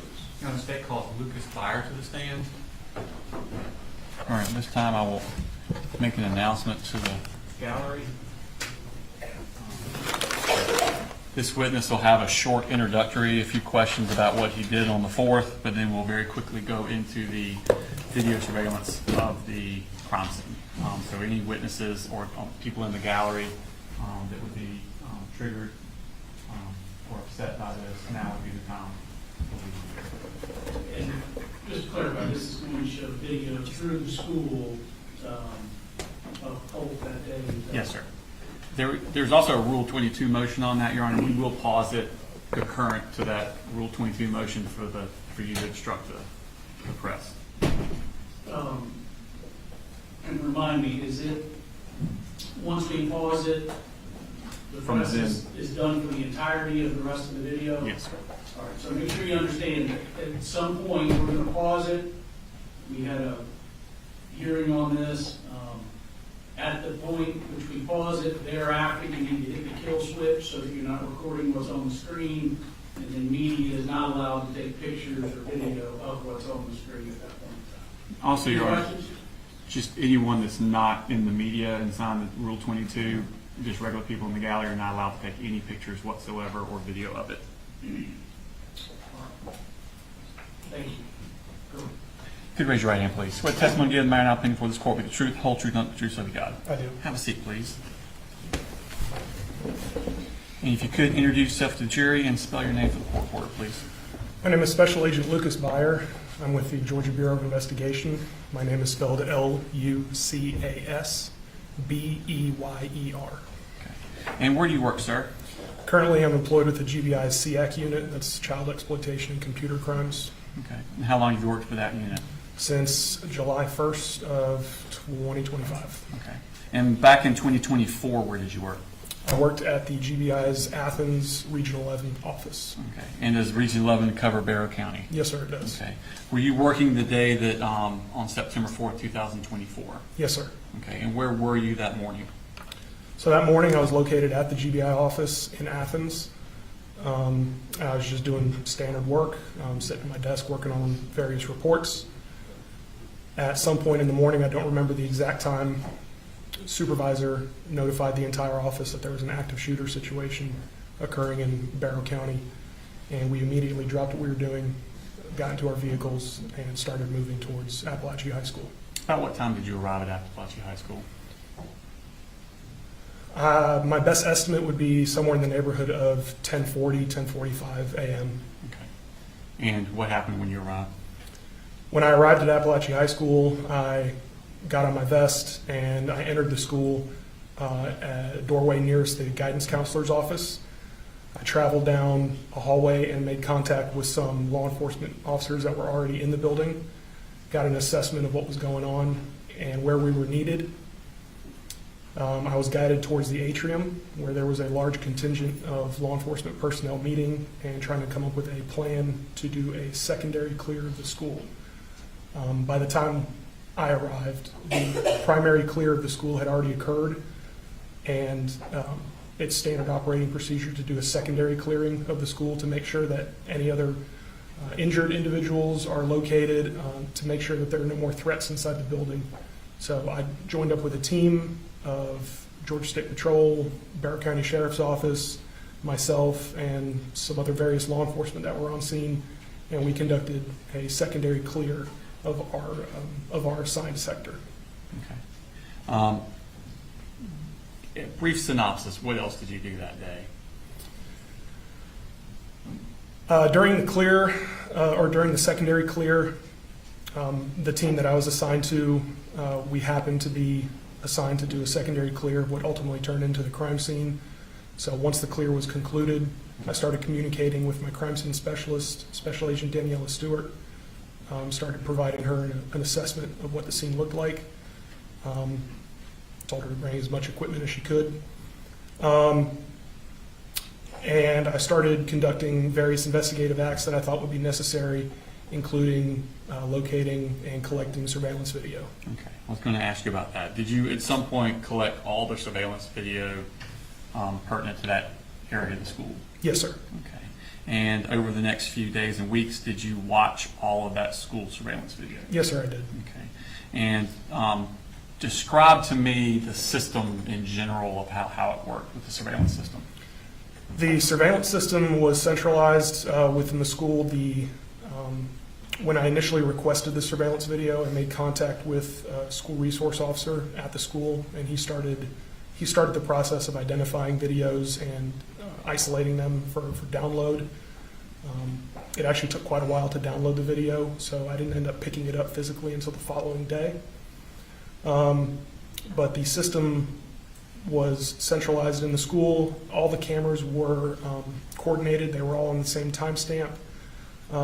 Each classroom had an individual camera in it that was located in the top center of the ceiling. It had a fisheye lens, so it could catch a 360-degree view despite being a single camera. There were also surveillance cameras positioned throughout the hallways, also mounted on the ceilings. All these cameras operated on the same timestamp. The surveillance cameras in the hallway provided a slightly different angle. They weren't fish-eyed like the classroom cameras were, but they still coordinated at the same time. When you're reviewing these videos, can you pick and choose, or is it you're watching this hallway camera throughout the entire time, and then you're watching this television or this classroom camera all the way through? While I was watching the video, it was individual camera feeds exclusively. Okay. And were you able to piece together a timeline of following Colt from when he got on the bus until all the way through the shooting? Yes, sir, I was. Okay. I want to pull up a map of the school. And there should be a pointer up there still for the last witness. Yeah. And so it's, if you use the one behind you and show us from the video, I want you to walk us through Colt's path from when he got off the bus at the school through the shooting. The bus dropped Colt off approximately here. Colt traveled and entered the school through a set of doors here. He traveled down this hallway. Would you flip for us? You stand on the other side of your chair. You stand on this side. I apologize. We'll start over. The bus dropped Colt off here. He entered the school through a set of doors here, moved along this hallway, and then there was a large gathering area, a cafeteria here. Colt walked along the outside of that cafeteria, traveled down this main hallway into the atrium, and then entered this hallway where he entered his first period classroom. And could you point out his first period classroom for us? First period classroom was, I believe, one of these two classrooms here. Okay. And at the end of first period, where did he go? He exited his classroom, continued to travel down this hallway, and took and entered this hallway here, traveled all the way down, and then entered J Hall, where he went to his second period class, Okay. which is located here. Okay. And for the shooting, where did he, when he left the second period class, where did he go? He exited second period, traveled back down this hallway, and entered the bathrooms that are located here. Okay. He remained in the bathrooms for an extended period of time, ultimately exited the bathroom, and traveled back to his second period classroom, where he attempted to gain access to that classroom. And did he gain access to the classroom? No, sir, he did not. What did he do at that point? He moved to the immediate neighboring classroom. The door was open in that classroom, and he entered that classroom and proceeded to shoot. How far into the classroom did he enter? No more than 3 or 4 steps, sir. Okay. And how many shots did it appear in the video? How long was he in the room shooting?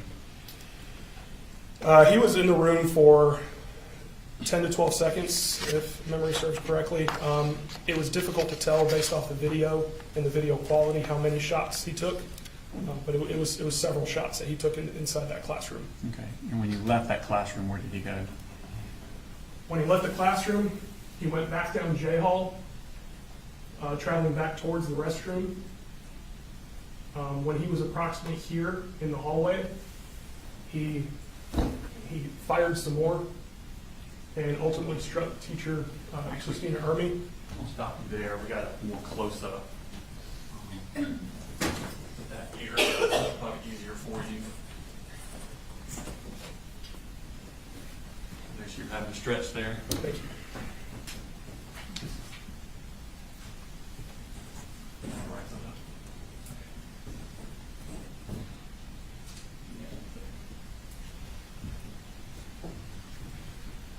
All right, so once again, this was the classroom that he started firing in. When he exited that doorway, he traveled down the hallway, and when he was almost at the intersection of J Hall and I Hall, he saw Miss Ermy coming out of this classroom. He fired the rifle, struck her, and then almost simultaneously turned his attention down this hallway where he saw Mr. Aspinwall and Mr. Phoenix coming out of their respective classrooms, at which time he fired several more shots in their direction, striking both of them. After turning his attention away from Mr. Phoenix and Mr. Aspinwall, he continued to travel down this hallway until he reached almost the end of the hallway. It was at that point that Mason Schermerhorn came out of the bathroom. Colt turned around, saw Mason Schermerhorn coming out of the bathroom, fired at him, initially missed. Mason turned around to try to flee. Unfortunately, he turned right around to face Colt Ray, and he was shot at that point. After shooting Mason Schermerhorn, Colt turned down this hallway, and he tried to lift the rifle and take aim at another student that was in that hallway, Zane Zinni. But it was at that point that the Barrow County school resource officers came down the hallway and were able to get Colt to stop shooting. Thank you.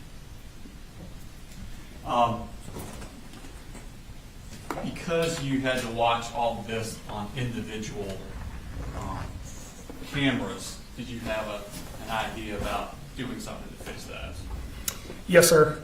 I tried to get in touch with, or I did get in touch with the Federal Bureau of Investigation and asked about resources to put the video together and stitch it together in a more cohesive video product so that when viewing the video, it didn't have to be individual videos and clicking on different files, that we could just generate a singular file that would show a stitched together version of all the events and all the cameras pieced together. Okay.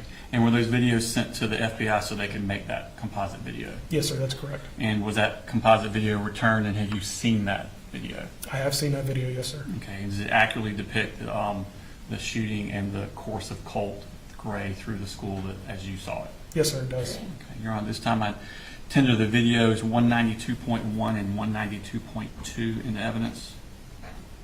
No objection to it. All right, 191 and 192 will be needed. Okay, and there's also footage from, that will be showing, that's already admitted into evidence, which is state exhibit number 22, correct? 22 from the classroom, Your Honor. Say that again. We're also going to be showing what's already in evidence, which is exhibit 22, the fisheye, Your Honor.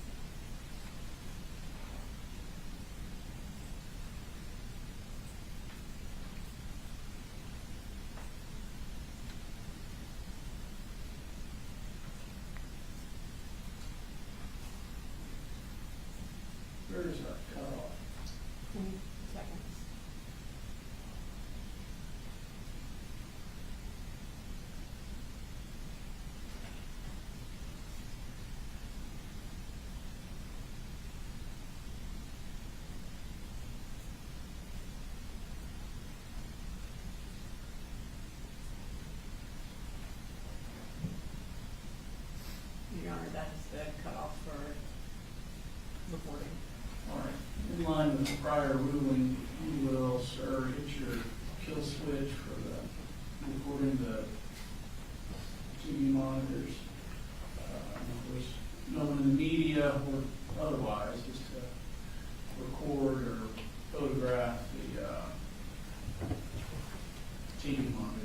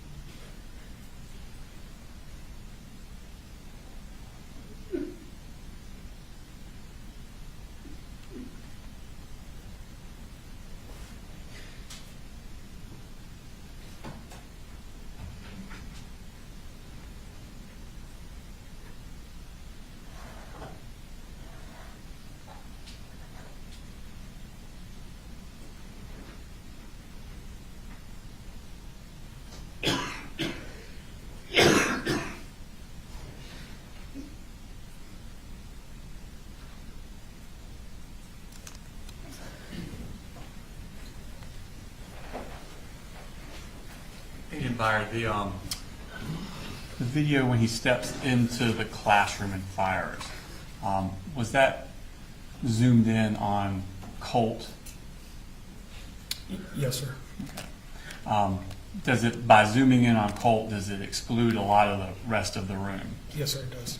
All right, this time we would like to play just the clip from inside that classroom, from the fisheye camera unaltered, so that it shows what the other students are doing in that classroom, since they are all charged victims in the case. Is this 191.2? It's actually 191.3, Your Honor, on the clips, but I think it's Exhibit 22. 22.1. And Your Honor, this would not be. At 2 minutes we stop it, and then after that they can't show anymore. No objection, Judge. All right.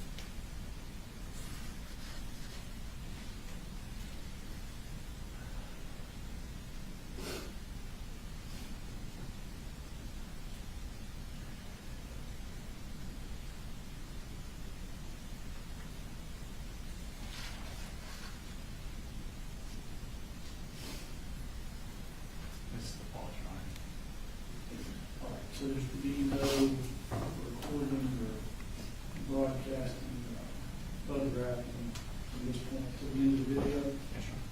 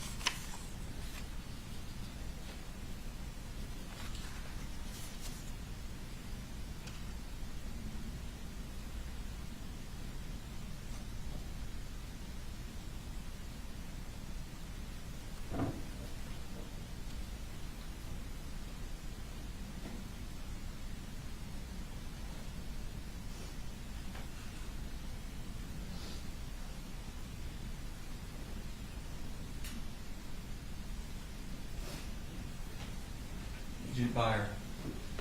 From your viewing of the video, when the shooter left the classroom, how did the door get shut? Based on my review of the video, the door was closed by Christian Angulo. Nothing further, Your Honor. Thank you, Jim.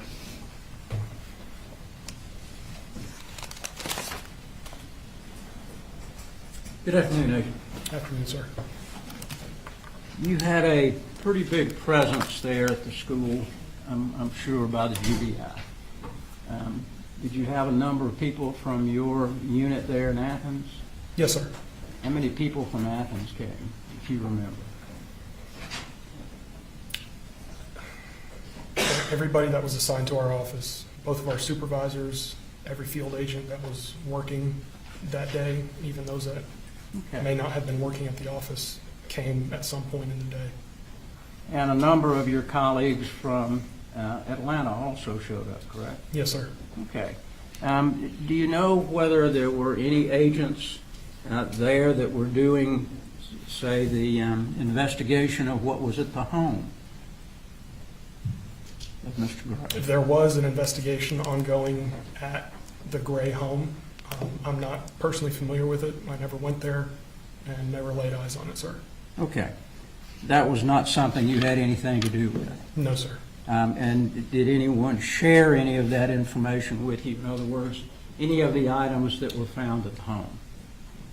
There were small details coming in throughout the day, throughout the next several days. There were some photographs that were shared. Specifically, I can't recall exactly what all was shared at that time. There was a lot going on in those days. Okay. And you don't recall who the particular agent from GBI would have gone to the home to do an analysis of what was found at the home? No, sir, I did not know. And looking at the video, we see at 8:02, Colt Gray texting someone. Yes, sir. Did anyone indicate to you who that might be that he was texting at No, sir. 8:02? No, sir. You didn't collect his phone, correct? Not personally, no, sir. I transported it at some point to the Barrow County Sheriff's Office for extraction, but I did not personally collect it. All right. We noticed also in the video that the resource officers go to the bathroom and they pull out Colton Gray, another Gray with similar name. Yes, sir. Were they in the same bathroom as Colt Gray? Yes, sir. So Colt Gray and Colton Gray were both in the same bathroom at the same time? That is correct. Okay. Do you know why nobody got the right Colton Gray out of the bathroom? Not personally, no.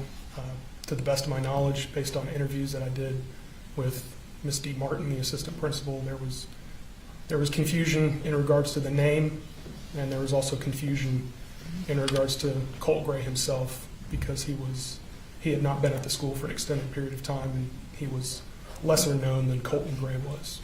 Okay, so nobody gave anybody a description of who this person or what this person may look like? That I don't know, sir. And was there anything else done in relation to this case by you other than dealing with these videotapes? Yes, sir. I conducted a number of interviews, mostly of teachers and administrative staff at the school. I did not interview any of the students or children that attended the school. Several interviews and video review were primarily the bulk of what I contributed to the investigation. Okay. Did you do, or anyone with your unit talk to any of the students that were in the same classroom that he was? There were a number of student interviews conducted by GBI agents. I did not participate in those, sir. Okay. And no one, to your knowledge, indicated that they had seen this gun sticking out of the cardboard piece that it was in? No, sir, nobody, based on the staff members and teachers that I interviewed, nobody told me specifically that they saw the gun. There was a mere suspicion that there was an unusual object in the bag, but nobody was able to identify it as a rifle. All right. Thank you for your work, Agent. Yes, sir. You agree, Rick? No. All right, thank you. State, any additional witnesses? Your Honor, no additional witnesses, subject to going through with the court reporter to make sure all our evidence has been duly admitted on state arrest. All right. So, ladies and gentlemen, the state has requested, I need to discuss some scheduling issues with the attorneys. Go to the jury room, we're done for the day. Go to the jury room, but wait for instructions regarding scheduling, okay? And again, don't look up anything that you heard during the course of the presentation of the case. Don't talk to anyone about the case. Continue to abide by it. But you can go to the jury room.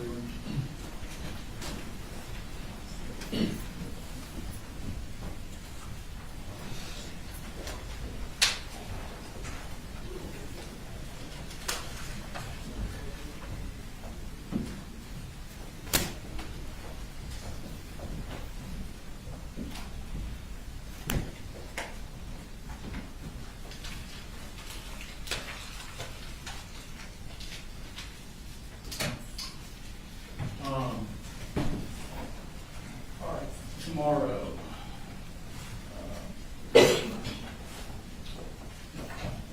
Essentially, Mr. Gray, I'll talk about that in just a second. And do you anticipate any other defense witnesses? We expect.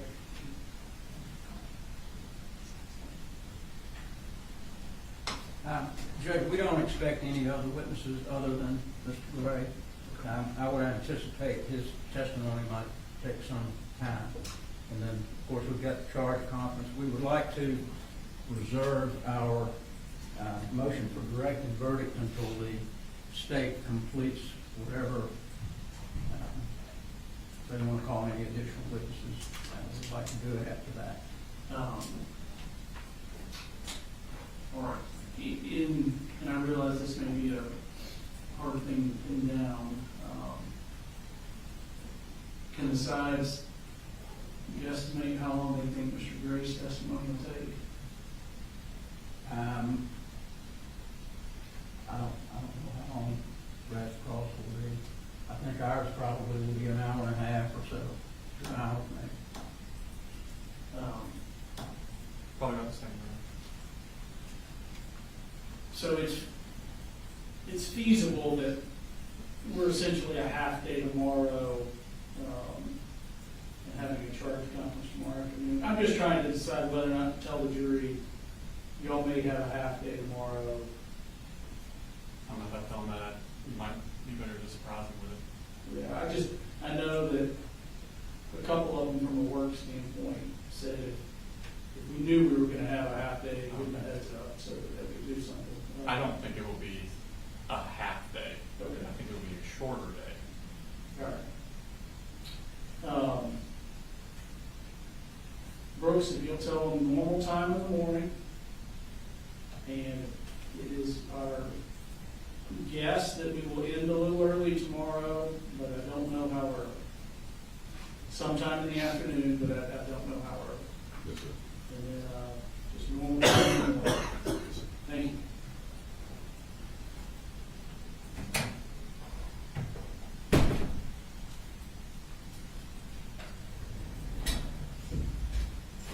Hey, Brooks, but it's not a promise.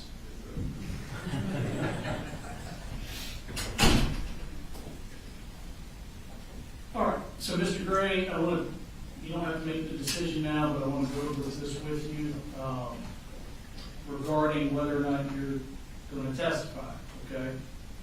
So understand that you have the right to testify, and if you want to, no one can prevent you from doing so.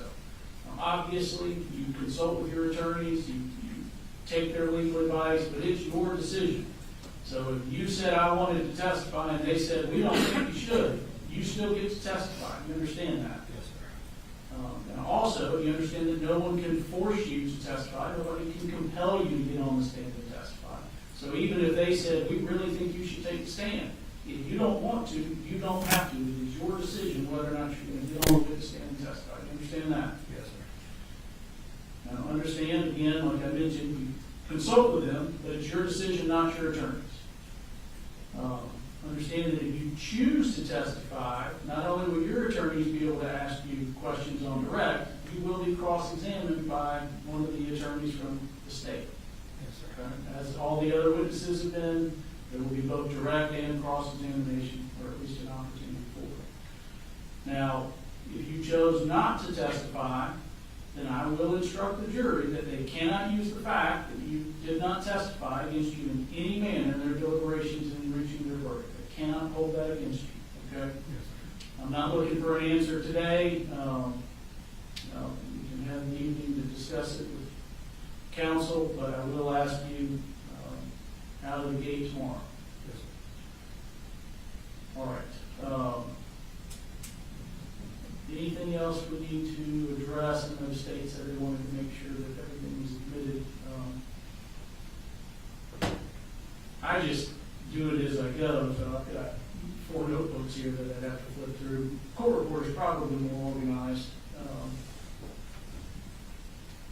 But we can go off the record for a second, you know, if you consult and see if. Yes, I do know that I misspoke when I introduced 211.1 through .5. It's 211 through .1 through .6 for the record, but, okay.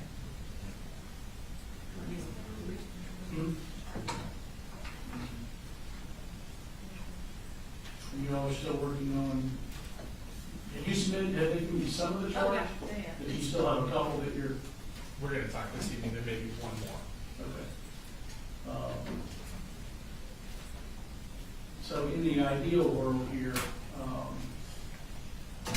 all the evidence will close tomorrow and we'll have our church conference. So we will come in Monday morning with closing. In the event we don't get to the charge conference or don't finish the charge conference tomorrow, we'll still do closing arguments Monday whenever we finish the charge conference. But we will go ahead and adjourn for the day and the state can double check if everything's been admitted or not. Unless there's something else we need to take up. I don't think so, Judge. And I'll do the directed verdict as soon as we, all the evidence. All right. Thank you. See you at 9. Thank you.